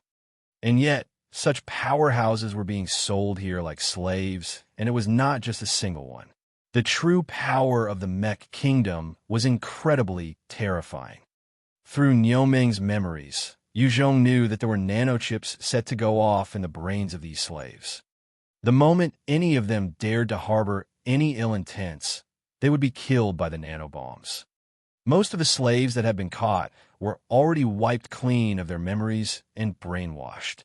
They were practically blank pieces of paper, with no inkling of their past, and only knew to swear fealty to their owners.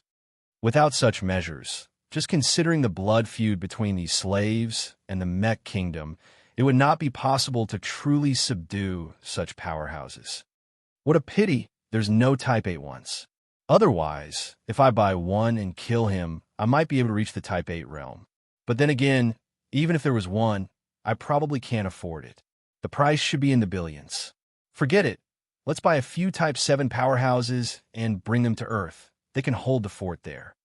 Just as he was excited and prepared to buy, his face fell as he remembered a problem. No good.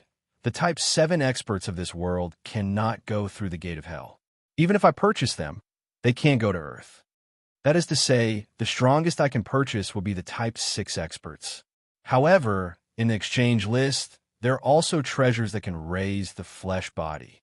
I can only groom a few Type 6 slaves with those treasures. Otherwise, if a mech purchased so many, it would raise suspicions. With a thought, Yu Zhong pulled out the list and chose 3 stunning beauties in the Type 6 realm. After that, he then purchased a B-grade inexhaustible power source, as well as a B-grade energy shield, followed by the Star Luo technique, and a number of treasures to boost the flesh body. After that, he exited from the virtual network. When he came out from the network, he began to watch the battles through the display screens earnestly. The ongoing battle was extremely cruel and violent, with beams and abilities flying everywhere.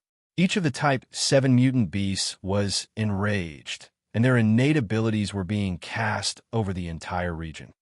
Yu Zhong saw a number of Type 7 mechs being frozen before blasted by the flames from the Scarlet Flame Dragon, melting into puddles of alloy liquid. The intense battle continued for 2 days and 2 nights before the mutant beasts, under the numerous injured and countless deaths, retreated at the sight of the never-ending backup from the Mech Kingdom. The Type 8 Winged WRM King had already comprehended a domain and was suppressing Murphite. However, Murphite was able to hold his own through various means and was able to resist the attacks. The Winged WRM King had no choice but to retreat as well. Although the Type 8 Winged WRM King held the advantage in the battle between the upper echelons, its subordinates were being slaughtered by the Mech Kingdom's army of mech beasts. The Type 8 mutant beast also know of the might of the Mech Kingdom. If it chose to fight on, it would perish in the end. The Mech Kingdom's army had their land-based machines as well as aerial ones. There were even powerful mech beasts that could take on the Type 5, Type 6, and even Type 7 mutant beasts. Once the number of Type 5 mech beasts reached a certain figure, it would be threatening to the Type 8 winged Wyrm King as well. After the intense battle, there were only corpses and countless mech parts laying everywhere on the battlefield. Numerous mechs poured onto the battlefield, retrieving the metal parts as well as the corpses of the mutant beasts, cleaning up the area. The parts could be reused under proper treatment, while the mutant beast corpses could be used in the production of other weapons and armors. Not too long after, on top of the huge fort, there was a burst of radiant light as a handsome mech stepped out, exuding pressure. "A merfight now, everyone, heed my orders. Yin-Yang, for killing a Type 7 mutant beasts, killing a number of Type 6 mutant beasts. You will be promoted to Mech Baron. You have been drafted into the 1st Army, 5th Battalion. Zhang Mo, for killing." Hearing his words, all the mechs around Yuzhong looked at him enviously. The mech nobility had prestige in the kingdom and was usually comprised of Type 7 or some rare talented Type 6 mechs. All these nobility could reside within the mech capital where the mech emperor lived and had direct command over their own fleet of 50,000 mech beasts. Furthermore, they had special privileges. If they saw any other mech warriors to their liking, they could organize exchanges, and there would be no qualms or objections from the lower classes. Because of this, many mech warriors fought hard to become nobility. In this battle, other than Yuzhong, or rather, Yin-Yang, no one else was promoted to nobility. Even the second place, who had killed 4 Type 6 mutant beasts, had not received a promotion. Merfight swept Yuzhong a gaze as he spoke sternly. "Yin-Yang, from today on, you have to work hard for the Mech Emperor, as well as the Mech Kingdom." Yin-Yang got down on one knee. "Yes. From today, I will strive to battle for the honor and glory of the Mech Kingdom and our great majesty." Merfight nodded slightly. "Disperse. Head back to your camps." "Yes, Fort Lord." The rest of the mechs got down on their knees as well. Merfight's original body was the entire fort itself. Thus, everyone had referred to him as the Fort Lord. Only those of the Mech Lord class could be addressed as lords. The moment Merfight's figure disappeared, one of the rooms of the Metal City opened up as a number of black mechanical balls shot out towards those mechs that were injured. Seeing those balls, all the sentient mechs had expressions of glee on their faces. When the balls arrived in front of them, they quickly rushed to absorb the ball. These black balls contained superior cells, and while the sentient mechs could make use of their smart chips to produce new cells, it would eat into their base strength. Whereas the new, superior cells provided by the Mech Kingdom were much better alternatives. Yu Zhong controlled Yin-Yang to soar into the sky and exerted a suction force on the nearby black balls, absorbing them into his body.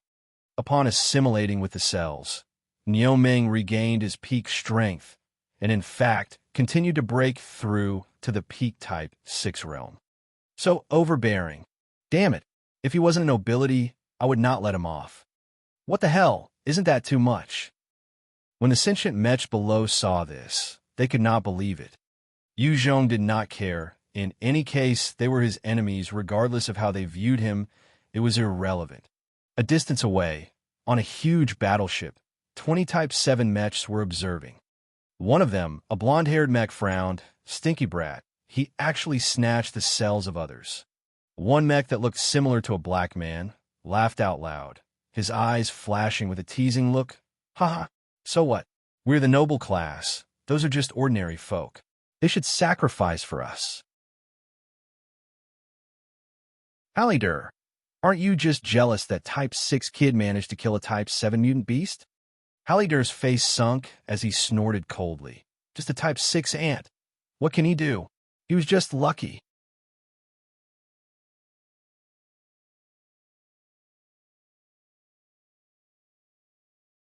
Chapter 1059, Challenge.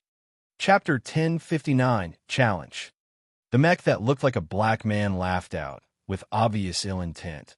"Luck is also part of strength. Oh yes, he had just risen to the noble class, and might not know our customs. Halledor, go teach him well." Halledor stared fixedly at Yu Zhong with a cruel look as he sneered. "Oh yes, I will teach him well, about our customs. One young-looking mech spoke up, "Don't go overboard." Halledor replied half-heartedly, "Relax, Riga, I will not." After absorbing the cells to recover, many mech warriors began to embark on their own ships to be transported back to their residences. Over there? If I board that ship, I can head to the core of the mech kingdom. Yu Zhong swept a gaze and saw the huge battleship where the Type 7 mechs were gathered, a heated look in his eyes. Once he entered the center, he could think of a method to infiltrate one of the armories. If he could steal the treasures of the mech kingdom, his strength would be able to improve and could even retaliate against their attacks. Yu Zhong had just embarked the ship when a female mech with an icy, beautiful look came up to him, dragging a container of over 10 m in height and 30 m in length. The female mech shot out 2 beams of light into Niumeng's forehead, revealing a silver number. She then spoke in a cold, robotic voice. ID JXDG 876548765. Name, Niumeng, confirmed. Niumeng, I'm the delivery person, Wendy. These are the items you have exchanged on the virtual network. Please confirm and receive the items. After that, the huge container revealed a number of compartments, each of them containing the items that Yu Zhong purchased. Among them, there were 3 absolute beauties, each of them with a collar around their necks, their eyes unfocused. Yu Zhong was clear that once he took off those collars and keyed in his command, he would become their master. The 3 beauties were all at the Type 6 realm, just slightly less powerful compared to the saint children of Planet Arose. If they were placed on any other human planet, they would be idolized and revered, but here they were slaves, traded like commodities, truly miserable. Through Niumeng's memories, Yu Zhong knew that the overlords of Galastar were the sentient mechs. Within the kingdom, other than the mechs and mech beasts, there was an additional class, the slaves. As the mech kingdom governed Galastar, they would launch conquests on other planets with life and capture the inhabitants as slaves, given to the sentient mechs as playthings. With intellect, many of these sentient mechs were focused on their evolution as the first priority, but at the same time, many sought pleasure in slaves of other races and species. Some would use them as sparring partners, others as pets, while some pit them against one another. These slaves to the mechs were like dogs and cats to humans. Yu Zhong swept those 3 ladies a look, and he became even more resolute. I definitely cannot fail, otherwise this is the fate of my people. Our lives and deaths would not even be in our control. When he pulled out a board and handed it to Yu Zhong, "These are the items you purchased. If there are no issues, please sign here." Yu Zhong took it over, and with a flash, there was the sound of an acknowledgement. Right at this time, there was an insidious laughter as Halledor walked over, reaching out to grab the collars of those 3 absolute beauties. "Wow, Niumeng, you bought pretty good items. Let's see, I've set my sights on these 3 women. Gift them to me." The other Type 7 mechs also crowded over, intending to watch a good show. Yu Zhong swept the cold, windy a look before frowning and shot forwards, blocking in front of the 3 women as he bellowed in rage. "Scram! Damn dog with a short oil pipeline, you better scram far away. You dare to touch my private property, I will tear you apart like a dog."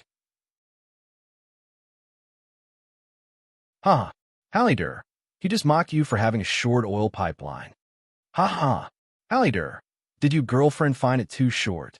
That's why she left with Jack?" "Ha ha, Halledor, a newbie had just scolded you. How useless of you." All around, the callous and snide laughter rang out. Halledor's face turned steely as he gritted his teeth and stared at Yu Zhong. "Stinky brat, you looking to die?" "I wanted to just teach you a lesson, but seems like you're forcing me to kill you in order to ease this hate. I challenge you, do you dare accept? If not, you can scram out of the Mech Imperial Army." The oil pipelines were the mechs' special organs, and mocking them was a huge insult to the mechs. "Forget it. Halledor, why blow this out of proportions?" "Yeah, Niumeng, just apologize and hand those 3 people to Halledor, and we can all forget about this." Hearing those words, Those Type 7 mechs who were laughing and joking immediately turned serious and tried to coax him. A life-and-death battle was the cruelest method of settling a grudge. Once it began, only one could survive. Only when things were extremely bad and both parties had a deep-set grudge that could not be resolved would propose this method. Furthermore, it was usually used as an intimidation move, as if one party rejects, he or she would be viewed as weak, cowardly, and lacking a sense of honor. The other mechs would then ostracize the mech and outcast him or her. There was a cold light in Yu Zhong's eyes as he replied, "Life and death battle, sure. Let's go right now. Move. If you still have an oil pipe, let's go right now." Halledor laughed out savagely as he glanced around and declared, "Everyone, you've seen him. It's not that I wasn't merciful, but this kid doesn't know his place and challenged me. Let's go. See who's lacking an oil pipe." After that, a pair of wings appeared behind his back, and jet steam shot out, supporting it towards the arena. Yu Zhong grabbed out, installing the B-grade inexhaustible energy source into Niu Meng, feeling the surge in strength. Yu Zhong did not give the rest a chance to even dissuade him, as he transformed into his close combat form, grabbing his B-grade laser blade and charged towards the platform. Damn it, shit got serious. That Niu Meng is truly bad-tempered. When a mech saw what was happening, they exchanged helpless looks. One of them spoke up, "All we can do now is to go and watch." After that, the entire group made their way toward the arena. The arena was a platform of complicated terrains stretching for some distance. Once a battle started, unless one of them perished, the battle would not end. Halledor stared at Yu Zhong coldly. "Stupid brat, I'm giving you a last chance. Hand over your points and kill those 3 women yourself. Get on the ground and lick my feet. I will give you this chance to regret, otherwise it'll be too late when I tear out your smart chip and destroy it later." Yu Zhong laughed coldly, sneering back in challenge. "This short oil pipe fellow, just bring it on. It'll be your death anniversary next year." Fine. I'll let you know the difference between a Type 7 and Type 6, the distance between heaven and earth. I will take my time to kill you and show you what true terror is." Halledor had a cruel look as he transformed, swiftly turning into a robot that looked like a mix between an eagle and a dragon, with a pair of mechanical eagle wings. His entire body was green and over 10 m long, with a sharp long blade for a tail. There were multiple cannons located throughout his body, as well as 4 B-grade particle cannons on his back. As he transformed, the separation barrier came down at that moment, and Yu Zhong immediately charged forwards in a zigzag manner, dashing towards Halledor madly.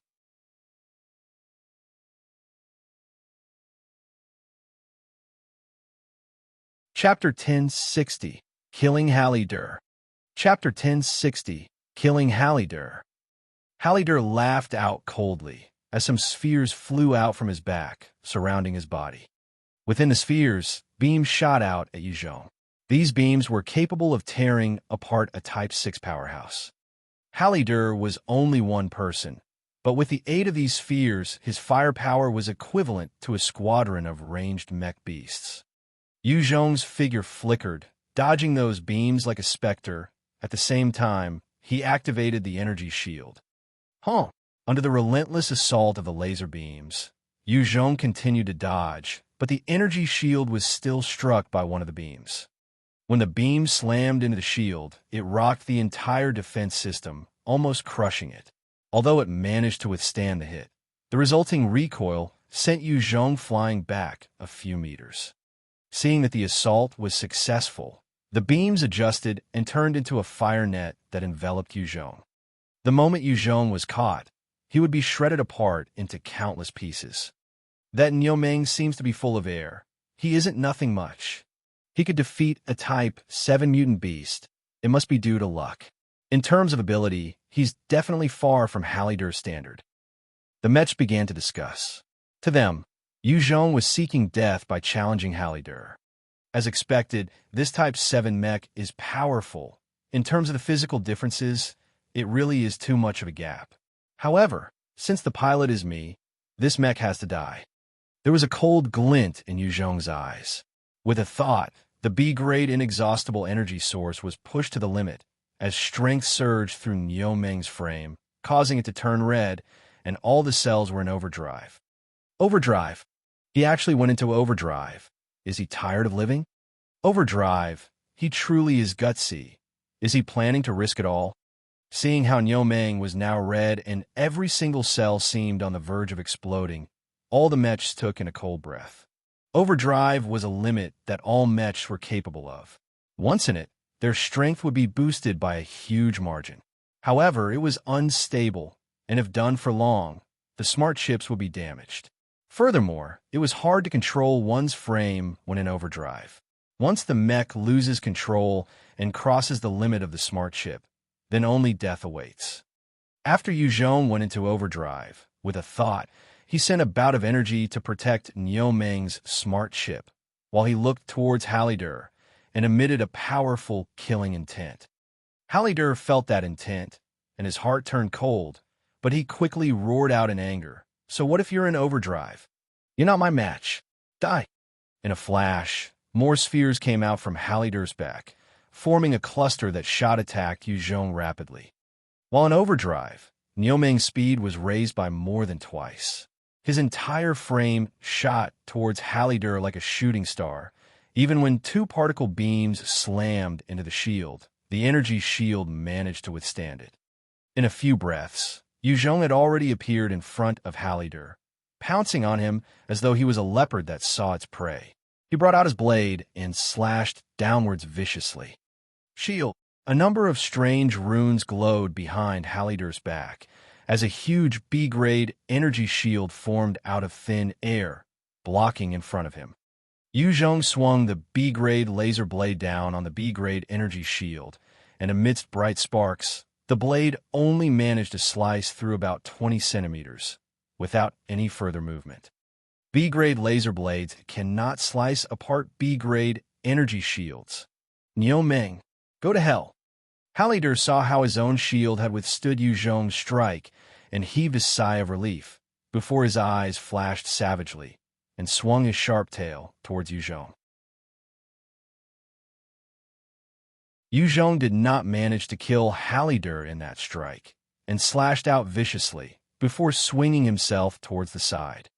As for the sharp mechanical tail that came swinging, it struck thin air. With his body in mid-air, Yu Zhong twisted and aimed his B-grade particle cannon, unleashing a powerful blast at the shield. No! Seeing the B-grade beam, Halledor's eyes flashed with fear. The B-grade particle cannon could kill a Type 7 powerhouse in a hit, and was exceptionally devastating, not to mention that the distance was so close. That blast slammed into the energy shield, causing it to dent in, before the force directly sent Halledor shooting towards the ground, blasting out a huge crater. The mechs did not have flesh bodies and had no blood or organs to be displaced. Halledor immediately tumbled and got back up, extending multiple cannons as they fired at Yu Zhong. The rapid missiles covered a huge area, expending a lot of Halledor's energy. However, as long as he could maintain it till Niu Meng collapsed, he would win, especially the 4 B-grade particle cannons on his back. They were constantly adjusting their aim, searching for signs of Niu Meng to fire. With Yu Zhong's current situation, once he was hit by a B-grade particle beam, he would die instantly. While in mid-air, he separated the mech into 5 round balls with a thought that quickly descended towards the ground. The moment they touched the ground, they rejoined to form the close combat mech. At that instant, Yu Zhong quickly ascertained the weak spot in Halledor's form and turned into a flash of light that shot towards the shield. He braved past the countless beams, and both hands formed a number of shadows that resulted in over 1,000 blades that slammed into the B-grade energy shield. Facing that attack, under Halledor's astonished gaze, the B-grade energy shield that he was so proud of collapsed. After losing Halledor's protection, Yu Zhong's eyes flashed fiercely as the B-grade laser blade slashed out in a radiant manner towards Halledor's head. With that bright flash, Halledor's mechanical head was sliced cleanly off. Even so, he was not yet dead, as his headless frame continued to swing the tail towards Yuzhong. With a loud blast, Halledor's tail slammed into Yuzhong's body. However, at the moment before the tail slammed into Yuzhong, Yuzhong had already caused the lower portion of the mech to be detached with a thought. Halledor's tail then slammed into the bottom half, destroying it. Yuzhong continued to pilot the upper half to grab Halledor's head portion, and with a swift motion, dug out the smart chip inside the damaged head. "No, don't kill me. I apologize. I'm willing to hand all my belongings to you. Spare me. Please don't kill me." With his head destroyed and smart chip exposed, Halledor's mechanical mouth immediately screamed out fearfully. "Oof. Begging for your life now is too late. Go to hell." With a cold laugh, the mech's claws crushed down in front of Halledor's shocked gaze, and its smart chip was obliterated, leaving behind a Type 7 nucleus. Halledor was killed by him. Halledor is dead. Impossible. This Nioming is just a Type 6 mech. How is it possible to defeat Halledor? Seeing Halledor's death, all the mechs were shocked. A Type 7 mech's capabilities far surpassed a Type 6 mech, and Halledor might not be the most exceptional fighter among the Type 7 mechs, but he was not some weakling. Yet, he had been killed by Yuzhong, and it was truly shocking. After killing Halledor, the energy shield over the entire arena dissolved, and Nioming took out a Type 6 nuclei and consumed it. When the Type 6 nucleus entered the B-grade, inexhaustible energy source, it was directly transformed into energy. At the same time, it coursed through Nioming's smart chips, swiftly producing more cells as he quickly regained his peak combat strength.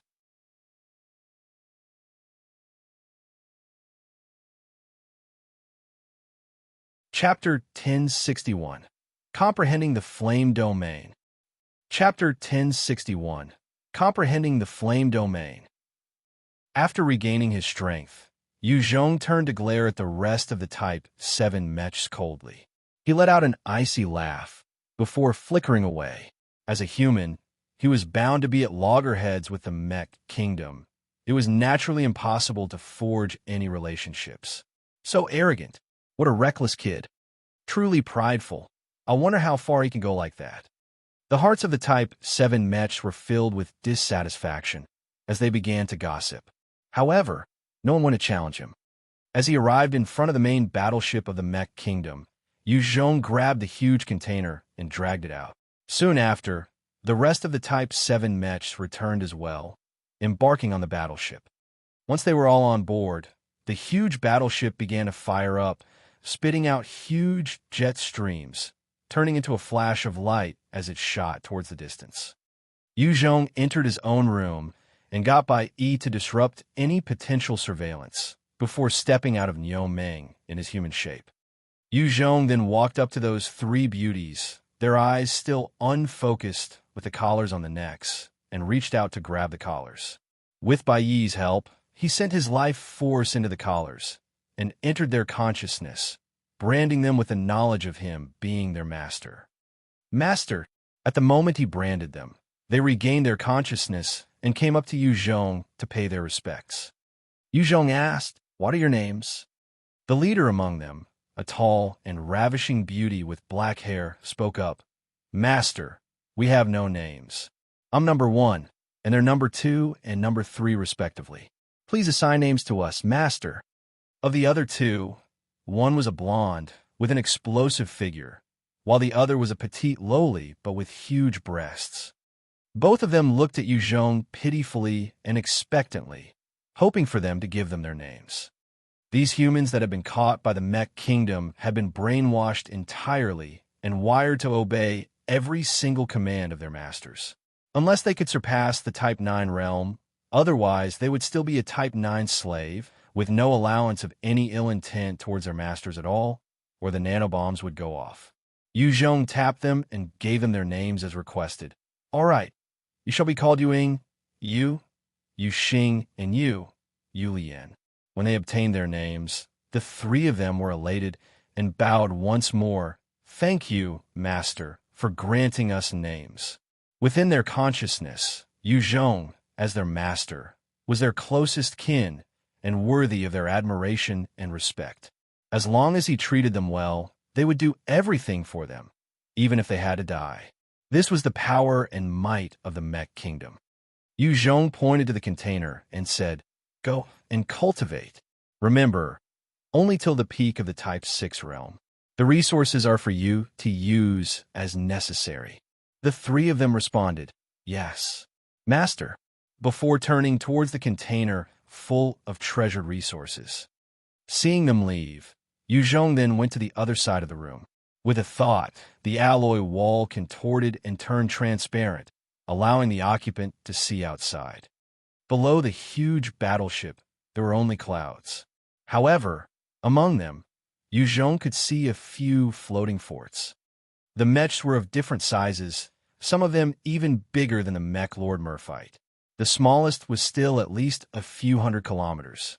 All these floating forts were littered throughout Galastar, acting as a deterrent that could easily suppress any uprising from anywhere.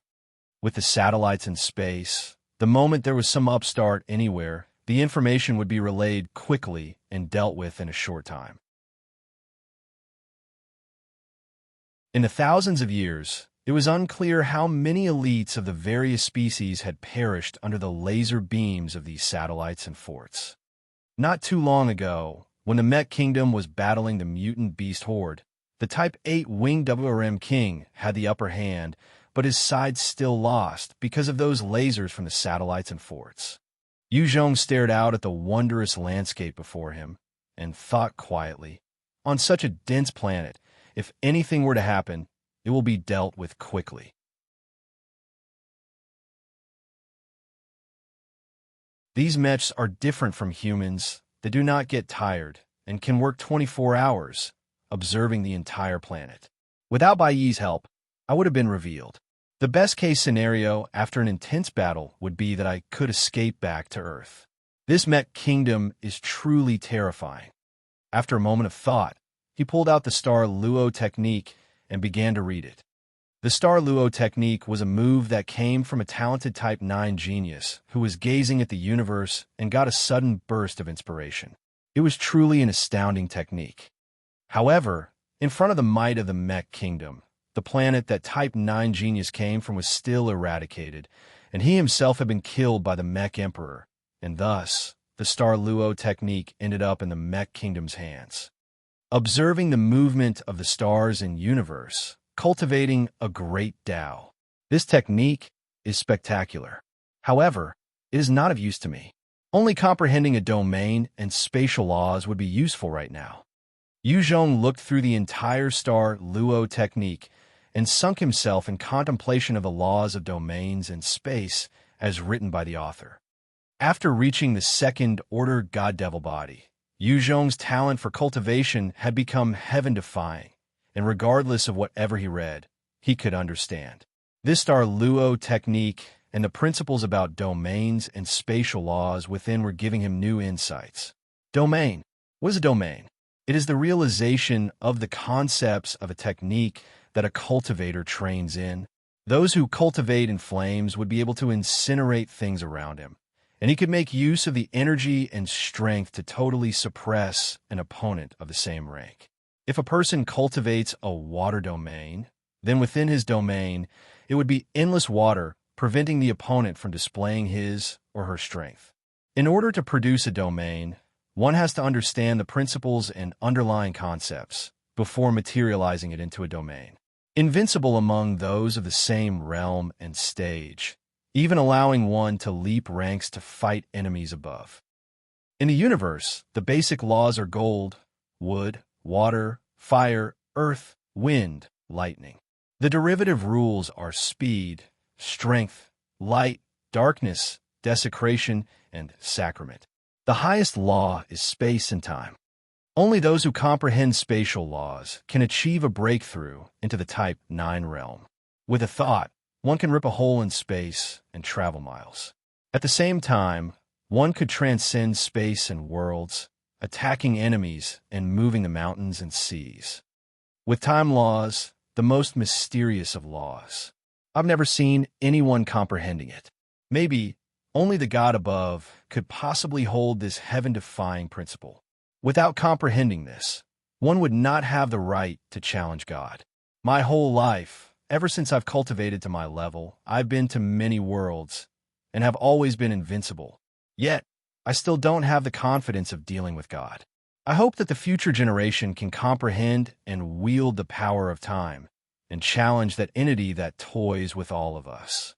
Yu flipped through the Star Luo technique and saw the tyrannical words of the author, Star-Lord. This was truly a genius. To train till the Type 9 realm and comprehend domain as well as spatial laws. Such an expert had still fallen. Truly, there's always a mountain beyond a mountain. This Star-Lord was almost invincible, and yet he had perished in the end. How strong is the Mech Emperor exactly? Thinking to how such a powerhouse had been taken down by the Mech Emperor, Yu Zhong's heart was filled with trepidation towards him. He estimated that even with all his trump cards, he could at most handle a Type 8 Mech Lord at most right now. However, it was a death wish to go against the Mech Emperor. He might not even have the chance to run. Yu Zhong threw the thoughts behind and started to cultivate. Forget it. I'd better train hard and raise my strength. If I can't do so in this short amount of time, when the army descends upon Earth, there's only death for humanity. My strongest ability right now is the God Devil Flame. In that case, let's try and comprehend the flame domain. Yu Zhong began to follow the pointers in a manual, and with a thought, the golden God Devil Flames that could incinerate a Type 7 expert condensed in his hands. He stared at it fixedly and began to observe and try to comprehend the flame domain. In the process, he felt like his mind was sifting through countless laws and principles. After a few hours, a blazing hot flame exuded from his body, enveloping the region around him. Success! Yu Zhong's eyes regained their clarity, and he was overjoyed. Once he trained in it successfully, he could gain another trump card. With the flame domain against the Type 8 expert, he was able to hold his own now, even going so far as to kill the weaker ones.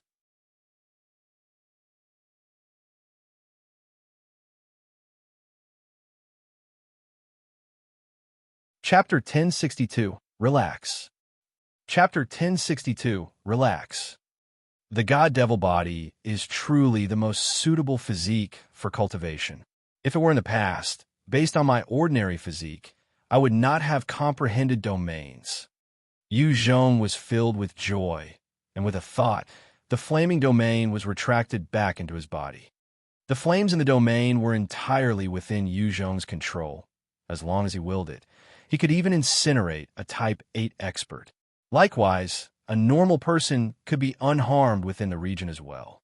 While training his domain, the effect on the area was quite large, and the three women also felt it. They walked out of the cultivation container, coming up to him to offer their congratulations. Congratulations, Master. You have succeeded in a domain. From now on, you're invincible within the Type 7 realm. Domains were something that even only the talented of geniuses in the Type 8 realm could comprehend and train in. Yu Zhong had done so while in the Type 7 realm. Thus, he could truly be considered undefeatable, unless he came across another heaven-defying genius with talents in domains as well. Since I'm done with this, I should relax for a while. Since he was still euphoric from his success, he swept the three women a look and said, Yu-Ying, come with me. Hearing him calling for her alone, Yu-Ying was taken aback, before her face flushed red, as she walked over with light steps. Yes, Master. Yu Zhong laughed out and whisked her up, stepping into his bedroom. Soon, the sounds of pleasure rang out from the room.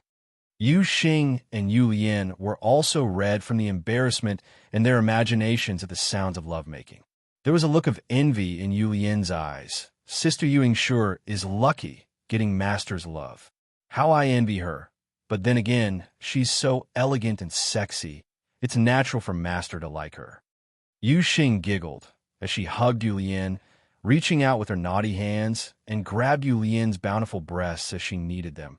Little sis Yulian, you don't have to beat yourself up. Your figure is amazing as well. Master will surely adore you. Yulian scrunched up her face while flushed as she struggled. No, Sister Yuxing, don't grab them. Their shape will change, then it won't look nice. After escaping from Yuxing's embrace, Yulian had a hopeful look. Why don't we steal a look? All three of them were talents equivalent to Heaven's favorites back when they were in their human worlds and had focused on their cultivation. When they were captured, they had not experienced any matters between men and women. Furthermore, they were treated like cats and dogs by the mechs. Thus, they were naturally curious about the birds and the bees. Yu Zhong was their master, and everything of theirs belonged to him. Thus, they did not mind. Yuxing was also a bouncy individual. After barely a moment of hesitation, she nodded. Let's go and take a look. The two beauties quickly sneaked over towards Yu Zhong's room. After they opened the door, what they saw quickly caused them to feel hot. The scene of spring, their eldest sister Yu Ying lying on the bed with a flushed face, but a look of satisfaction and bliss. Groans and moans were coming out of her mouth, and it felt extremely alluring. As for Yu Zhong, whose sense of perception was already strong, the moment the two curious little kittens appeared at the door, he had already sensed them. He revealed a cheeky smile and grabbed out of thin air. Yu Xing and Yu Lian both yelped out in shock as they were grabbed by a formless hand and dragged towards Yu Zhong. Yu Zhong patted Yu Xing's face, giving her a look. The young blonde beauty revealed an enchanting expression as she stuck out her tongue and began to lick Yu Zhong everywhere. Yu Zhong lowered his lips and locked them onto the lips of the pitiful-looking big-breasted lowly, Yu Lian. Soon, the entire room was engulfed in throes of passion. The huge battleship continued to fly for an entire day, over 400,000 kilometers, before finally landing on a sky fortress. There were all sorts of mechanical residences, the entire city filled with a modern and futuristic feel. We have arrived at the Mech Empire City. May all passengers proceed to disembark within the hour. The moment the battleship docked, an announcement rang throughout. Have we reached?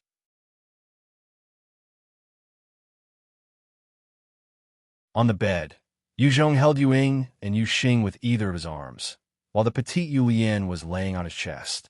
He suddenly opened his eyes and reached out to pat Yu Lian's shoulders gently, causing her smooth skin to wobble. Time to get up. Let's go prepare. We're leaving this place. Yu Lian lifted her head, her cheeks blushing as she giggled at Yu Zhong and kissed him.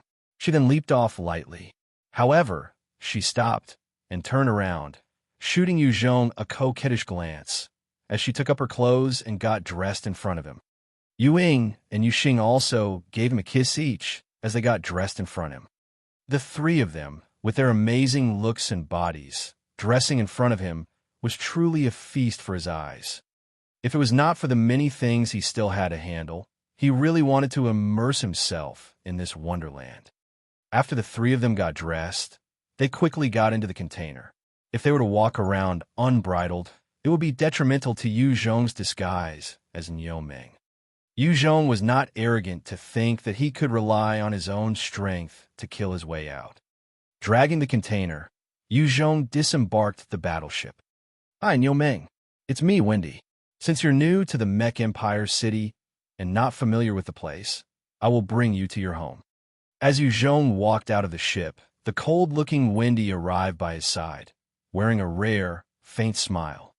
Yu Zhong's mind got into motion as he smiled back. All right.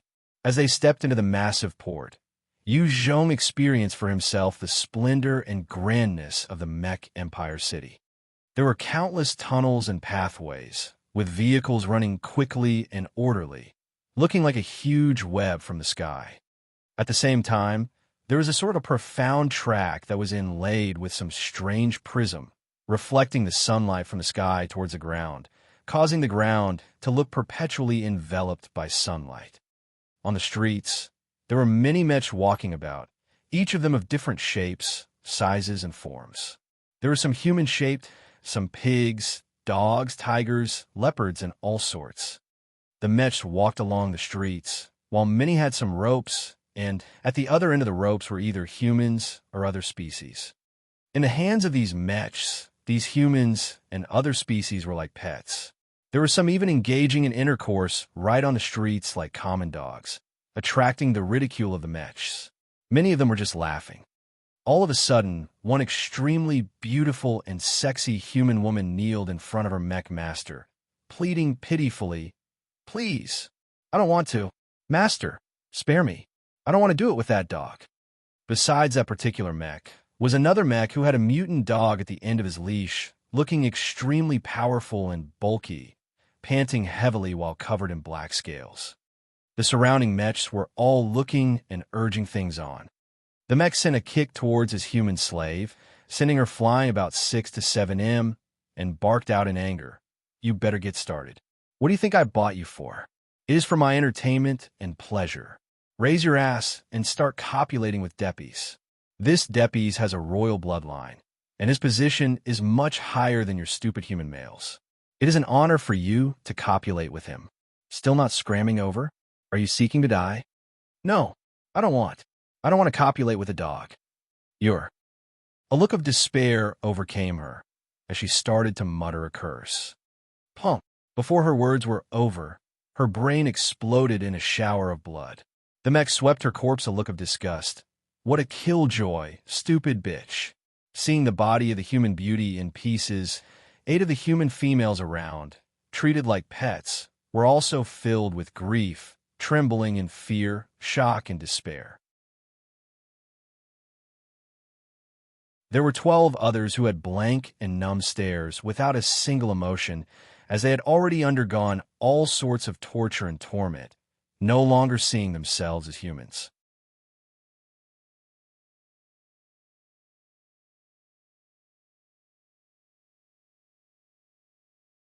Chapter 1063.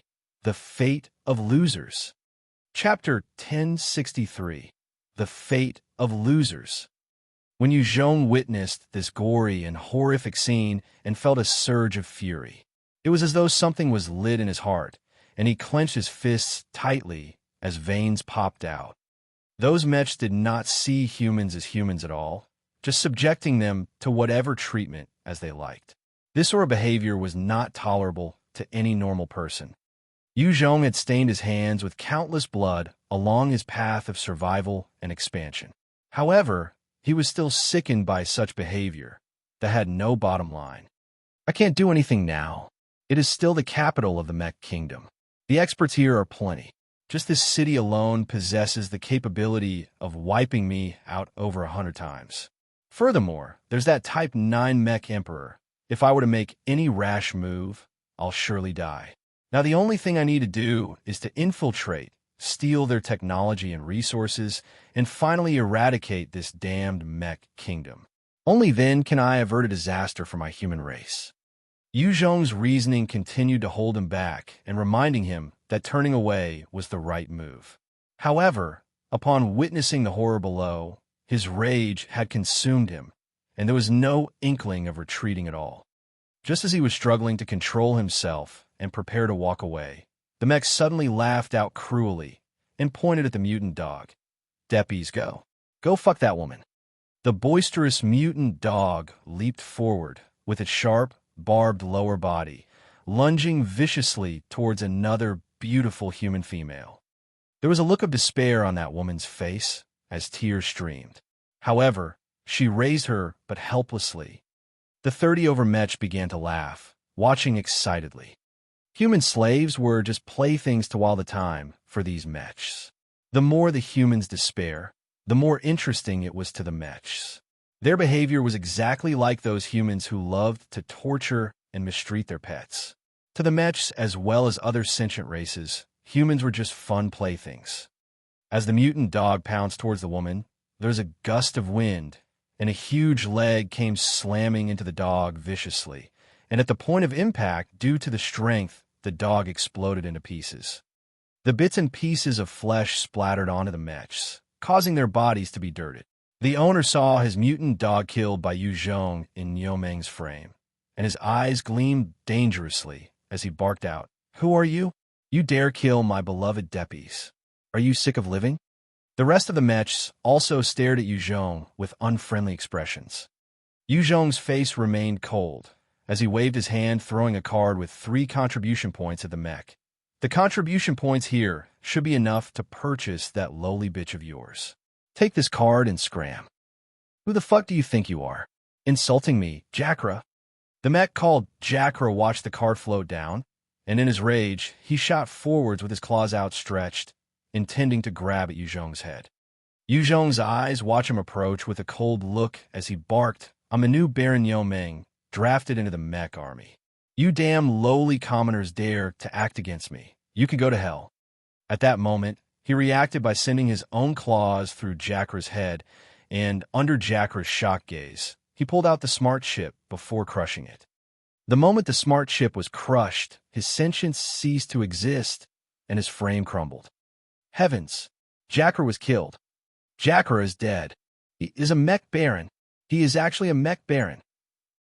After killing Jakra in a single move, Yu Zhong swept a glance across the rest, and the other mechs lowered their heads subconsciously, afraid to meet his eyes. Yu Zhong waved his hand and sent out an ordinary card with contribution points to the mechs. "I've my eyes on your pets. These are contribution points, Scram." It was normal for mechs to use their contributions to conduct trades. After the mechs took up the cards, they quickly gave their pets to him and scooted away. Wendy shot Yu Zhong a strange look as she spoke. "I didn't expect you to be so righteous." Yu Zhong replied indifferently, "I'm a member of the Pets Protection Society, and I detest such fellows that mistreat their pets."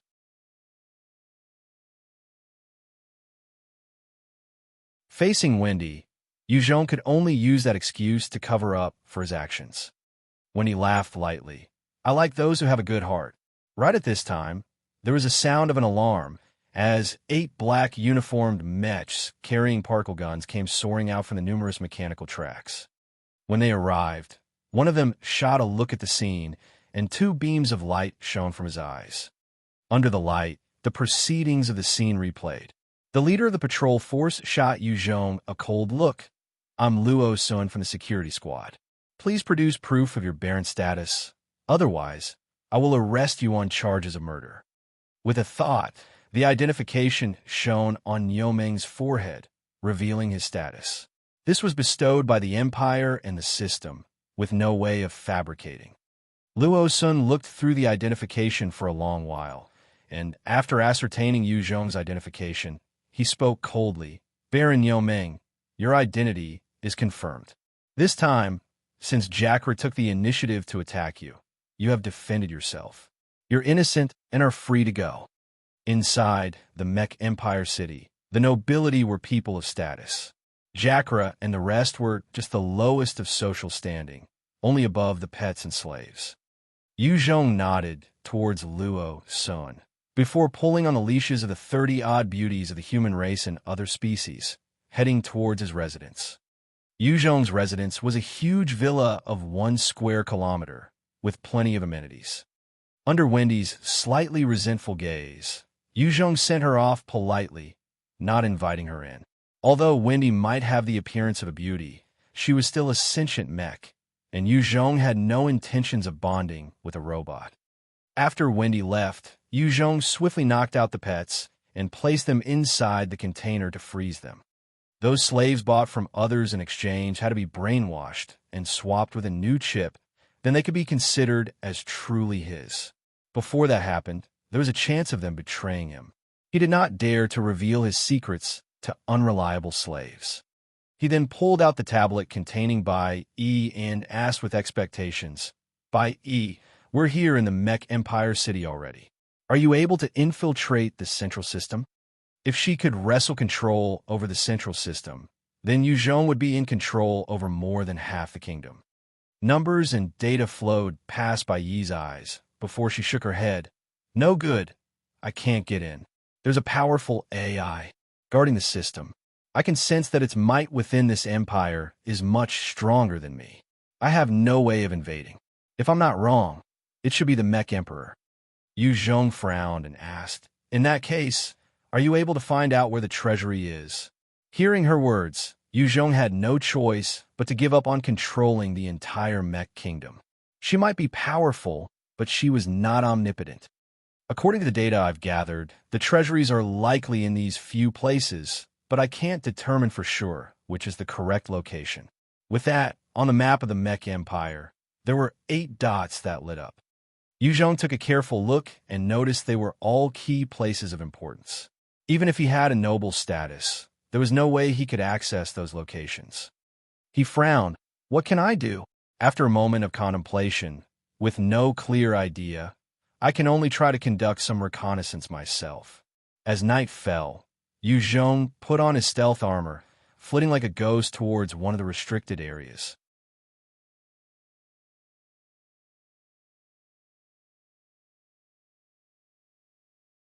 Chapter 1064, Genius Mech Pilot. Chapter 1064, Genius Mech Pilot. Although it was night, the entire Mech Empire city was still brightly lit, as though it was still daytime. Mechs were different from biological life forms. They did not need rest, and, compared to the dark, they preferred the day. After all, their senses work better in the day. Yu Zhong continued to traverse the streets noiselessly, as he noticed the numerous mechs walking about. There were many merchants on the streets as well, and along the shopping districts, numerous mechs walked about, purchasing items that they required or wanted. Although it was possible to purchase items through the Galastar virtual network, there were those who enjoyed the experience of walking through shops and malls to purchase their items. Let me say it once more. Our first target is the Mech armor storage at Point A. Based on our intel, there are 10 complete Type 7 mech suits. The second target is the Mech B storage at Point B. After we have attacked that, we must use the virus to wipe out their data and cause a ruckus. The strongest entity in this world is the Mech Emperor, and we cannot possibly gain control of the mech beasts. The best case is to use the virus to cause a commotion. Below the streets, in the tunnels, there were hundreds of humans in mechanical battle armor, pretending to masquerade as mechs, eyeing a young man with a pair of clear and bright eyes as he pointed to a map and gave a flurry of orders. There were also sensors and surveillance cameras within the tunnels. However, these humans were holding a device the size of a palm, causing a distortion field, jamming the signals in the tunnels. The young man, with an intelligent look and features even more precious than a beauty, conveyed the orders once more, before asking seriously, "Have you all understood?" The human soldiers within the tunnel responded with a resounding, "Yes." The beautiful man then ordered, "In that case, move out." Roger. Under his orders, the human soldiers began to move out in the various tunnels. One particular burly, blond man in uniform looked at the pretty-looking man and frowned. "Miss Green, this is the home base of the mechs, and that old freak Mech Emperor is holding the fort here. Is it too dangerous to act here?"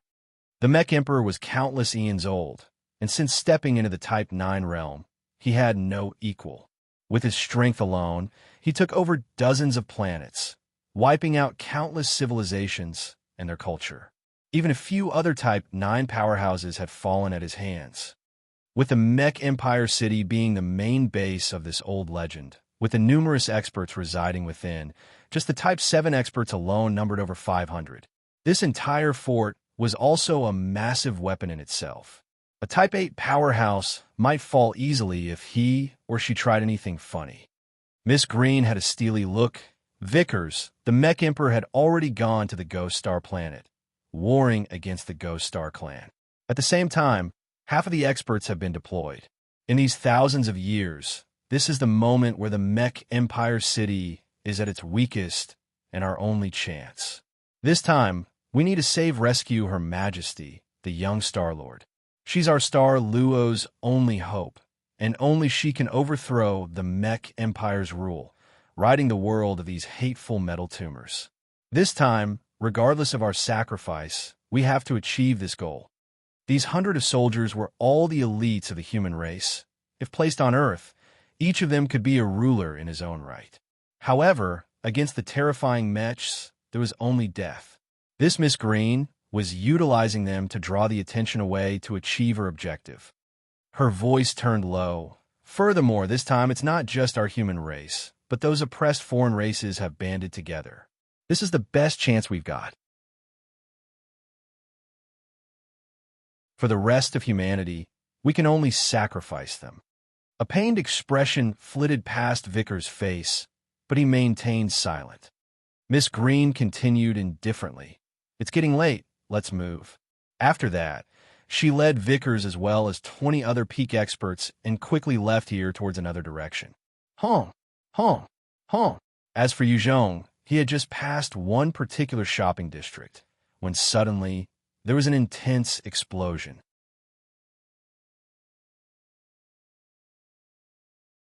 The powerful shockwave shot out in all directions, and those slaves of foreign species who were struck were all blown apart, blood and flesh splattering everywhere.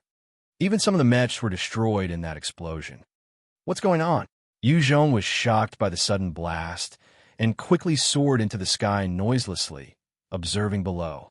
He noticed a group of human soldiers equipped with mechanical armor, wielding A-grade particle cannons, as they charged out from various corners and launching a sudden attack. Making use of their weapons, they began to fire at the mechs. The Mech Empire City was the base of the Mech Kingdom, and its defenses were tight. Even a Type 8 powerhouse would be suppressed here. In the thousands of years, there had never been someone brave or daring enough to launch an assault right smack in this city. Thus, the mechs had gotten careless. That was how the humans had managed to succeed in their assault, instantly killing over hundreds of slaves of foreign races, as well as dozens of mechs, while injuring 100 others. Stupid. You're just sending yourself to your doom. They are no meaning. Yu Zhong swept the humans below, utilizing the Type 7 mechanical armors and sighed. The defense of the Mech Kingdom was too dense. Yu Zhong had seen it for himself. Inside the city, the moment there was any strange activity, the mechs would respond immediately and effectively. The human soldiers quickly charged into the armory, which had the dozen Type 7 mech frames. All of a sudden, a number of mechs leaped down from a particular track in the skies, each of them at the Type 6 level, and wielding B-grade particle cannons that were capable of killing Type 7 powerhouses.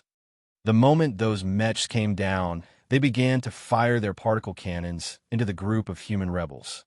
One human soldier used his A-grade particle cannon to fire back at the mechs, and the beam punched through the frame of those mechs as parts scattered.